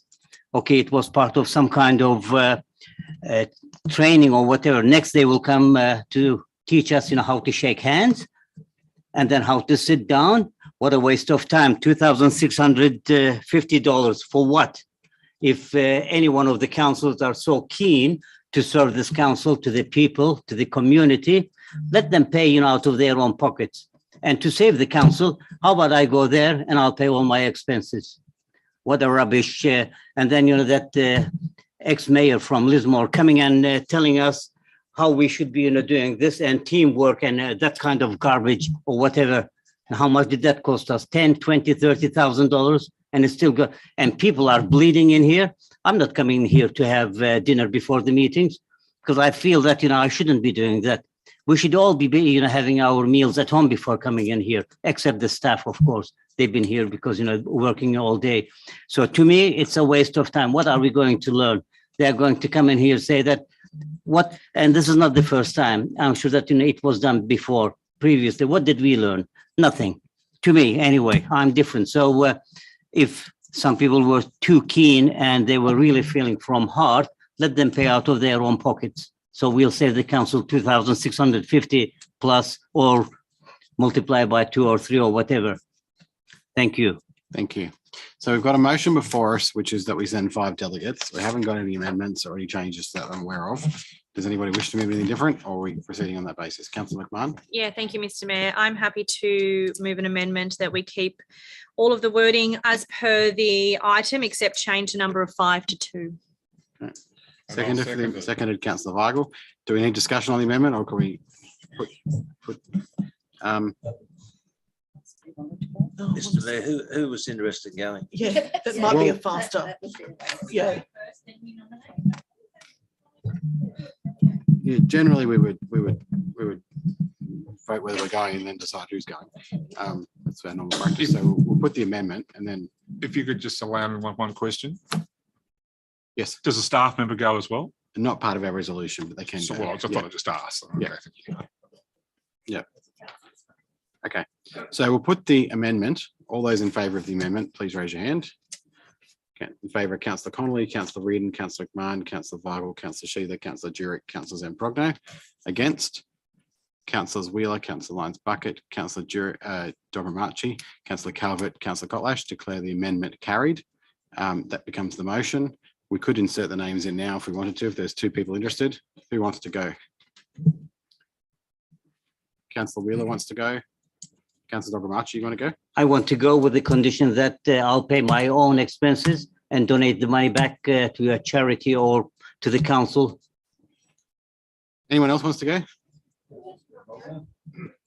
So we've got Councillor Wheeler and Councillor Dogamachi nominated. You can do what you want with your expenses. Anybody else? No, that's easy then.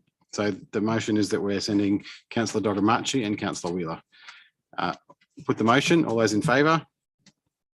Favour of Councillor Connolly, Councillor Reardon, Councillor McMahon, Councillor Bargle, Councillor Sheether, Councillor Kotlash, Councillor Calvert, Councillor Dogamachi, Councillor Jury, Councillor Lyons Bucket, Councillor Wheeler, Councillor Zamprogno. Declare it carried. Next item is item 127, Rising Main C.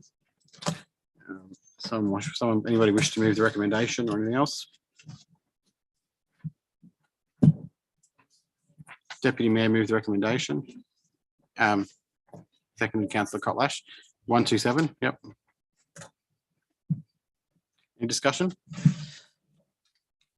Just where we're up to with it right now. Is there any update on this report? Is that the question?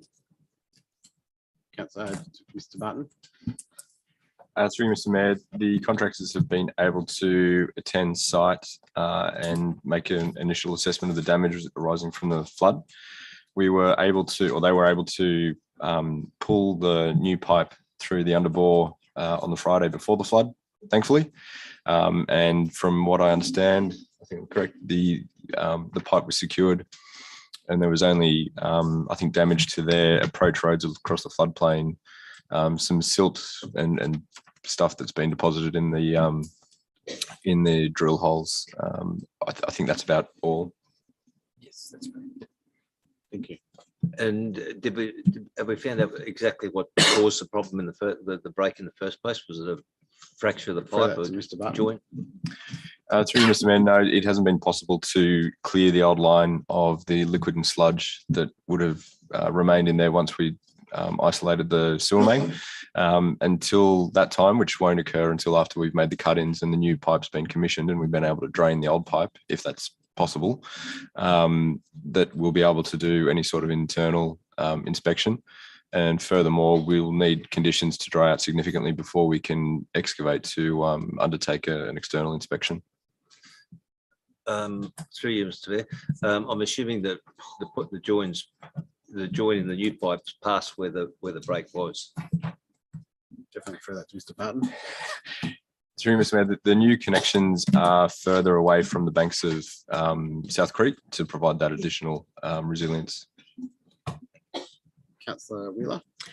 Thanks, Mr. Mayor. I'm wondering if the mover of the motion will accept a second point, which is that council contacts Sydney Water, the Department of Planning, Industry and Environment, and the relevant ministers, as well as the member for Hawkesbury, to inform them of council's increasing financial outlays to maintain what is normally a state government responsibility, and also inform them of council's service review.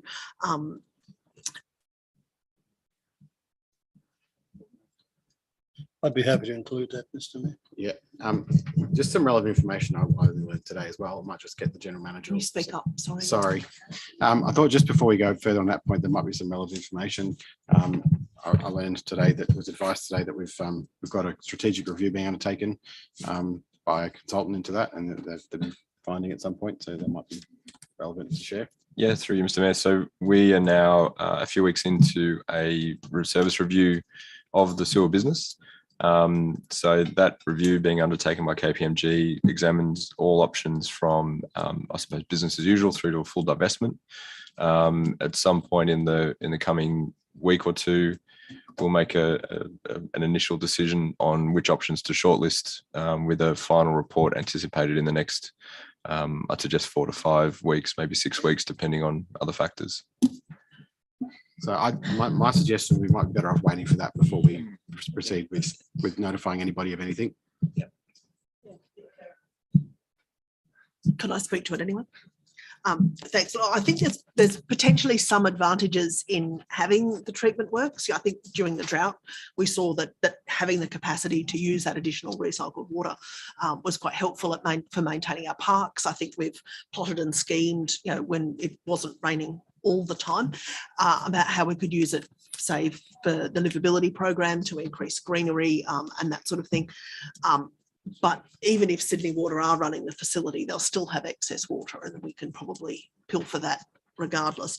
I wouldn't like to pay for it, given that the residents have paid for it before it got to the recycled water stage. But I do think that this is yet another example of state government cost shifting, I think, where we've got these planning controls that allow development here and then council is, because those developments have never been provided with a sewer connection, council is filling the void, which is what we always do. And I think sometimes we just have to refuse to do it. We see that this is not a sustainable cost to a small council. As laudable as it is that we do this, and we do it to the best of our ability, and sometimes we've been able to innovate as a result with the program that we did to give subsidised hay to drought affected farmers, or silage to drought affected farmers, for example. But we can't keep maintaining this. It's simply too expensive, and that cost is always borne by the ratepayers. And of course, it's expensive at the point of delivery, but the cost is really staggering when something goes wrong. I mean, these are eye-watering figures for a poo truck. This is, and then when it breaks, we get sewage spilling either into South Creek, and we're really worried about, then we get another fine, from yet another state government agency, or we have a contamination issue somewhere else. So I think we need to start flagging to the state government that we're not going to keep doing this. What I would like is some reassurance once we know why this is broken, if this is something that's likely to be a systemic issue through the system, and whether we're likely to see more of these, especially rising mains, and so we can cut that little problem off before it happens, because I don't think anybody wants to be running the poo truck like this again. Thanks. Thank you. Councillor Dogamachi. Thank you, Mr. Mayor. I don't know whether I missed the opportunity or not. I need to ask a few questions to the management and to the then acting Chief Financial Officer. Maybe more than a month ago, I wanted to find out the exact figures, how much we paid for the cartridge. And that inquiry was referred to infrastructure management. And since then, I still have not received any kind of documentation. I don't know whether it's something is being covered up or not. My second question is that when we... Could we do questions one at a time, or it gets quite confusing? All right. Is that those numbers you're asking for, are they different to the information provided on page 42? Well, I don't know. That's why I said that, whether I missed the opportunity or not. We passed that one. It doesn't matter. Okay. Doesn't matter. My second question is that what was the reason of ignoring my suggestions at the beginning of this problem? When I said, because I knew it, I come from industry, in maintenance industry. Just as I am very ignorant in this council matters, nobody in this room, can teach me about maintenance and how those things, can work. I have on more than one occasion suggested that we should buy 2 tankers. It wasn't late, at least, going back, 3, 4, 5 months ago. We could have bought 2 tankers at $200,000 each and do the cartridge ourselves. And when we awarded the contract to TEC, which was at that time at $4 million, did it not mean that the job wasn't going to finish in a week or month or 2 or whatever it is? Indeed, it took from towards the end of January, and it's still going. Maybe it's ending to finish. We could have saved this council at least $2.5 million if my suggestions, were taken seriously. And then at the end of the contract, when the job was completed, We could have sold those 2 tankers at $150,000, losing maybe $100,000 in total. So I want to know why and who and what kind of decisions were made not to follow that through, but insisting on hiring 4, 5, 6 tankers, which I follow them. You may know I took several photos and I sent it to certain media people. I sent it at 8 o'clock, 9 o'clock, 10 o'clock at night, sometimes 1 o'clock. I follow them through. So if somebody would be kind enough to tell me why my suggestion was not taken seriously, that cost us at least $2.5 million. Thank you. Refer that to Mr. Barton as to why we didn't buy trucks. Through you, Mr. Mayor, the decision to invest in the purchase of trucks, and I think the numbers are northwards of 200 when I last looked a few weeks ago. It was about 200,000 for a prime mover and 250,000 for a trailer. Is not one that we could necessarily rush into. It's a capital investment that was unbudgeted for and unplanned for. Additionally, at approximately 40 truck movements a day, putting that on or that burden on 2 trucks is simply unsustainable for a range of factors, but particularly under the chain of responsibility around fatigue management and so forth. At the time of the break, it wasn't known how long it would take. Unfortunately, things have been drawn out and exacerbated because of 3 floods that have occurred since. And the focus was really on doing or having in place as quickly as possible a final solution to resolve the issue with the main, rather than examining the most or the analysis on purchasing and then selling tankers after what could have been a 6-week fix, or as it's turned out to be, closer to a 7-month fix. Thank you. I'm not accepting that explanation. The figure that have been quoted, 250 and 200,000, that's brand new. Paul Gallier could supply, and he could have sold 2 trucks at $175,000 with prime mover and with the tanker, 175,000. So that's well. If you want, I could bring this council figures at $500,000 if you want to import from the United States, fully done. But $175,000 each was the actual figure, so that's $350,000. We could have bought 3 at $550,000, and we could have sell them, $100,000. We could still save this council $2 million. But again, the old saying is, spending somebody else's money is one of the easiest things in the world. Thank you. Any further discussion? Councillor Weigel. Just a question, Mr. Mayor. Does the old pipe need to be repatriated out once it's been decommissioned? Mr. Barton. Through you, Mr. Mayor, no, we don't have to. Okay. Once we clear it and seal it, It's that will done be deal. Is the old pipes cast iron or is it high density polyethylene? HDPE, high density polyethylene. Yeah, okay, thanks. Thank you.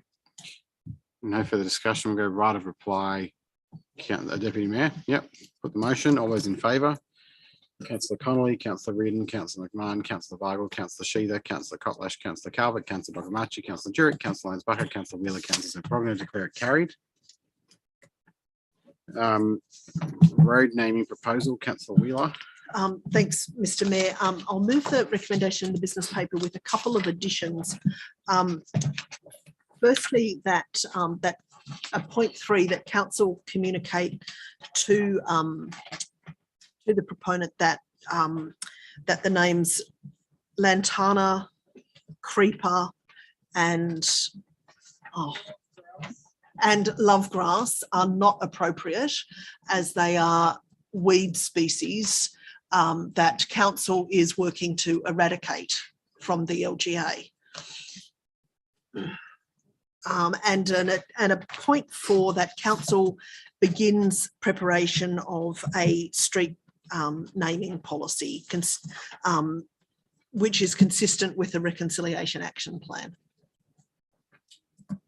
Do you have a seconder yet? Not yet. I'll second that. just that point 4, just say that again for me. That council develop a street naming policy, a local street naming policy, which is consistent with the Reconciliation Action Plan. Seconded, Councillor Cotlash. And I'm not going to, I won't put a timeline on that because I don't want to make an impost on the schedule it staff. in, not yet. Yeah. can go in. Any discussion required, anybody? Just Councillor Wheeler, then? Yep. Just quickly, Lantana, really? And what could go wrong, I ask you, with Creeper Place? Truly. I'm sure that that's a point of order, Councillor Sheikha, but I'm going to leave it alone. What we seriously though, we do need to do a better job with our street names and bring in the local Durug population so that they are represented in our street names. It's not enough to have an architect who worked on a couple of churches here and then went on to work on St Andrew's Cathedral and not have a single reference to the local Indigenous population. That's simply not good enough for a new estate. And we need to try harder, and so do the people who are setting up estates here, but absolutely no weeds, really. And where possible, botanical names would be much better. White root, really, not overly descriptive. It's called Pratia purpurensis. Now, I'm not, purpurensis is a bit much to have to write on every letter that you send out, but Pratia would be fine. Developers are only, developers, whoever it is that comes up with street names are only going to do what we demand of them, and we need to demand more, frankly. Thank you. Deputy Mayor? Mr Mayor, I'm just wondering whether we could ask the staff to consider naming maybe one of these little parks or any other area there after Councillor Rasmussen. I think we do have a policy on that generally. So can't hear you, sorry. So I think we generally have a policy on that and how soon we do that after somebody passes. How soon do we? Yes. Yeah. I thought the policy was if someone.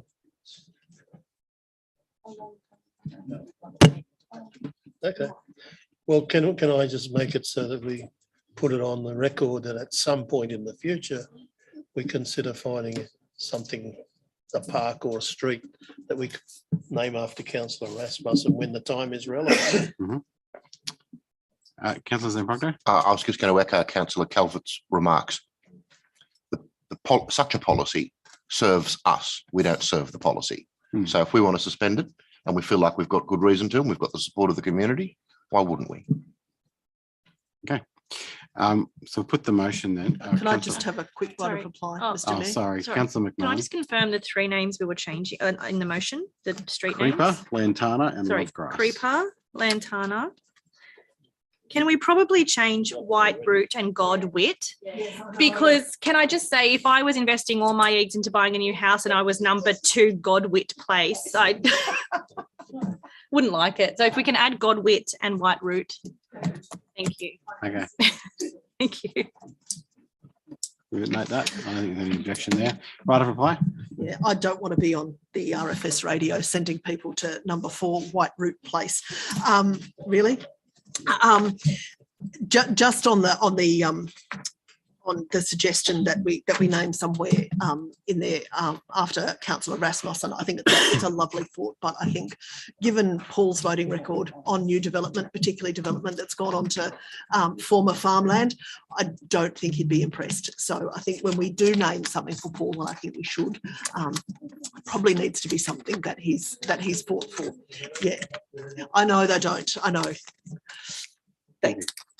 Put the motion. All those in favour, please raise your hand. In favour of Councillor Connolly, Councillor Reardon, Councillor McMahon, Councillor Weigel, Councillor Sheether, Councillor Cotlash, Councillor Calvert, Councillor Dogramachi, Councillor Durick, Councillor Lane Bucket, Councillor Wheeler, Councillor Zambrogno. Are you in favour? Yes. Yep. Very carried. We do a.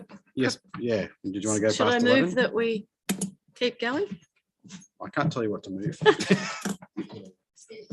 Well, you asked everybody to think about it. All right, we'll test I the think support. I think we can do it. I'll move that we Move we go past continue. 11. Thank Yep. you. Seconded, councillor Reardon. Discussion. Put the motion. Declare it carried. Notice of motion, electricity supply, councillor Lyons Bucket. I'll move that, Mr Mayor. Seconded for that. Seconded, councillor Wheeler. Oh, now, but what I'm moving, I'm sorry, Mr Oh, Mayor, yep. is thank you for today sending through some suggested changes, which I'm happy to accept. And there is also an additional 0.5, which is coming up. The changes that the Mayor said, did you send it to everyone? No, I just sent it to you and Oh. to Charles. Oh, you just So, sent it to sorry. me and Charles. Yeah. It was just really moving around how we did this Changing the order. so that we might work on some things and then advise the elected representatives after, I think was, as the context is similar, I may start speaking to it. Yeah. They're the changes. Is there a seconder for that? Yeah, it was Councillor Wheeler. Well, she hadn't seen it before that. I told her about it. It's really good. Did you want to second it? Seconded, councillor Wheeler. Okay. I carry think, on. well, points 1 and 4 are the same as that were in the paper, and 2 and 3 are changed around. And 0.5 is an additional point that I had added to the original one. It's really a motion to put some things in the system that I think we've all probably become quite aware of during the flood period around electricity supply and the issues that are around it. So this is not the discussion is not a criticism at all of Endeavour Energy and the valuable work that they've done, because they have worked so hard restoring electricity as soon as possible in isolated areas. And of course, we know the reasons why they have to shut it down for safety, as well as having low-lying electricity infrastructure, which is really vulnerable to water inundation and storm activity. But this is about looking forward, as we have to do. We have to start to progress forward to improving the security of access to electricity. And I think that by looking, I think it's time that we help everyone out. Everybody's so burdened. I know our staff are so burdened. So I think as councillors, we can probably work a little bit to come up with some things through just discussion, and maybe putting, 4 or 5 councillors on a working group to actually look through some of these things and then present to the committee. Otherwise, if we wait to go to a committee to decide to have a working group and then to come back to a council meeting, we have months go by in between. And I think this is more urgent than that. The next point, and now I can't, I think that point 2, I think that covers that. And then that we would provide that to the state and federal MPs, because of course it is not something council can deliver, but we can certainly inform. And there is so much out and about that deals with this sort of thing. And just going back to the conferences, I have submitted my reports to the General Manager from both of the conferences I went to, but within that information was a really interesting thing from the Australian Local Government Conference. I attended the regional forum because I wanted to do that, because I think we're so similar to regional councils in many ways, even though we're deemed a metropolitan council. And one of the fellows speaking was the CEO of the Northampton Shire in Queensland, where they lost all their power infrastructure through the cyclone. So when I spoke to him about what solutions they have, and then to other people about it, there's a lot of things happening in this area. So I think we just need to be up around that. Also, the mayors and representatives from very flood affected areas go to these conferences, and they jump up and down when the ministers and people like that come. So we have to have information ready for when we're having these conversations. With regard to including the evacuation routes, I'm really am disappointed at the timeline proposed for the upgrade of the evacuation routes. I think that to have 2 to 3 years still in planning, and then subsequent to that to have the constructions, it's too slow. We have to do whatever we can. We need to, we need to have these evacuation routes upgraded. And I know we've had some discussions about specific ones, but we really need to get on with it. The final point there is regarding, and it's around a proposal that exists, but I don't know if council has the details, but I've only ever seen reference to it and I haven't seen the actual costings or details, but it's regarding the McGrath's Hill levy, which was said to be a cost-effective localised flood protection option when the Resilient Valley strategy was done. However, the reason it wasn't in there wasn't because it wasn't valuable or shouldn't be done. The reason, and anyone who's read the strategy would know this, that the reason it wasn't included was because it was a local solution, not a regional solution. So it still is considered a cost-effective thing. And I mean, I know that the Hawkesbury generally is not suited to levies. I understand that because of the topography and so on. But we know that this time round McGrath's Hill was particularly inundated and suffered quite a bit. So I just thought we should request that information from Infrastructure New South Wales with a view to perhaps furthering anything that could be done in that regard, if that's a feasible option. Thank you, Mr. Mayor. Thank you. I'll note that point 5 in that notice of motion is not something any of us were given notice on. Decided to allow it on the basis that it is just requesting information. So I don't think we're really making a decision. I myself am not fully across the detail of that proposal, and I'm sure there's a number of councillors might be in that position. But I would rule that in order on the basis that it is just asking for information, and there's nothing untoward about that, even though there's no notice provided. I think that this is something we should do. We obviously would understand that there's challenges with providing electricity supply across a floodplain during a flood.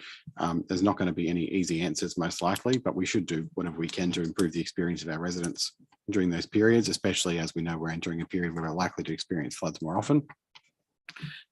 Certainly, powering communication towers is something we should be able to do in 2022 during a flood, and that is something that I think we need to pay attention to. So I think this is a good way forward to have a working group to reasonably quickly try and get across what those solutions are, so that we can communicate that in a way that's easier for the New South Wales and Commonwealth governments potentially to action, rather than just bring them a problem, try and bring them the solutions as well, and then we can have those meetings to get it on the table for them.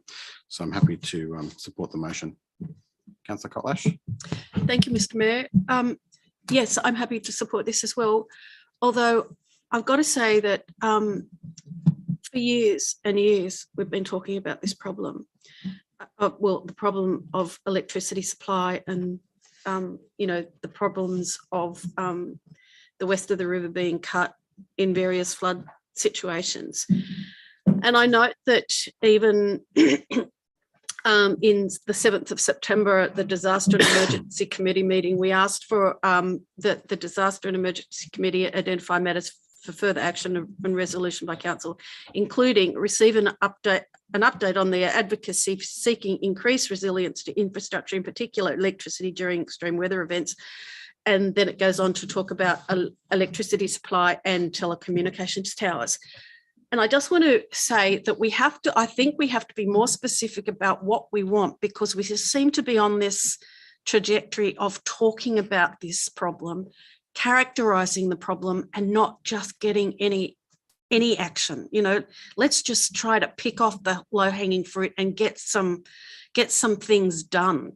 And I think that it's a good idea that we have swapped that around so that we're not actually including the MPs in the characterization and just figuring out what actually the problems are.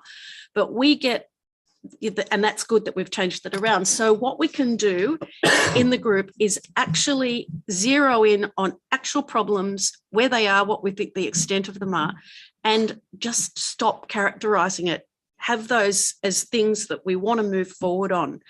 And I know that the frustration of hearing that over and over again and not being able to get any traction, because I don't think we have any update yet, have we, about this?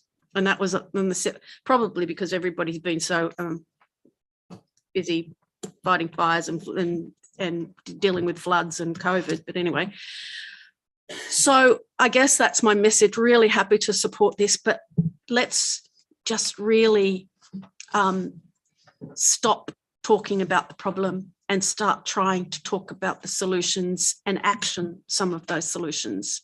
They might be getting grant funding, they might be advocating and pushing state government, maybe federal government for the telecommunications, but let's just get something done. Thanks. Thank you. Further discussion? Right of reply?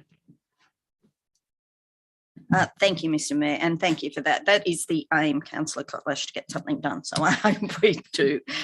If we have a working group where we can do the work and we're not putting a burden on staff to be preparing reports or anything around it, we can come up with what we can come up with, so, and then present it back. The only thing I would say, Mr. Mayor, is if we pass this, could we get expressions of interest? I didn't put that in the motion, but could we get expressions of interest tonight on that, form that?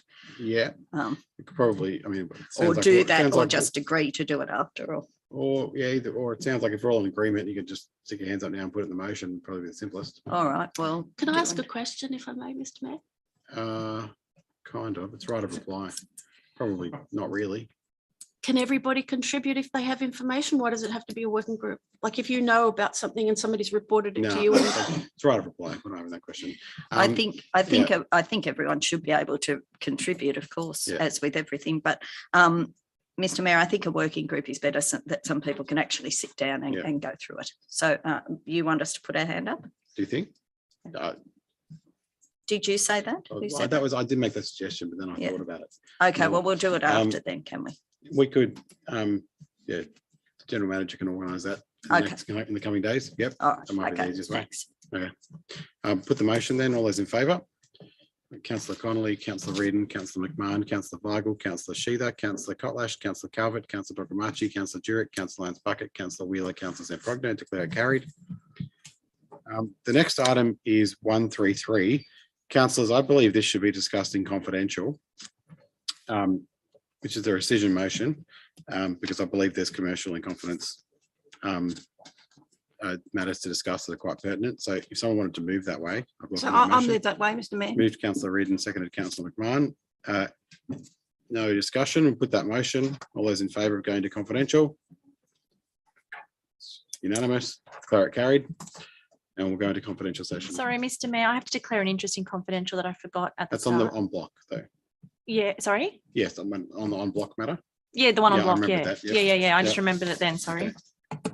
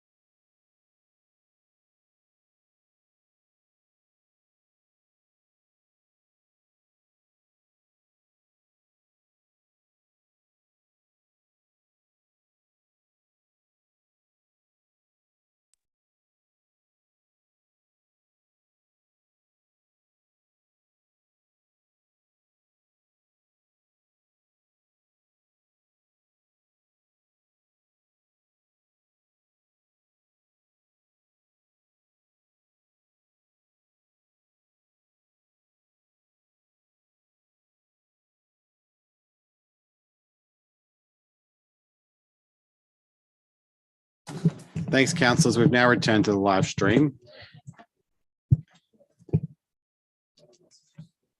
Just, if we could stop talking amongst ourselves, and I'll hand over to the General Manager to advise the resolutions of closed session. Thank you, Mr. Mayor. In respect of item 133, licence agreement for signage at Industry Road Reserve Vineyard, whilst in closed session, the proposed rescission motion was lost. For the rescission motion were councillors Zampronio, Wheeler, Lyons, Bucket, Jurek, Dogramachi and Sheetha. Against the rescission motion were councillors Calvert, Kotlash, Weigel, McMahon, Reardon and Connolly, and the motion was lost on the casting vote of the Mayor. In respect of item 134 regarding lease to Wesley Community Services, Suite 2 to Rubbin Centre, Level 1, 300 George Street, Windsor. Whilst in closed session, Council resolved on the motion of Councillor Lyons Bucket, seconded Councillor Kotlash. 1, the Council agreed to enter into a new lease with the Wesley Community Services Limited in regards to Suite 2 to Rubbin Centre, Level 1, 300 George Street, Windsor, in accordance with the proposal outlined in the report. 2, authority be given for any necessary documentation in association with this matter to be executed under the seal of Council. 3, details of Council's resolution be conveyed to the proposed lessee, together with the advice that Council is not and will not be bound by the terms of its resolution until such time as appropriate legal documentation to put the resolution into effect has been agreed to and executed by all parties. For the vote was Councillor Connolly, Calvert, Jurek, Dogramachi, Kotlash, Lyons Bucket, Weigel, Reardon, Sheetha, Wheeler and Zampronio, with Councillor McMahon absent for the vote. In respect of item 135, lease to the Minister administering the National Parks and Wildlife Service Act, Bowman Cottage, 368 Windsor Street, Richmond. Whilst in closed session, the Council resolved on the motion. Which one? The Bowman Cottage. That was on the motion of Councillor Weigel. Yep. Of Councillor Weigel, seconded Councillor Kotlash, that Council delegate authority to the General Manager to negotiate a lease with the Minister for administering the National Parks and Wildlife Service Act on behalf of the National Parks and Wildlife Service. Lastly, that was carried unanimously. Councillors in support were Councillors Connolly, Calvert, Jurek, Dogramachi, Kotlash, Lyons Bucket, Weigel, Reardon, McMahon, Sheetha, Wheeler and Zampronio. And lastly, in respect of item 136, outstanding receivables, bad debts write-off. Whilst in closed session, the Council resolved on the motion of Councillor Lyons Bucket, seconded Councillor Kotlash, that Council write off the bad debts as at 30th of June 2022. The debt owed by debtor account 7300213 in respect of residential rent and legal fees totalling $7,827 be written off as a bad debt. B, the debt owed by debtor account 7309310 in respect of commercial rent and disbursements totaling $164,434 be written off as a bad debt. C, the debt owed by debtor account 7309963 in respect of commercial silage and food inspection fees totaling $30,753 be written off as a bad debt. D, the debt owed by debtor account 7309990 in respect of food inspection and legal fees totaling $923 be written off as a bad debt. E, the debt owed by debtor account 7310220 in respect of food inspection and legal fees totaling $1,316 be written off as bad debt. F, the debt owed by debtor account 7312057 in respect of food inspection fees totaling $886 be written off as bad debt. Point 2, Council increases the delegated authority of the General Manager or responsible accounting officer to write off bad debts to $5,000 and amend the debt recovery, pensioner concession and hardship policy accordingly. 3, Council adopted the amended debt recovery, pensioner concession and hardship policy attached as attachment 1. Thank you, Mr. Mayor. Thank you. I'll ask Councillor McMahon to read her interest on the tape. Mr Mayor, Councillor Doug Ramachi has an item of general business if you get a chance. Okay, I'll give him the call after just ask for Councillor McMahon, and then I'll see what that. Thank you, Mr Mayor. My declaration is in regards to item 136, significant non-pecuniary, and I left the room for the vote. Why? I knew one of the debtors. Sorry, thank you. Thanks. Not really a general business, but what are we after? Yes, Councillor Ramachi? at the beginning of this, this term, I was appointed as the committee member for reform of Western Sydney Airport. I went there. It was a waste of time. Again, my personal thoughts. Some 40 people. They were there just to have a good time. Yep. Eat, drink, and tell everybody, how important they were. And they were looking forward for the next one, talking about solar-powered airplanes or whatever it Sorry, is. Councillor Ramachi. So the only business we're allowed to discuss is anything we've given notice of or anything that's urgent business. Well, I thought I'd mention to you, so if anybody wants to take over, I'm not interested anymore. Can you email that to the General Manager so we can I will fill do that. vacancy? Thank All you. right. We'll declare the meeting closed at 11:59 p.m. Thank you.